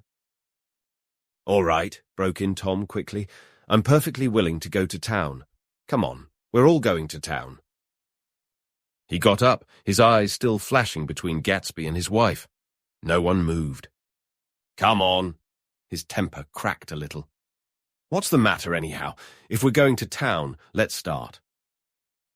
His hand, trembling with his effort at self-control, bore to his lips the last of his glass of ale. Daisy's voice got us to our feet and out onto the blazing gravel drive. Are we just going to go? She objected. Like this? Aren't we going to let anyone smoke a cigarette first? Everybody smoked all through lunch. Oh, let's have fun, she begged him. It's too hot to fuss. He didn't answer. Have it your own way, she said. Come on, Jordan. They went upstairs to get ready, while we 3 men stood there shuffling the hot pebbles with our feet. A silver curve of the moon hovered already in the western sky. Gatsby started to speak, changed his mind, but not before Tom wheeled and faced him expectantly. Have you got your stables here? Asked Gatsby with an effort. About 1/4 mile down the road. Oh. A pause. I don't see the idea of going to town, broke out Tom savagely. Women get these notions in their heads. Shall we take anything to drink? Called Daisy from an upper window. I'll get some whiskey, answered Tom. He went inside. Gatsby turned to me rigidly. I can't say anything in his house, old sport. She's got an indiscreet voice, I remarked. It's full of... I hesitated. Her voice is full of money, he said suddenly. That was it. I'd never understood before. It was full of money. That was the inexhaustible charm that rose and fell in it, the jingle of it, the cymbals' song of it. High in a white palace, the king's daughter, the golden girl. Tom came out of the house wrapping a quart bottle in a towel, followed by Daisy and Jordan wearing small tight hats of metallic cloth and carrying light capes over their arms. "Shall we all go in my car?" suggested Gatsby. He felt the hot green leather of the seat. I ought to have left it in the shade. "Is it standard shift?" demanded Tom. "Yes." "Well, you take my coupe and let me drive your car to town." The suggestion was distasteful to Gatsby. "I don't think there's much gas," he objected. "Plenty of gas," said Tom boisterously. He looked at the gauge. "And if it runs out, I can stop at a drugstore. You can buy anything at a drugstore nowadays." A pause followed this apparently pointless remark. Daisy looked at Tom frowning, and an indefinable expression, at once definitely unfamiliar and vaguely recognizable, as if I had only heard it described in words, passed over Gatsby's face. "Come on, Daisy," said Tom, pressing her with his hand toward Gatsby's car. "I'll take you in this circus wagon." He opened the door, but she moved out from the circle of his arm. "You take Nick and Jordan. We'll follow you in the coupe." She walked close to Gatsby, touching his coat with her hand. Jordan and Tom and I got into the front seat of Gatsby's car. Tom pushed the unfamiliar gears tentatively, and we shot off into the oppressive heat, leaving them out of sight behind. "Did you see that?" demanded Tom. "See what?" He looked at me keenly, realizing that Jordan and I must have known all along. "You think I'm pretty dumb, don't you?" he suggested. "Perhaps I am, but I have almost a second sight, sometimes, that tells me what to do. Maybe you don't believe that, but science—" He paused.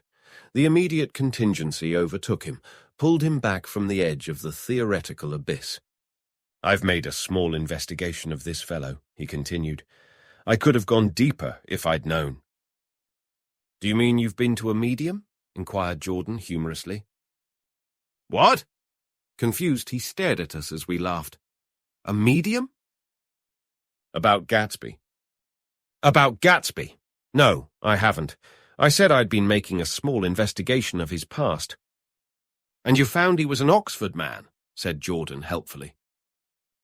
"An Oxford man?" He was incredulous. "Like hell he is. He wears a pink suit." "Nevertheless, he's an Oxford man." "Oxford, New Mexico," snorted Tom contemptuously. "Or something like that." "Listen, Tom, if you're such a snob, why did you invite him to lunch?" demanded Jordan crossly. "Daisy invited him. She knew him before we were married, God knows where." We were all irritable now with the fading ale, and aware of it, we drove for a while in silence. Then, as Dr. T.J. Eckelberg's faded eyes came into sight down the road, I remembered Gatsby's caution about gasoline. "We've got enough to get us to town," said Tom. "But there's a garage right here," objected Jordan. "I don't want to get stalled in this baking heat." Tom threw on both brakes impatiently, and we slid to an abrupt dusty stop under Wilson's sign. After a moment, the proprietor emerged from the interior of his establishment and gazed hollow-eyed at the car. "Let's have some gas," cried Tom roughly. "What do you think we stop for to admire the view?" "I'm sick," said Wilson without moving. "Been sick all day." "What's the matter?" "I'm all run down." "Well, shall I help myself?" Tom demanded. "You sounded well enough on the phone." With an effort, Wilson left the shade and support of the doorway and, breathing hard, unscrewed the cap of the tank. In the sunlight, his face was green. "I didn't mean to interrupt your lunch," he said, "but I need money pretty bad, and I was wondering what you were going to do with your old car." "How do you like this one?" inquired Tom. "I bought it last week. "It's a nice yellow one," said Wilson, as he strained at the handle. "Like to buy it?" "Big chance," Wilson smiled faintly. "No, but I could make some money on the other." "What do you want money for all of a sudden?" "I've been here too long. I want to get away. My wife and I want to go west." "Your wife does?" exclaimed Tom, startled. "She's been talking about it for 10 years. He rested for a moment against the pump, shading his eyes. "And now she's going whether she wants to or not. I'm going to get her away." The coupe flashed by us with a flurry of dust and the flash of a waving hand. "What do I owe you?" demanded Tom harshly. "I just got wised up to something funny the last 2 days," remarked Wilson. "That's why I want to get away. That's why I've been bothering you about the car." "What do I owe you?" $1.20. The relentless beating heat was beginning to confuse me, and I had a bad moment there before I realized that so far his suspicions hadn't alighted on Tom.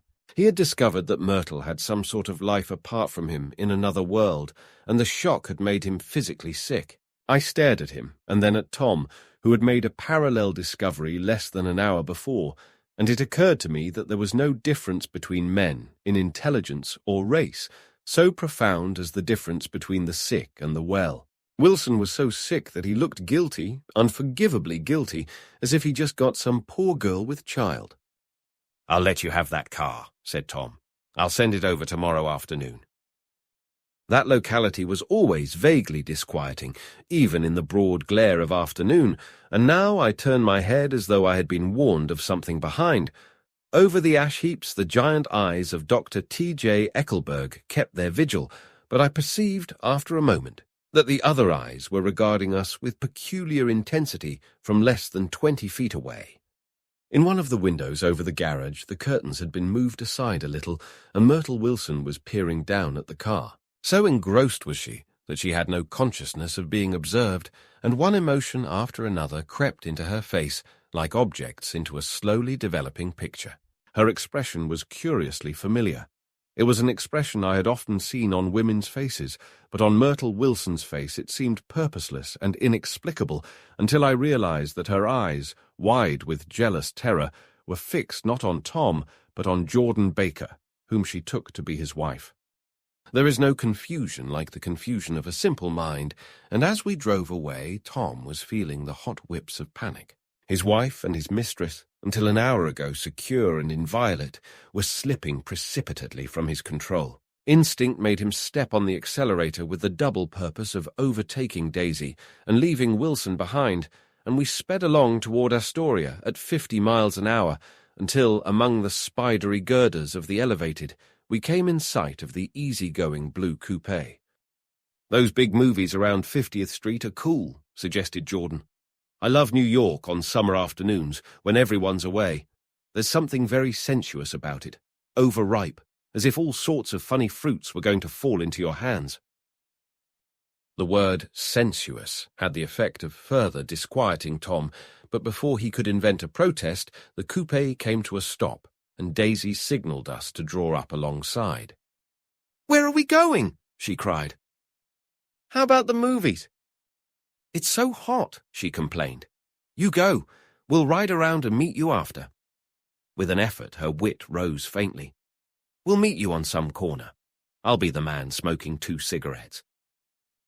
"We can't argue about it here," Tom said impatiently, as a truck gave out a cursing whistle behind us. "You follow me to the south side of Central Park, in front of the plaza." Several times he turned his head and looked back for their car, and if the traffic delayed them, he slowed up until they came into sight.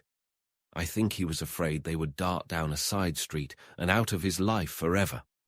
But they didn't, and we all took the less explicable step of engaging the parlor of a suite in the Plaza Hotel.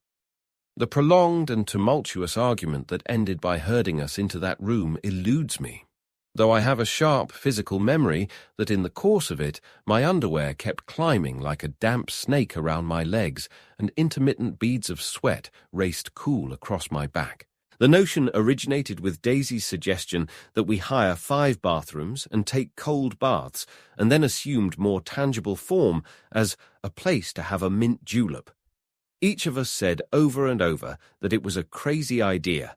We all talked at once to a baffled clerk and thought, or pretended to think, that we were being very funny. The room was large and stifling, and though it was already 4 o'clock, opening the windows admitted only a gust of hot shrubbery from the park. Daisy went to the mirror and stood with her back to us, fixing her hair. "It's a swell suite," whispered Jordan respectfully, and everyone laughed. "Open another window," commanded Daisy, without turning around. "There aren't any more." "Well, we'd better telephone for an axe." "The thing to do is to forget about the heat," said Tom impatiently. "You make it 10 times worse by crabbing about it." He unrolled the bottle of whiskey from the towel and put it on the table. "Why not let her alone, old sport?" remarked Gatsby. "You're the one that wanted to come to town." There was a moment of silence. The telephone book slipped from its nail and splashed to the floor, whereupon Jordan whispered, "Excuse me." But this time no one laughed. "I'll pick it up," I offered. "I've got it." Gatsby examined the parted string, muttered, in an interested way, and tossed the book on a chair. "That's a great expression of yours, isn't it?" said Tom sharply. "What is?" "All this old sport business. Where'd you pick that up?" "Now see here, Tom," said Daisy, turning around from the mirror. "If you're going to make personal remarks, I won't stay here a minute. Call up and order some ice for the mint julep." As Tom took up the receiver, the compressed heat exploded into sound, and we were listening to the portentous chords of Mendelssohn's Wedding March from the ballroom below. "Imagine marrying anybody in this heat," cried Jordan dismally. "Still, I was married in the middle of June," Daisy remembered. "Louisville in June. Somebody fainted. Who was it fainted, Tom?" "Biloxi," he answered shortly. "A man named Biloxi. Blocks Biloxi. And he made boxes, that's a fact. And he was from Biloxi, Tennessee." "They carried him into my house," appended Jordan, "because we lived just 2 doors from the church, and he stayed 3 weeks until Daddy told him he had to get out. The day after he left, Daddy died." After a moment she added, as if she might have sounded irreverent, "There wasn't any connection." "I used to know a Bill Biloxi from Memphis," I remarked. "That was his cousin. I knew his whole family history before he left. He gave me an aluminum putter that I use today." The music had died down as the ceremony began, and now a long cheer floated in at the window, followed by intermittent cries of "Yeah, yeah, yeah," and finally by a burst of jazz as the dancing began. "We're getting old," said Daisy. "If we were young, we'd rise and dance." "Remember Biloxi," Jordan warned her. "Where'd you know him, Tom?" "Biloxi?" He concentrated with an effort. "I didn't know him. He was a friend of Daisy's." "He was not," she denied. "I'd never seen him before. He came down in the private car." "Well, he said he knew you. He said he was raised in Louisville. Asa Bird brought him around at the last minute and asked if we had room for him." Jordan smiled. "He was probably bumming his way home. He told me he was president of your class at Yale." Tom and I looked at each other blankly. Biloxi. First place, we didn't have any president. Gatsby's foot beat a short, restless tattoo, and Tom eyed him suddenly. "By the way, Mr. Gatsby, I understand you're an Oxford man." "Not exactly." "Oh, yes, I understand you went to Oxford." "Yes, I went there." A pause, then Tom's voice, incredulous and insulting. "You must have gone there about the time Biloxi went to New Haven." Another pause. A waiter knocked and came in with crushed mint and ice, but the silence was unbroken by his "thank you" and the soft closing of the door. This tremendous detail was to be cleared up at last. "I told you I went there," said Gatsby. "I heard you, but I'd like to know when." "It was in 1919. I only stayed 5 months. That's why I can't really call myself an Oxford man." Tom glanced around to see if we mirrored his unbelief, but we were all looking at Gatsby. It was an opportunity they gave to some of the officers after the armistice, he continued. We could go to any of the universities in England or France. I wanted to get up and slap him on the back. I had one of those renewals of complete faith in him that I'd experienced before. Daisy rose, smiling faintly, and went to the table. "Open the whiskey, Tom," she ordered, "and I'll make you a mint julep. Then you won't seem so stupid to yourself. Look at the mint." "Wait a minute," snapped Tom. "I want to ask Mr. Gatsby one more question." "Go on," Gatsby said politely. "What kind of a row are you trying to cause in my house anyhow?" They were out in the open at last, and Gatsby was content. "He isn't causing a row." Daisy looked desperately from one to the other. "You're causing a row. Please have a little self-control." "Self-control," repeated Tom incredulously. "I suppose the latest thing is to sit back and let Mr. Nobody from Nowhere make love to your wife. Well, if that's the idea, you can count me out. Nowadays, people begin by sneering at family life and family institutions, and next they'll throw everything overboard and have intermarriage between black and white." Flushed with his impassioned gibberish, he saw himself standing alone on the last barrier of civilization. "We're all white here," murmured Jordan. "I know I'm not very popular. I don't give big parties. I suppose you've got to make your house into a pigsty in order to have any friends in the modern world." Angry as I was, as we all were, I was tempted to laugh whenever he opened his mouth. The transition from libertine to prig was so complete. "I've got something to tell you, old sport," began Gatsby. But Daisy guessed at his intention. "Please don't," she interrupted helplessly. "Please let's all go home. Why don't we all go home?" "That's a good idea." I got up. "Come on, Tom. Nobody wants a drink." "I want to know what Mr. Gatsby has to tell me." "Your wife doesn't love you," said Gatsby. "She's never loved you. She loves me." "You must be crazy," exclaimed Tom automatically. Gatsby sprang to his feet, vivid with excitement. "She never loved you. Do you hear?" he cried.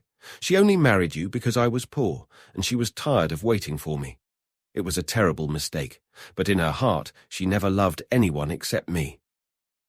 At this point, Jordan and I tried to go, but Tom and Gatsby insisted with competitive firmness that we remain as though neither of them had anything to conceal, and it would be a privilege to partake vicariously of their emotions.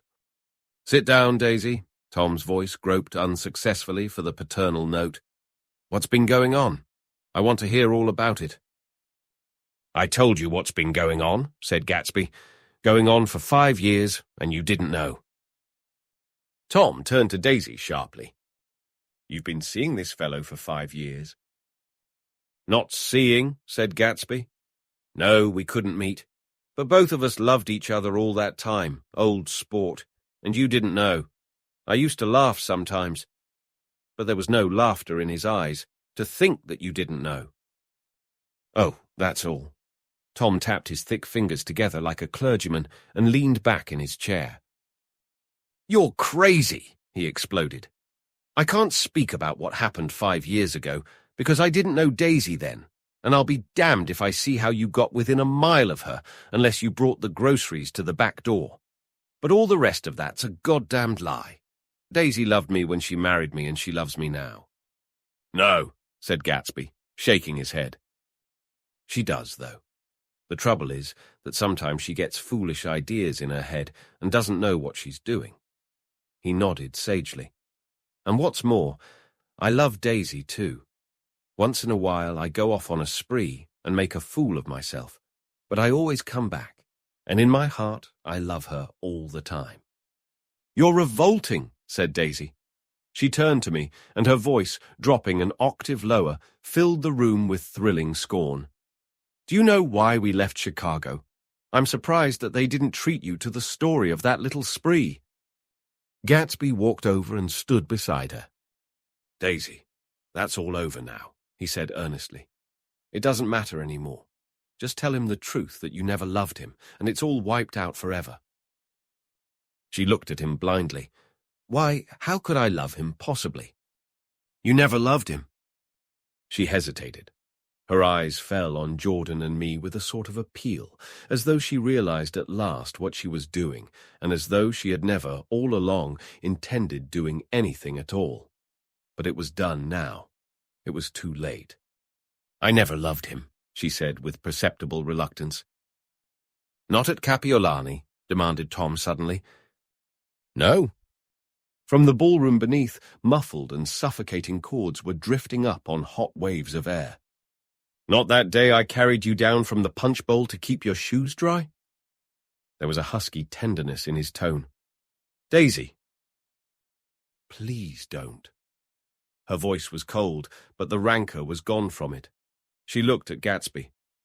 There, Jay, she said, but her hand as she tried to light a cigarette was trembling. Suddenly, she threw the cigarette and the burning match on the carpet. Oh, you want too much, she cried to Gatsby. I love you now. Isn't that enough? I can't help what's past. She began to sob helplessly. I did love him once, but I loved you too. Gatsby's eyes opened and closed. You loved me too, he repeated. Even that's a lie, said Tom savagely. She didn't know you were alive. Why, there are things between Daisy and me that you'll never know, things that neither of us can ever forget. The words seemed to bite physically into Gatsby. I want to speak to Daisy alone, he insisted. She's all excited now. Even alone, I can't say I never loved Tom, she admitted in a pitiful voice. It wouldn't be true. Of course it wouldn't, agreed Tom. She turned to her husband. As if it mattered to you, she said. Of course it matters. I'm going to take better care of you from now on. You don't understand, said Gatsby, with a touch of panic. You're not going to take care of her any more. I'm not? Tom opened his eyes wide and laughed. He could afford to control himself now. Why's that? Daisy's leaving you. Nonsense. I am, though, she said with a visible effort. She's not leaving me. Tom's words suddenly leaned down over Gatsby.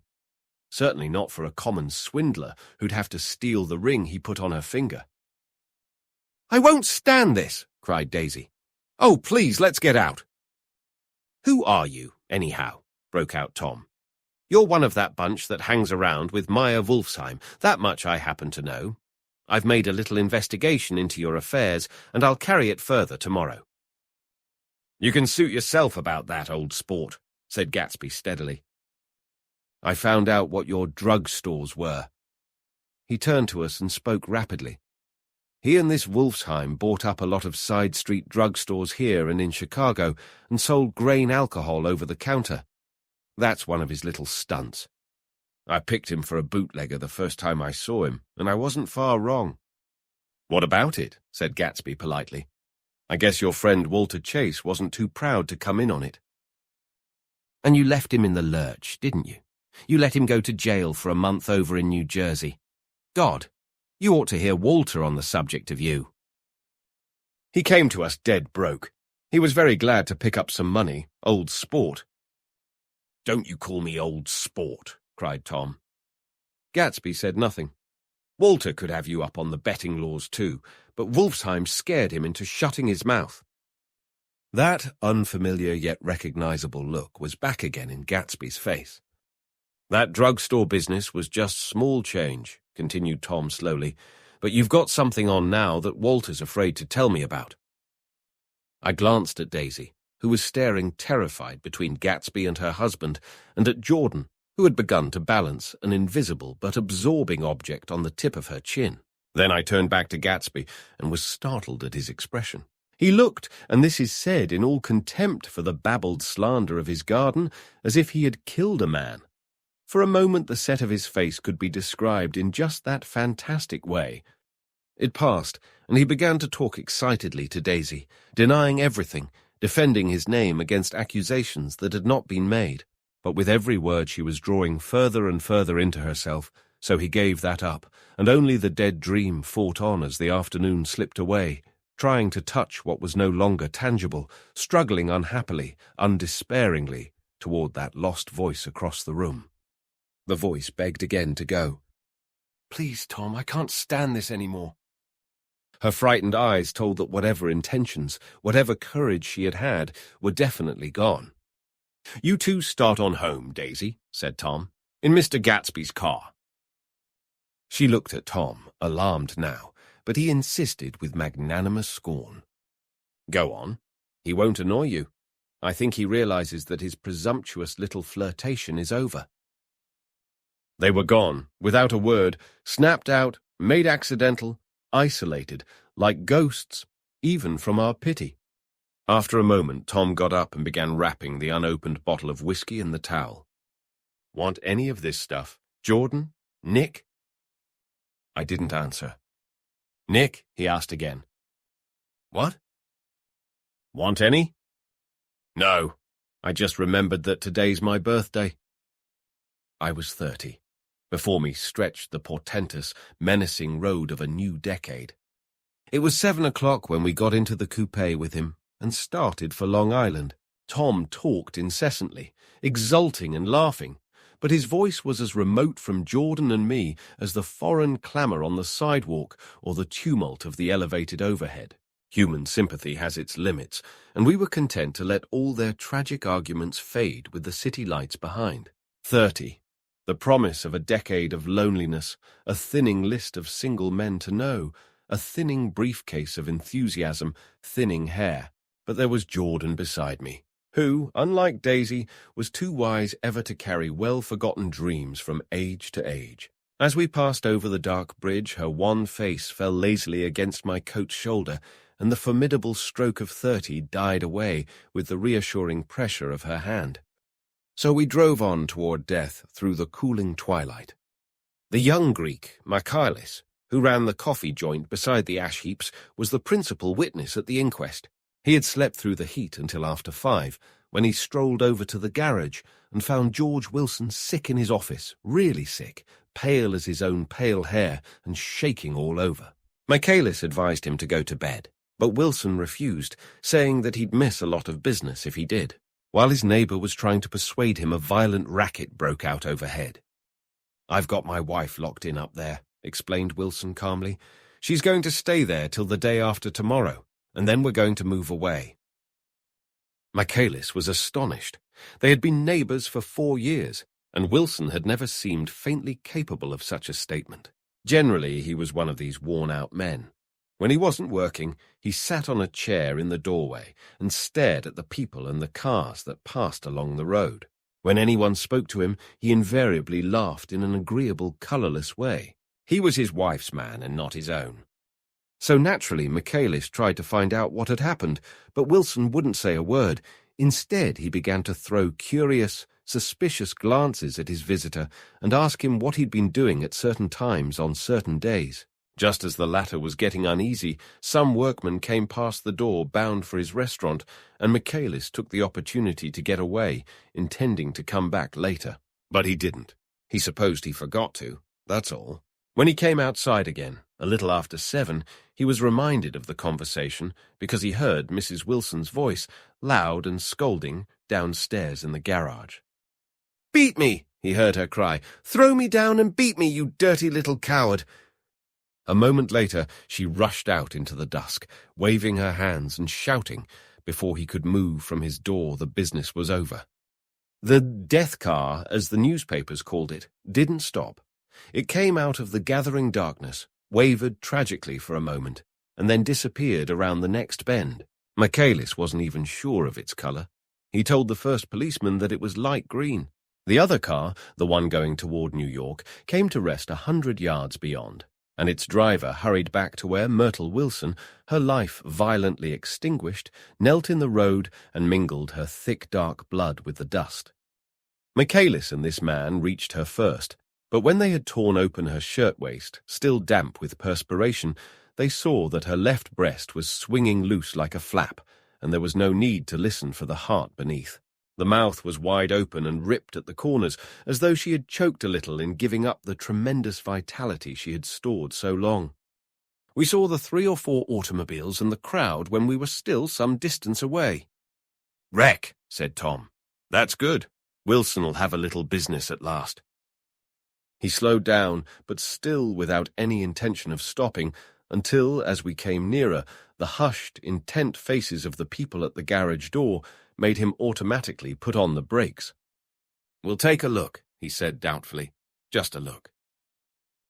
I became aware now of a hollow, wailing sound which issued incessantly from the garage, a sound which, as we got out of the coupe and walked toward the door, resolved itself into the words, "Oh my God," uttered over and over in a gasping moan.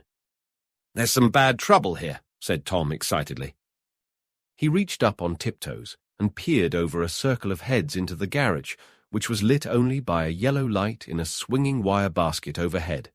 Then he made a harsh sound in his throat, and with a violent, thrusting movement of his powerful arms pushed his way through. The circle closed up again with a running murmur of expostulation. It was a minute before I could see anything at all. Then new arrivals deranged the line, and Jordan and I were pushed suddenly inside. Myrtle Wilson's body, wrapped in a blanket, and then in another blanket, as though she suffered from a chill in the hot night, lay on a work table by the wall, and Tom, with his back to us, was bending over it, motionless. Next to him stood a motorcycle policeman taking down names with much sweat and correction in a little book. At first I couldn't find the source of the high, groaning words that echoed clamorously through the bare garage. Then I saw Wilson standing on the raised threshold of his office, swaying back and forth and holding to the doorpost with both hands. Some man was talking to him in a low voice and attempting from time to time to lay a hand on his shoulder, but Wilson neither heard nor saw. His eyes would drop slowly from the swinging light to the laden table by the wall, and then jerk back to the light again, and he gave out incessantly his high, horrible call. "Oh my God! Oh my God! Oh God! Oh my God!" Presently Tom lifted his head with a jerk, and after staring around the garage with glazed eyes, addressed a mumbled, incoherent remark to the policeman. "Muv," the policeman was saying. "Oh." "No, corrected the man. "Muvaro." "Listen to me," muttered Tom fiercely. Said the policeman. "Oh. Egg." He looked up as Tom's broad hand fell sharply on his shoulder. "What you want, fella?" "What happened? That's what I want to know." "Auto hit her, instantly killed." "Instantly killed," repeated Tom, staring. "She ran out Ina Road. Son of a bitch didn't even stop his car." "There was 2 cars," said Michaelis. "One coming, one going. See?" "Going where?" asked the policeman keenly. "One going each way. Well, she—" His hand rose toward the blankets, but stopped halfway and fell to his side. "She ran out there, and the one coming from New York knocked right into her, going 30 or 40 miles an hour." "What's the name of this place here?" demanded the officer. "Hasn't got any name." A pale, well-dressed Negro stepped near. "It was a yellow car," he said. "Big yellow car. New."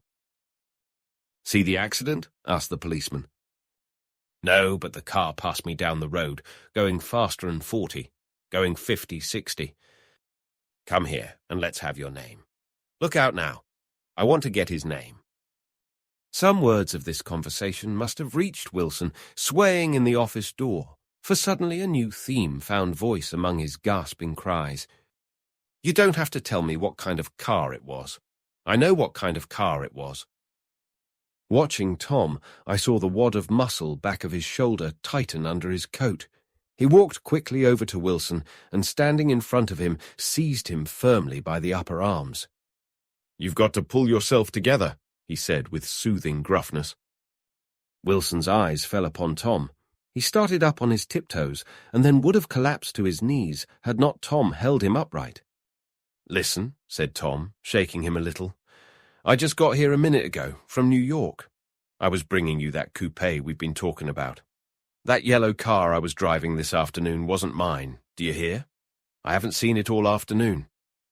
Only the Negro and I were near enough to hear what he said, but the policeman caught something in the tone and looked over with truculent eyes. "What's all that?" he demanded. "I'm a friend of his." Tom turned his head but kept his hands firm on Wilson's body. "He says he knows the car that did it.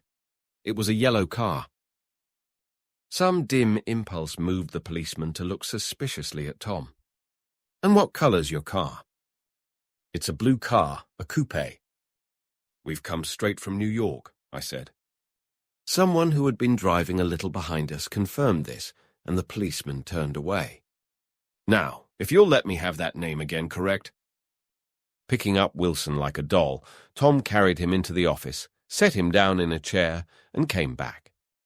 "If somebody'll come here and sit with him," he snapped authoritatively. He watched while the two men standing closest glanced at each other and went unwillingly into the room. Then Tom shut the door on them and came down the single step, his eyes avoiding the table. As he passed close to me, he whispered, "Let's get out." Self-consciously, with his authoritative arms breaking the way, we pushed through the still-gathering crowd, passing a hurried doctor, case in hand, who had been sent for in wild hope half an hour ago. Tom drove slowly until we were beyond the bend. Then his foot came down hard, and the coupe raced along through the night. In a little while I heard a low, husky sob, and saw that the tears were overflowing down his face. "The goddamn coward," he whimpered. "He didn't even stop his car." The Buchanan's house floated suddenly toward us through the dark, rustling trees. Tom stopped beside the porch and looked up at the second floor, where two windows bloomed with light among the vines. "Daisy's home," he said. As we got out of the car, he glanced at me and frowned slightly. "I ought to have dropped you in West Egg, Nick. There's nothing we can do tonight." A change had come over him, and he spoke gravely and with decision. As we walked across the moonlight gravel to the porch, he disposed of the situation in a few brisk phrases. "I'll telephone for a taxi to take you home, and while you're waiting, you and Jordan better go in the kitchen and have them get you some supper if you want any." He opened the door. "Come in." "No, thanks, but I'd be glad if you'd order me the taxi. I'll wait outside." Jordan put her hand on my arm. "Won't you come in, Nick?" "No, thanks." I was feeling a little sick, and I wanted to be alone. But Jordan lingered for a moment more. "It's only 9:30, she said. I'd be damned if I'd go in. I'd had enough of all of them for one day, and suddenly that included Jordan too. She must have seen something of this in my expression, for she turned abruptly away and ran up the porch steps into the house. I sat down for a few minutes with my head in my hands, until I heard the phone taken up inside and the butler's voice calling a taxi. Then I walked slowly down the drive away from the house, intending to wait by the gate. I hadn't gone 20 yards when I heard my name, and Gatsby stepped from between two bushes into the path. I must have felt pretty weird by that time, because I could think of nothing except the luminosity of his pink suit under the moon. "What are you doing?" I inquired. "Just standing here, old sport." Somehow that seemed a despicable occupation. For all I knew, he was going to rob the house in a moment. I wouldn't have been surprised to see sinister faces, the faces of Wolfsheim's people, behind him in the dark shrubbery. "Did you see any trouble on the road?" he asked after a minute. "Yes." He hesitated. "Was she killed?" "Yes." I thought so. I told Daisy I thought so. It's better that the shock should all come at once. She stood it pretty well. He spoke as if Daisy's reaction was the only thing that mattered. "I got to West Egg by a side road," he went on, "and left the car in my garage. I don't think anybody saw us, but of course I can't be sure." I disliked him so much by this time that I didn't find it necessary to tell him he was wrong. "Who was the woman?" he inquired. "Her name was Wilson. Her husband owns the garage. How the devil did it happen?" "Well, I tried to swing the wheel." He broke off, and suddenly I guessed at the truth. "Was Daisy driving?" "Yes," he said after a moment, "but of course I'll say I was. You see, when we left New York, she was very nervous, and she thought it would steady her to drive, and this woman rushed out at us just as we were passing a car coming the other way. It all happened in a minute, but it seemed to me that she wanted to speak to us, thought we were somebody she knew. Well, first Daisy turned away from the woman toward the other car, and then she lost her nerve and turned back. The second my hand reached the wheel, I felt the shock it must have killed her instantly. It ripped her open.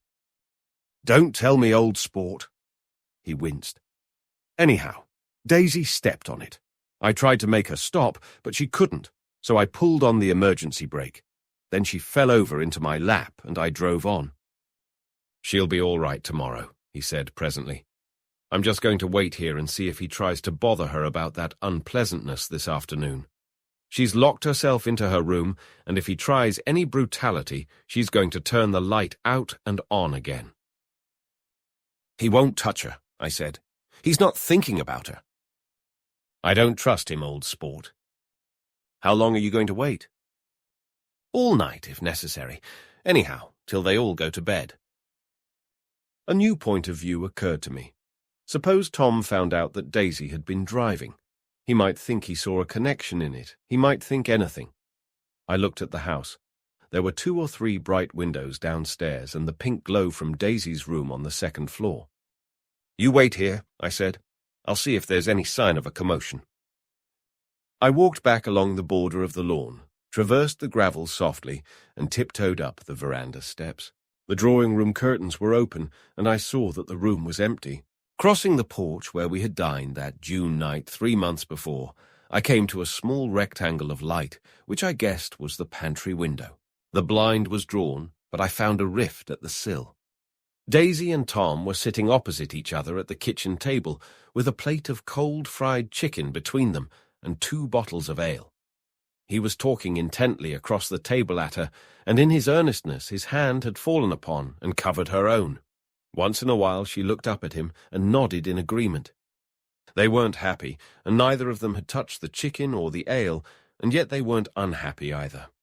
There was an unmistakable air of natural intimacy about the picture, and anybody would have said that they were conspiring together. As I tiptoed from the porch, I heard my taxi feeling its way along the dark road toward the house. Gatsby was waiting where I had left him in the drive. "Is it all quiet up there?" he asked anxiously. "Yes, it's all quiet." I hesitated. "You'd better come home and get some sleep." He shook his head. "I want to wait here till Daisy goes to bed. Good night, old sport." He put his hands in his coat pockets and turned back eagerly to his scrutiny of the house, as though my presence marred the sacredness of the vigil. So I walked away and left him standing there in the moonlight, watching over nothing. Chapter 8. I couldn't sleep all night. A foghorn was groaning incessantly on the sound, and I tossed half-sick between grotesque reality and savage, frightening dreams. Toward dawn I heard a taxi go up Gatsby's drive, and immediately I jumped out of bed and began to dress. I felt that I had something to tell him, something to warn him about, and morning would be too late. Crossing his lawn, I saw that his front door was still open, and he was leaning against a table in the hall, heavy with dejection or sleep. "Nothing happened," he said wanly. I waited, and about 4 o'clock she came to the window and stood there for a minute and then turned out the light. His house had never seemed so enormous to me as it did that night when we hunted through the great rooms for cigarettes. We pushed aside curtains that were like pavilions and felt over innumerable feet of dark wall for electric light switches. Once I tumbled with a sort of splash upon the keys of a ghostly piano. There was an inexplicable amount of dust everywhere, and the rooms were musty, as though they hadn't been aired for many days. I found the humidor on an unfamiliar table, with 2 stale, dry cigarettes inside. Throwing open the French windows of the drawing-room, we sat smoking out into the darkness. "You ought to go away," I said. "It's pretty certain they'll trace your car." "Go away now, old sport." "Go to Atlantic City for a week, or up to Montreal." He wouldn't consider it.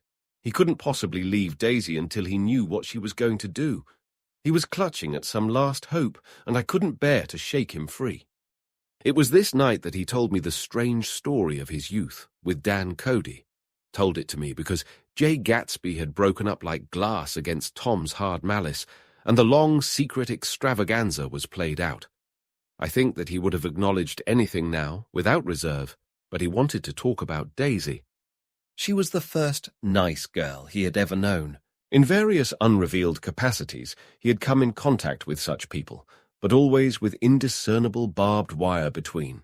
He found her excitingly desirable. He went to her house, at first with other officers from Camp Taylor, then alone. It amazed him. He had never been in such a beautiful house before. But what gave it an air of breathless intensity was that Daisy lived there. It was as casual a thing to her as his tent out at camp was to him. There was a ripe mystery about it, a hint of bedrooms upstairs, more beautiful and cool than other bedrooms, of gay and radiant activities taking place through its corridors, and of romances that were not musty and laid away already in lavender, but fresh and breathing and redolent of this year's shining motor cars, and of dances whose flowers were scarcely withered. It excited him, too, that many men had already loved Daisy. It increased her value in his eyes. He felt their presence all about the house, pervading the air with the shades and echoes of still vibrant emotions. But he knew that he was in Daisy's house by a colossal accident. However glorious might be his future as J. Gatsby, he was at present a penniless young man without a past, and at any moment the invisible cloak of his uniform might slip from his shoulders. So he made the most of his time. He took what he could get, ravenously and unscrupulously. Eventually he took Daisy one still October night. Took her because he had no real right to touch her hand. He might have despised himself, for he had certainly taken her under false pretenses. I don't mean that he had traded on his phantom millions, but he had deliberately given Daisy a sense of security. He let her believe that he was a person from much the same stratum as herself, that he was fully able to take care of her. As a matter of fact, he had no such facilities. He had no comfortable family standing behind him, and he was liable at the whim of an impersonal government to be blown anywhere about the world. But he didn't despise himself, and it didn't turn out as he had imagined. He had intended, probably, to take what he could and go, but now he found that he had committed himself to the following of a grail. He knew that Daisy was extraordinary, but he didn't realize just how extraordinary a nice girl could be. She vanished into her rich house, into her rich, full life, leaving Gatsby nothing. He felt married to her, that was all. When they met again, 2 days later, it was Gatsby who was breathless, who was, somehow, betrayed. Her porch was bright with the bought luxury of starshine. The wicker of the settee squeaked fashionably as she turned toward him, and he kissed her curious and lovely mouth. She had caught a cold, and it made her voice huskier and more charming than ever, and Gatsby was overwhelmingly aware of the youth and mystery that wealth imprisons and preserves, of the freshness of many clothes, and of Daisy, gleaming like silver, safe and proud above the hot struggles of the poor. I can't describe to you how surprised I was to find out I loved her, old sport. I even hoped for a while that she'd throw me over, but she didn't, because she was in love with me too. She thought I knew a lot, because I knew different things from her. Well, there I was, way off my ambitions, getting deeper in love every minute, and all of a sudden I didn't care. What was the use of doing great things if I could have a better time telling her what I was going to do? On the last afternoon before he went abroad, he sat with Daisy in his arms for a long, silent time. It was a cold fall day, with fire in the room and her cheeks flushed. Now and then she moved and he changed his arm a little, and once he kissed her dark, shining hair. The afternoon had made them tranquil for a while, as if to give them a deep memory for the long parting the next day promised. They had never been closer in their month of love, nor communicated more profoundly one with another, than when she brushed silent lips against his coat's shoulder, or when he touched the end of her fingers, gently, as though she were asleep. He did extraordinarily well in the war. He was a captain before he went to the front, and following the Argonne battles, he got his majority and the command of the divisional machine guns. After the armistice, he tried frantically to get home, but some complication or misunderstanding sent him to Oxford instead. He was worried now. There was a quality of nervous despair in Daisy's letters. She didn't see why he couldn't come. She was feeling the pressure of the world outside, and she wanted to see him and feel his presence beside her and be reassured that she was doing the right thing after all.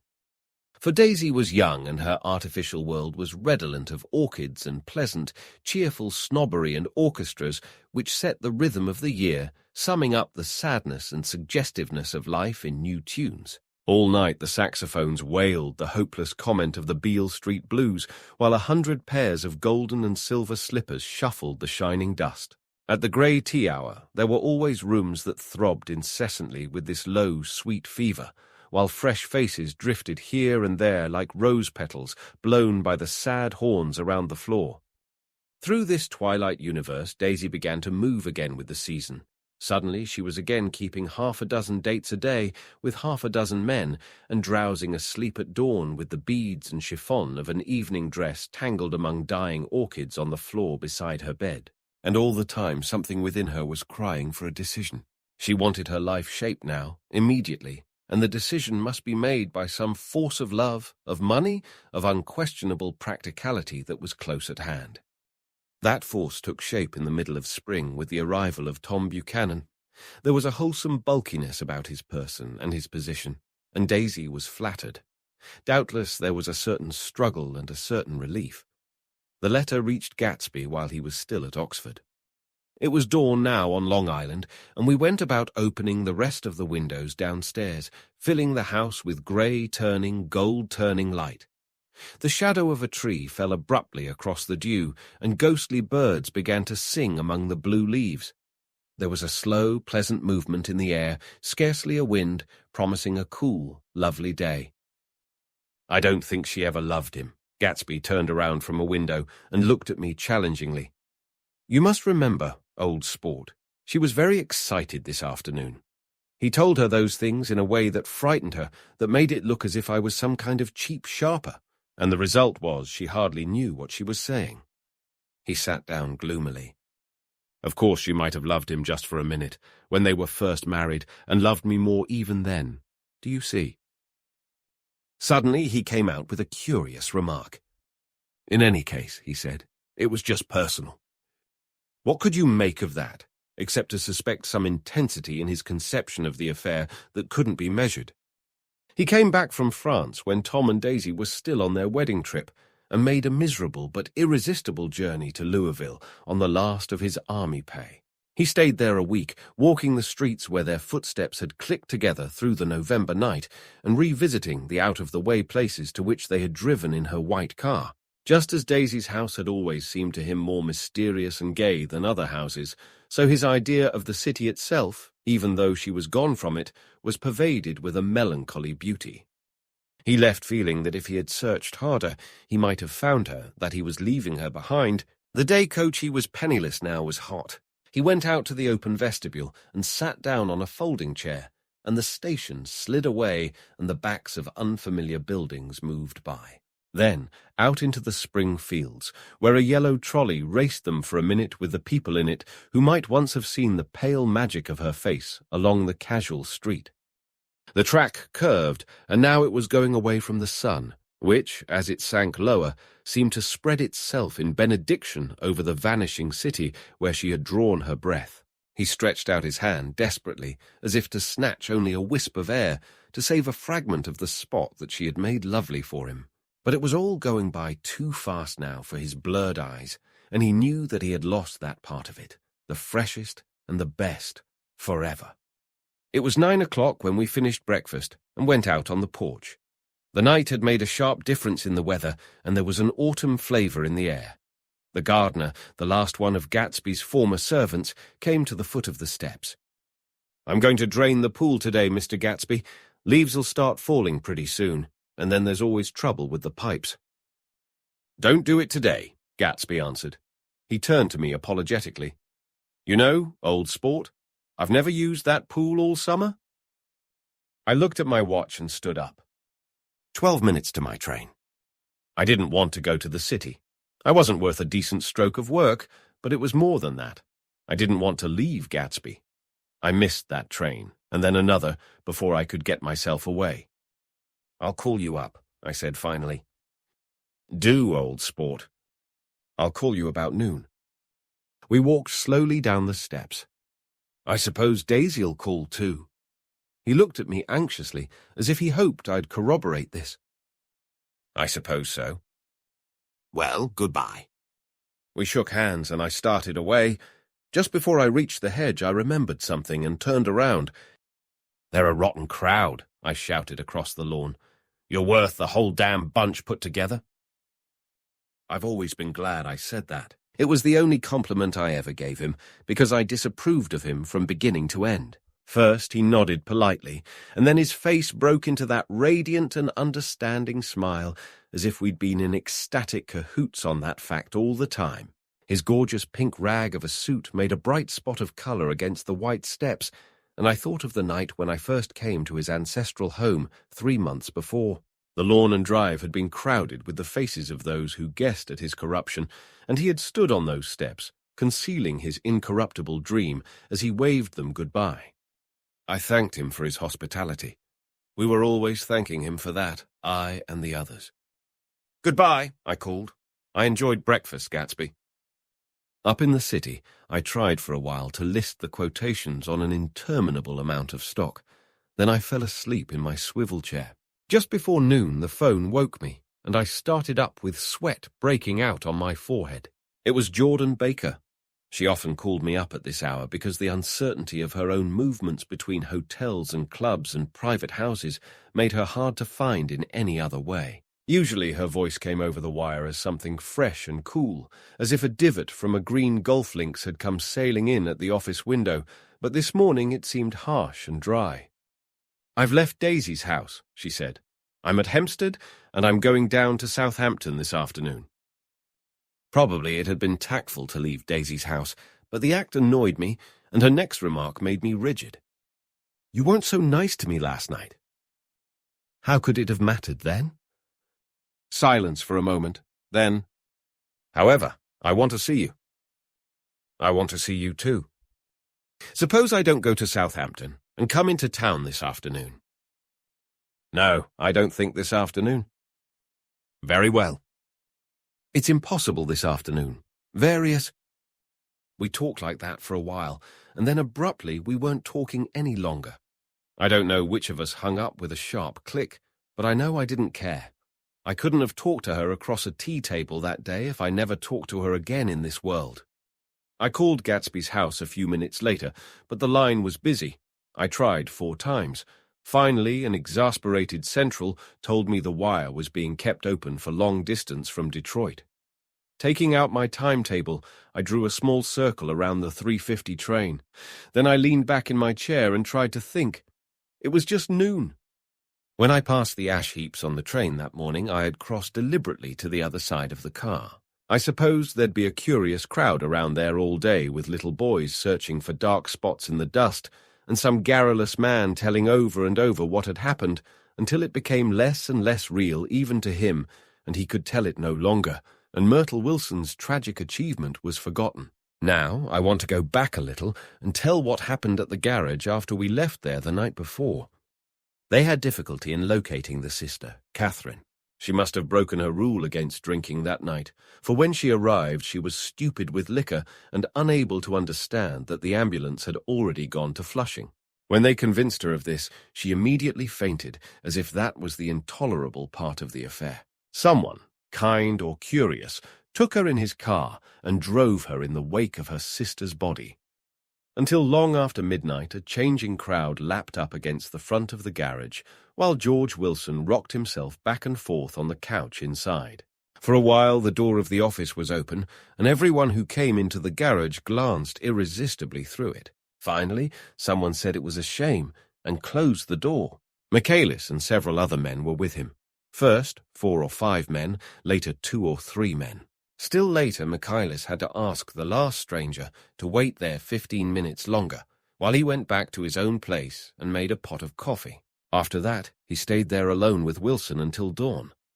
About 3 o'clock, the quality of Wilson's incoherent muttering changed. He grew quieter and began to talk about the yellow car. He announced that he had a way of finding out whom the yellow car belonged to, and then he blurted out that a couple of months ago his wife had come from the city, with her face bruised and her nose swollen. But when he heard himself say this, he flinched and began to cry. "Oh, my God!" again in his groaning voice. Michaelis made a clumsy attempt to distract him. "How long have you been married, George? Come on there. Try and sit still a minute and answer my question. How long have you been married?" 12 years. Ever had any children? Come on, George. Sit still. I asked you a question. Did you ever have any children? The hard brown beetles kept thudding against the dull light, and whenever Michaelis heard a car go tearing along the road outside, it sounded to him like the car that hadn't stopped a few hours before. He didn't like to go into the garage, because the workbench was stained where the body had been lying, so he moved uncomfortably around the office. He knew every object in it before morning, and from time to time sat down beside Wilson, trying to keep him more quiet. Have you got a church you go to sometimes, George? Maybe even if you haven't been there for a long time. Maybe I could call up the church and get a priest to come over, and he could talk to you, see? Don't belong to any. You ought to have a church, George, for times like this. You must have gone to church once. Didn't you get married in a church? Listen, George, listen to me. Didn't you get married in a church? That was a long time ago. The effort of answering broke the rhythm of his rocking. For a moment he was silent, then the same half-knowing, half-bewildered look came back into his faded eyes. Look in the drawer there, he said, pointing at the desk. Which drawer? That drawer, that one. Michaelis opened the drawer nearest his hand. There was nothing in it but a small, expensive dog leash, made of leather and braided silver. It was apparently new. This, he inquired, holding it up. Wilson stared and nodded. I found it yesterday afternoon. She tried to tell me about it, but I knew it was something funny. You mean your wife bought it? She had it wrapped in tissue paper on her bureau. Michaelis didn't see anything odd in that, and he gave Wilson a dozen reasons why his wife might have bought the dog leash. But conceivably, Wilson had heard some of these same explanations before, from Myrtle, because he began saying, "Oh my God," again in a whisper. His comforter left several explanations in the air. Then he killed her, said Wilson. His mouth dropped open suddenly. Who did? I have a way of finding out. You're morbid, George, said his friend. This has been a strain to you, and you don't know what you're saying. You'd better try and sit quiet till morning. He murdered her. It was an accident, George. Wilson shook his head. His eyes narrowed and his mouth widened slightly with the ghost of a superior, I know, he said definitely. I'm one of these trusting fellas, and I don't think any harm to nobody, but when I get to know a thing, I know it. It was the man in that car. She ran out to speak to him, and he wouldn't stop. Michaelis had seen this too, but it hadn't occurred to him that there was any special significance in it. He believed that Mrs. Wilson had been running away from her husband rather than trying to stop any particular car. How could she have been like that? She's a deep one, said Wilson, as if that answered the question. Ah. He began to rock again, and Michaelis stood twisting the leash in his hand. Maybe you got some friend that I could telephone for, George. This was a forlorn hope. He was almost sure that Wilson had no friend. There was not enough of him for his wife. He was glad a little later when he noticed a change in the room, a blue quickening by the window, and realized that dawn wasn't far off. About 5 o'clock it was blue enough outside to snap off the light. Wilson's glazed eyes turned out to the ash heaps, where small grey clouds took on fantastic shapes and scurried here and there in the faint dawn wind. I spoke to her, he muttered, after a long silence. I told her she might fool me, but she couldn't fool God. I took her to the window. With an effort he got up and walked to the rear window and leaned with his face pressed against it. And I said, God knows what you've been doing, everything you've been doing. You may fool me, but you can't fool God. Standing behind him, Michaelis saw with a shock that he was looking at the eyes of Dr. T.J. Eckelberg, which had just emerged, pale and enormous, from the dissolving night. God sees everything, repeated Wilson. That's an advertisement, Michaelis assured him. Something made him turn away from the window and look back into the room. But Wilson stood there a long time, his face close to the window pane, nodding into the twilight. By 6 o'clock, Michaelis was worn out and grateful for the sound of a car stopping outside. It was one of the watchers of the night before who had promised to come back, so he cooked breakfast for 3, which he and the other man ate together. Wilson was quieter now, and Michaelis went home to sleep. When he awoke 4 hours later and hurried back to the garage, Wilson was gone. His movements, he was on foot all the time, were afterward traced to Port Roosevelt and then to Gad's Hill, where he bought a sandwich that he didn't eat and a cup of coffee. He must have been tired and walking slowly, for he didn't reach Gad's Hill until noon. Thus far there was no difficulty in accounting for his time. There were boys who had seen a man acting sort of crazy, and motorists at whom he stared oddly from the side of the road. Then, for 3 hours, he disappeared from view. The police, on the strength of what he said to Michaelis that he had a way of finding out, supposed that he spent that time going from garage to garage thereabout, inquiring for a yellow car.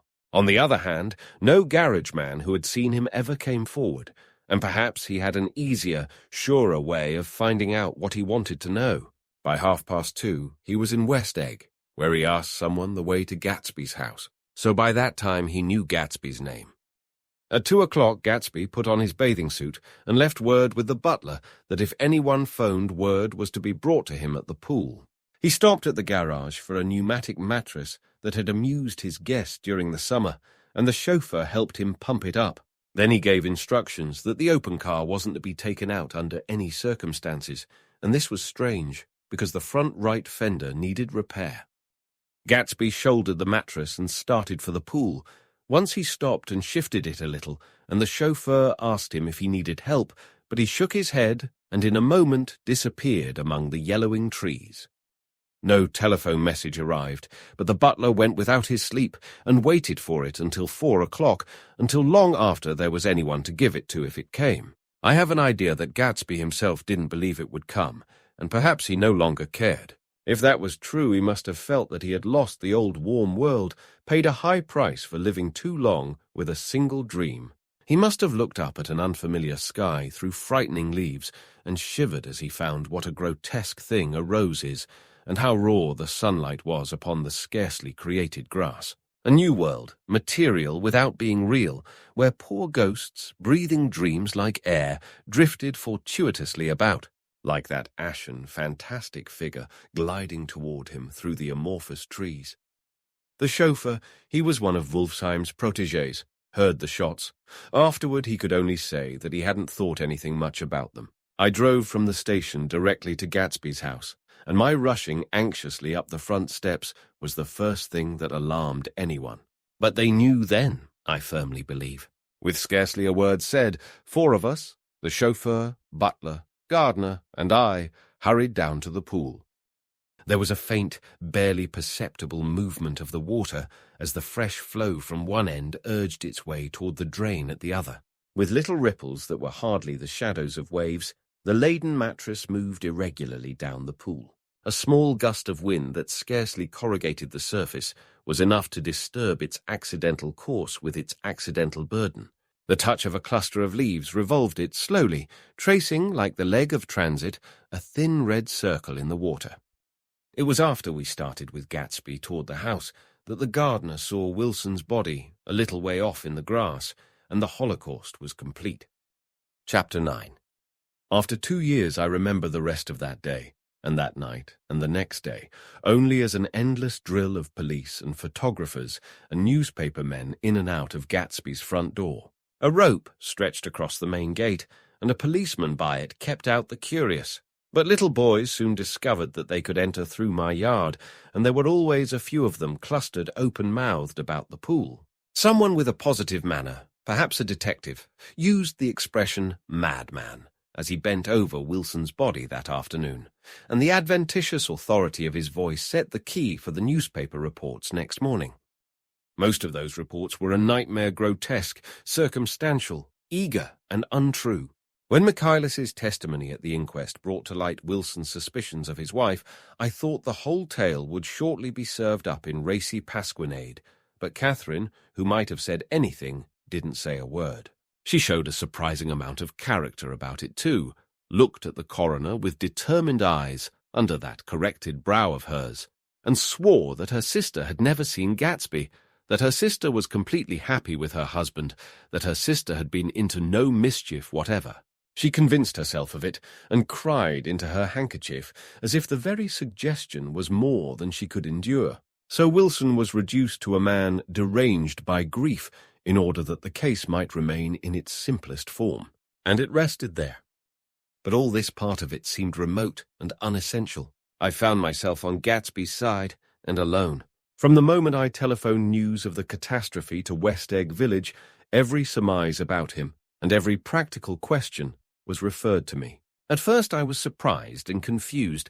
Then, as he lay in his house and didn't move or breathe or speak, hour upon hour, it grew upon me that I was responsible because no one else was interested. Interested, I mean, with that intense personal interest to which everyone has some vague right at the end. I called up Daisy half an hour after we found him, called her instinctively and without hesitation. But she and Tom had gone away early that afternoon and taken baggage with them. Left no address? No. Say when they'd be back? No. Any idea where they are? How I could reach them? I don't know. Can't say. I wanted to get somebody for him. I wanted to go into the room where he lay and reassure him. I'll get somebody for you, Gatsby. Don't worry. Just trust me, and I'll get somebody for you. Meyer Wolfsheim's name wasn't in the phone book. The butler gave me his office address on Broadway, and I called information, but by the time I had the number it was long after 5, and no one answered the phone. Will you ring again? I've rung them 3 times. It's very important. Sorry, I'm afraid no one's there. I went back to the drawing room and thought for an instant that they were chance visitors, all these official people who suddenly filled it. But as they drew back the sheet and looked at Gatsby with unmoved eyes, his protest continued in my brain. Look here, old sport, you've got to get somebody for me. You've got to try hard. I can't go through this alone. Someone started to ask me questions, but I broke away, and going upstairs looked hastily through the unlocked parts of his desk. He'd never told me definitely that his parents were dead. But there was nothing. Only the picture of Dan Cody, a token of forgotten violence, staring down from the wall.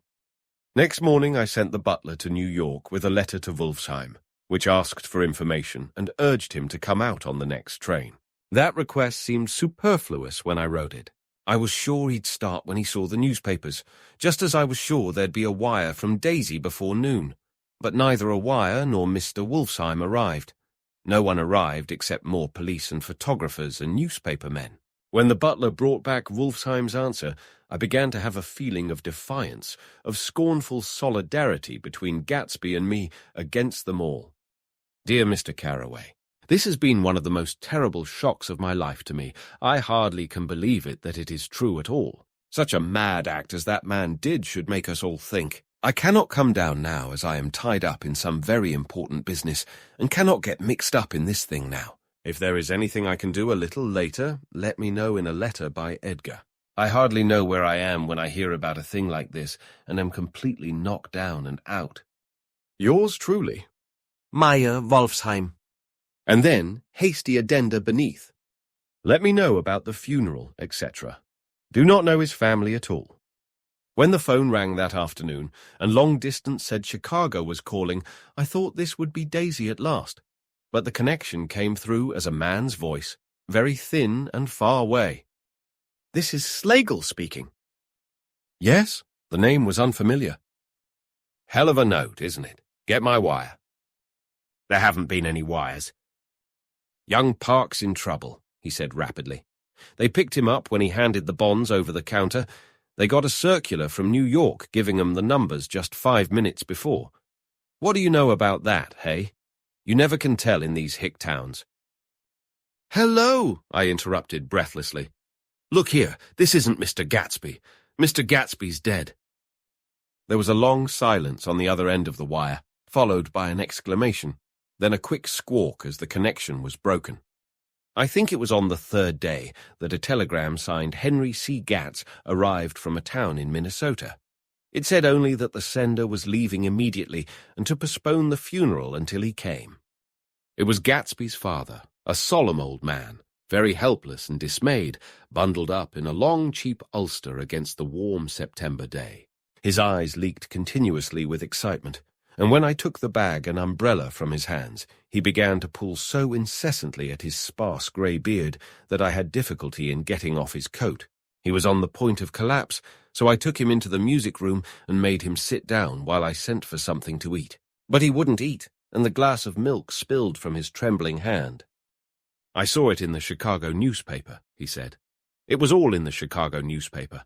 I started right away. I didn't know how to reach you." His eyes, seeing nothing, moved ceaselessly about the room. "It was a madman," he said. "He must have been mad." "Wouldn't you like some coffee?" I urged him. "I don't want anything. I'm all right now, Mr. Carraway." "Well, I'm all right now. Where have they got Jimmy?" I took him into the drawing room, where his son lay, and left him there. Some little boys had come up on the steps and were looking into the hall. When I told them who had arrived, they went reluctantly away. After a little while, Mr. Gatz opened the door and came out, his mouth ajar, his face flushed slightly, his eyes leaking isolated and unpunctual tears. He had reached an age where death no longer has the quality of ghastly surprise, and when he looked around him now for the first time and saw the height and splendor of the hall and the great rooms opening out from it into other rooms, his grief began to be mixed with an awed pride. I helped him to a bedroom upstairs. While he took off his coat and vest, I told him that all arrangements had been deferred until he came. "I didn't know what you'd want, Mr. Gatsby." "Gatz is my name." "Mr. Gatz, I thought you might want to take the body west." He shook his head. "Jimmy always liked it better down east." He rose up to his position in the east. "Were you a friend of my boys, Mr. Bow?" "We were close friends. He had a big future before him, you know. He was only a young man, but he had a lot of brain power here." He touched his head impressively, and I nodded. "If he'd have lived, he'd have been a great man. A man like James J. Hill. He'd have helped build up the country." "That's true," I said uncomfortably. He fumbled at the embroidered coverlet, trying to take it from the bed, and lay down stiffly, was instantly asleep. That night, an obviously frightened person called up and demanded to know who I was before he would give his name. "This is Mr. Carraway," I said. "Oh," he sounded relieved. "This is Klipspringer." I was relieved too, for that seemed to promise another friend at Gatsby's grave. I didn't want it to be in the papers and draw a sightseeing crowd, so I'd been calling up a few people myself. They were hard to find. "The funeral's tomorrow," I said. 3 o'clock, here at the house. I wish you'd tell anybody who'd be interested." "Oh, I will," he broke out hastily. "Of course I'm not likely to see anybody, but if I do—" His tone made me suspicious. "Of course you'll be there yourself." "Well, I'll certainly try. What I called up about is—" "Wait a minute," I interrupted. "How about saying you'll come?" "Well, the fact is, the truth of the matter is that I'm staying with some people up here in Greenwich, and they rather expect me to be with them tomorrow. In fact, there's a sort of picnic or something. Of course, I'll do my very best to get away." I ejaculated an unrestrained, "Huh," and he must have heard me, for he went on nervously. "What I called up about was a pair of shoes I left there. I wonder if it'd be too much trouble to have the butler send them on. You see, they're tennis shoes, and I'm sort of helpless without them. My address is care of B.F. I didn't hear the rest of the name because I hung up the receiver. After that, I felt a certain shame for Gatsby. One gentleman to whom I telephoned implied that he had got what he deserved.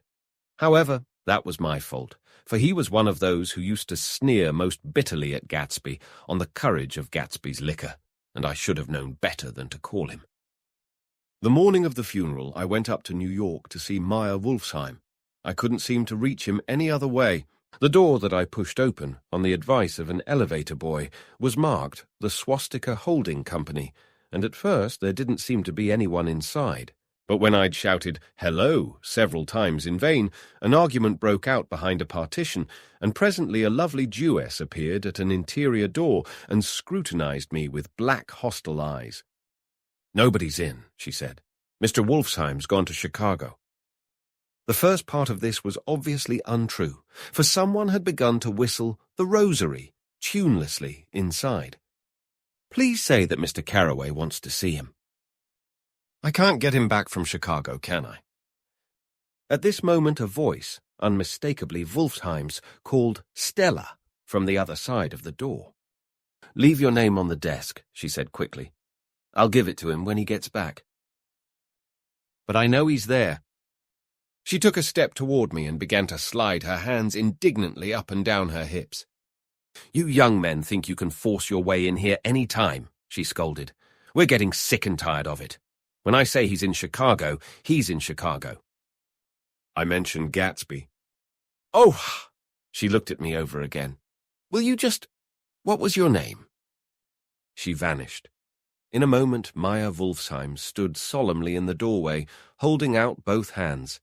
He drew me into his office, remarking in a reverent voice that it was a sad time for all of us, and offered me a cigar. "My memory goes back to when first I met him," he said. "A young major just out of the army and covered over with medals he got in the war. He was so hard up he had to keep on wearing his uniform because he couldn't buy some regular clothes. First time I saw him was when he come into Weinbrenner's pool room at 43rd Street and asked for a job. He hadn't eat anything for a couple of days. 'Come on, have some lunch with me,' I said. He ate more than $4 worth of food in half an hour." "Did you start him in business?" I inquired. "Start him. I made him." "Oh." "I raised him up out of nothing, right out of the gutter. I saw right away he was a fine-appearing, gentlemanly young man, and when he told me he was an Oxford, I knew I could use him good. I got him to join up in the American Legion, and he used to stand high there. Right off, he did some work for a client of mine up to Albany. We were so thick like that in everything." He held up two bulbous fingers. "Always together." I wondered if this partnership had included the World Series transaction in 1919. "Now he's dead," I said after a moment. "You were his closest friend, so I know you'll want to come to his funeral this afternoon." "I'd like to come."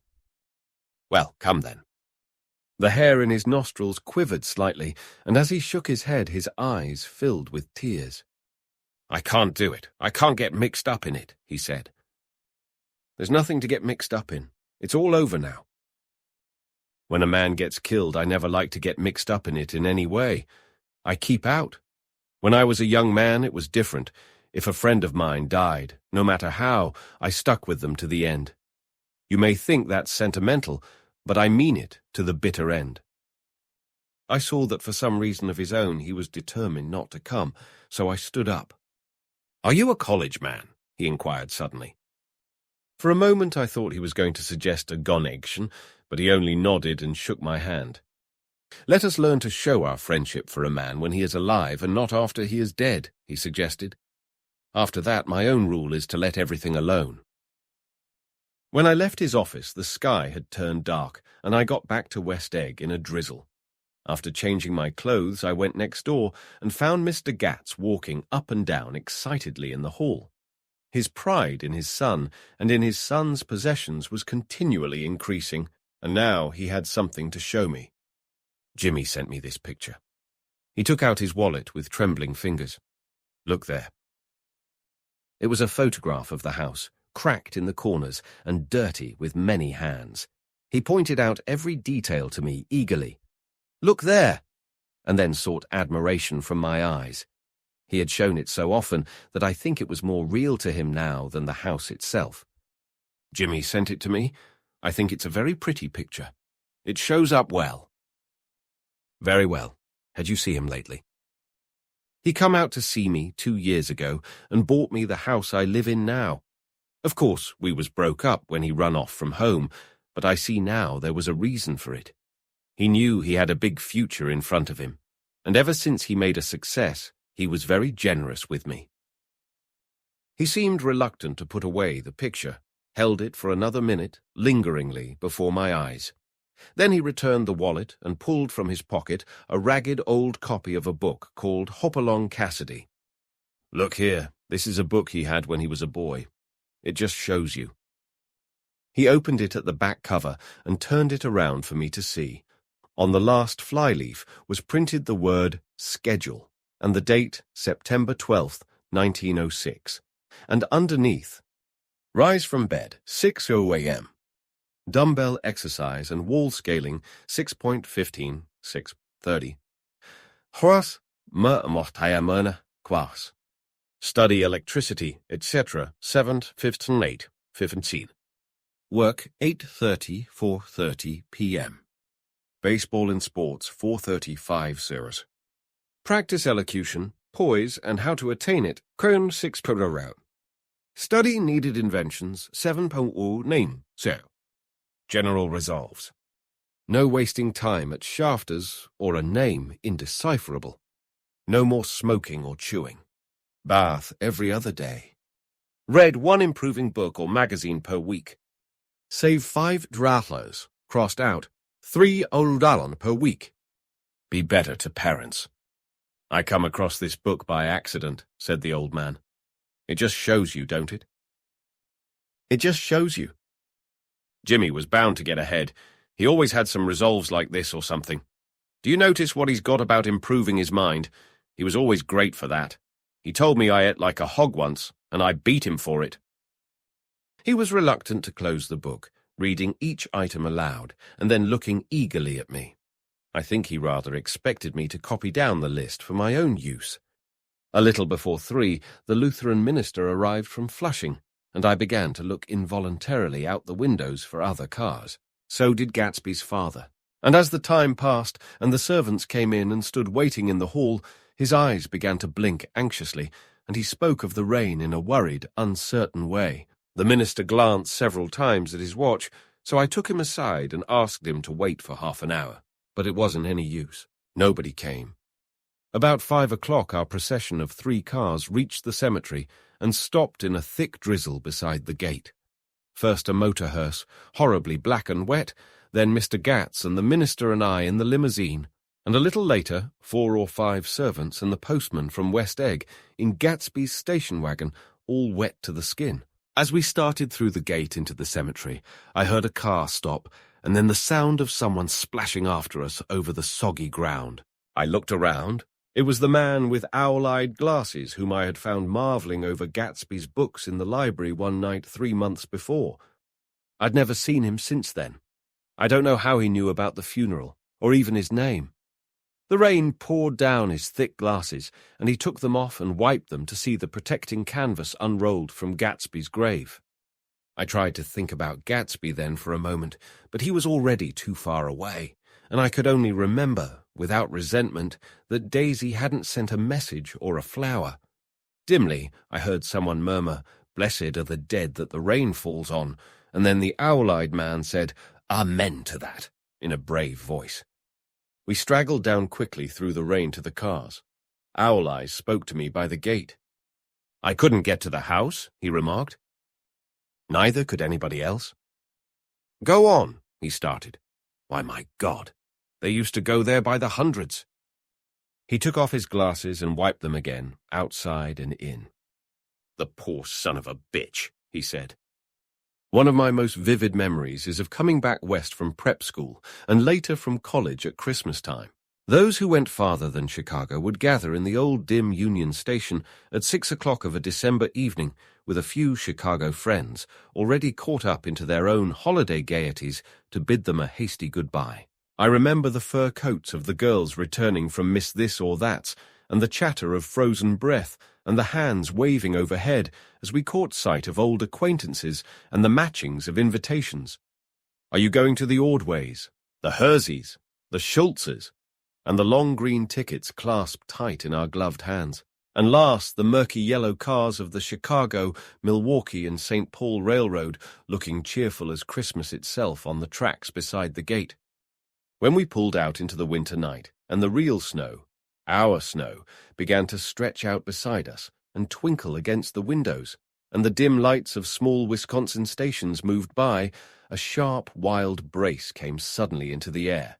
We drew in deep breaths of it as we walked back from dinner through the cold vestibules, unutterably aware of our identity with this country for one strange hour before we melted indistinguishably into it again.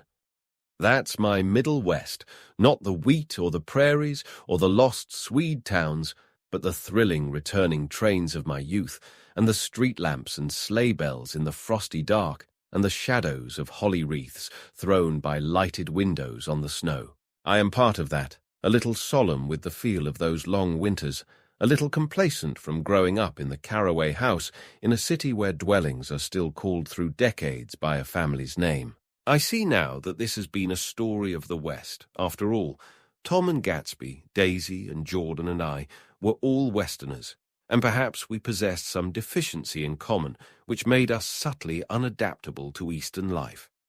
Even when the East excited me most, even when I was most keenly aware of its superiority to the bored, sprawling, swollen towns beyond the Ohio, with their interminable inquisitions which spared only the children and the very old, even then it had always for me a quality of distortion. West Egg, especially, still figures in my more fantastic dreams. I see it as a night scene by El Greco, 100 houses, at once conventional and grotesque, crouching under a sullen, overhanging sky and a lustreless moon. In the foreground, 4 solemn men in dress suits are walking along the sidewalk with a stretcher on which lies a drunken woman in a white evening dress. Her hand, which dangles over the side, sparkles cold with jewels. Gravely, the men turn in at a house, the wrong house, but no one knows the woman's name, and no one cares. After Gatsby's death, the East was haunted for me like that, distorted beyond my eyes' power of correction. So when the blue smoke of brittle leaves was in the air, and the wind blew the wet laundry stiff on the line, I decided to come back home. There was one thing to be done before I left, an awkward, unpleasant thing that perhaps had better have been let alone. But I wanted to leave things in order, and not just trust that obliging and indifferent sea to sweep my refuse away. I saw Jordan Baker, and talked over and around what had happened to us together, and what had happened afterward to me, and she lay perfectly still, listening, in a big chair. She was dressed to play golf, and I remember thinking she looked like a good illustration, her chin raised a little jauntily, her hair the colour of an autumn leaf, her face the same brown tint as the fingerless glove on her knee. When I had finished, she told me without comment that she was engaged to another man. I doubted that, though there were several she could have married at a nod of her head, but I pretended to be surprised. For just a minute I wondered if I wasn't making a mistake. Then I thought it all over again quickly, and got up to say goodbye. "Nevertheless, you did throw me over," said Jordan suddenly. "You threw me over on the telephone. I don't give a damn about you now, but it was a new experience for me, and I felt a little dizzy for a while." We shook hands. "Oh, and do you remember," she added, "a conversation we had once about driving a car?" "Why not exactly?" "You said a bad driver was only safe until she met another bad driver." "Well, I met another bad driver, didn't I? I mean, it was careless of me to make such a wrong guess. I thought you were rather an honest, straightforward person. I thought it was your secret pride." "I'm 30, I said. "I'm 5 years too old to lie to myself and call it honor." She didn't answer. Angry, and half in love with her, and tremendously sorry, I turned away. One afternoon late in October, I saw Tom Buchanan. He was walking ahead of me along Fifth Avenue in his alert, aggressive way, his hands out a little from his body as if to fight off interference, his head moving sharply here and there, adapting itself to his restless eyes. Just as I slowed up to avoid overtaking him, he stopped and began frowning into the windows of a jewelry store. Suddenly he saw me and walked back, holding out his hand. "What's the matter, Nick? Do you object to shaking hands with me?" "Yes, you know what I think of you." "You're crazy, Nick," he said quickly. "Crazy as hell. I don't know what's the matter with you." "Tom," I inquired, "what did you say to Wilson that afternoon?" He stared at me without a word, and I knew I had guessed right about those missing hours. I started to turn away, but he took a step after me and grabbed my arm. I told him the truth, he said. He came to the door while we were getting ready to leave, and when I sent down word that we weren't in, he tried to force his way upstairs. He was crazy enough to kill me if I hadn't told him who owned the car. His hand was on a revolver in his pocket every minute he was in the house. He broke off defiantly. What if I did tell him? That fellow had it coming to him. He threw dust into your eyes just like he did in Daisy's, but he was a tough one. He ran over Myrtle like you'd run over a dog and never even stopped his car. There was nothing I could say, except the one unutterable fact that it wasn't true. And if you think I didn't have my share of suffering, look here, when I went to give up that flat and saw that damn box of dog biscuits sitting there on the sideboard, I sat down and cried like a baby. By God, it was awful. I couldn't forgive him or like him, but I saw that what he had done was to him entirely justified. It was all very careless and confused. They were careless people, Tom and Daisy. They smashed up things and creatures and then retreated back into their money or their vast carelessness or whatever it was that kept them together and let other people clean up the mess they had made. I shook hands with him. It seemed silly not to, for I felt suddenly as though I were talking to a child. Then he went into the jewelry store to buy a pearl necklace, or perhaps only a pair of cuff buttons, rid of my provincial squeamishness forever. Gatsby's house was still empty when I left. The grass on his lawn had grown as long as mine. One of the taxi drivers in the village never took a fare past the entrance gate without stopping for a minute and pointing inside. Perhaps it was he who drove Daisy and Gatsby over to East Egg the night of the accident, and perhaps he had made a story about it all his own. I didn't want to hear it, and I avoided him when I got off the train. I spent my Saturday nights in New York because those gleaming, dazzling parties of his were with me so vividly that I could still hear the music and the laughter, faint and incessant, from his garden, and the cars going up and down his drive. One night I did hear a material car there, and saw its lights stop at his front steps. But I didn't investigate. Probably it was some final guest who had been away at the ends of the earth and didn't know that the party was over. On the last night, with my trunk packed and my car sold to the grocer, I went over and looked at that huge, incoherent failure of a house once more. On the white steps, an obscene word, scrawled by some boy with a piece of brick, stood out clearly in the moonlight, and I erased it, drawing my shoe raspingly along the stone. Then I wandered down to the beach and sprawled out on the sand. Most of the big shore places were closed now, and there were hardly any lights except the shadowy, moving glow of a ferry boat across the sound.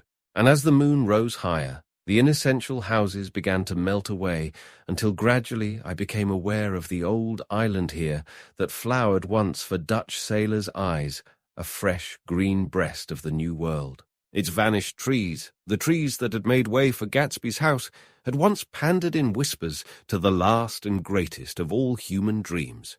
For a transitory enchanted moment, man must have held his breath in the presence of this continent, compelled into an aesthetic contemplation he neither understood nor desired, face to face for the last time in history with something commensurate to his capacity for wonder. And as I sat there brooding on the old, unknown world, I thought of Gatsby's wonder when he first picked out the green light at the end of Daisy's dock. He had come a long way to this blue lawn, and his dream must have seemed so close that he could hardly fail to grasp it.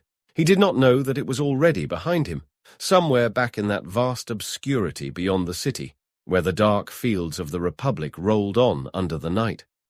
Gatsby believed in the green light, the orgiastic future that year by year recedes before us. It eluded us then, but that's no matter. Tomorrow we will run faster, stretch out our arms farther. And one fine morning. So we beat on, boats against the current, borne back ceaselessly into the past,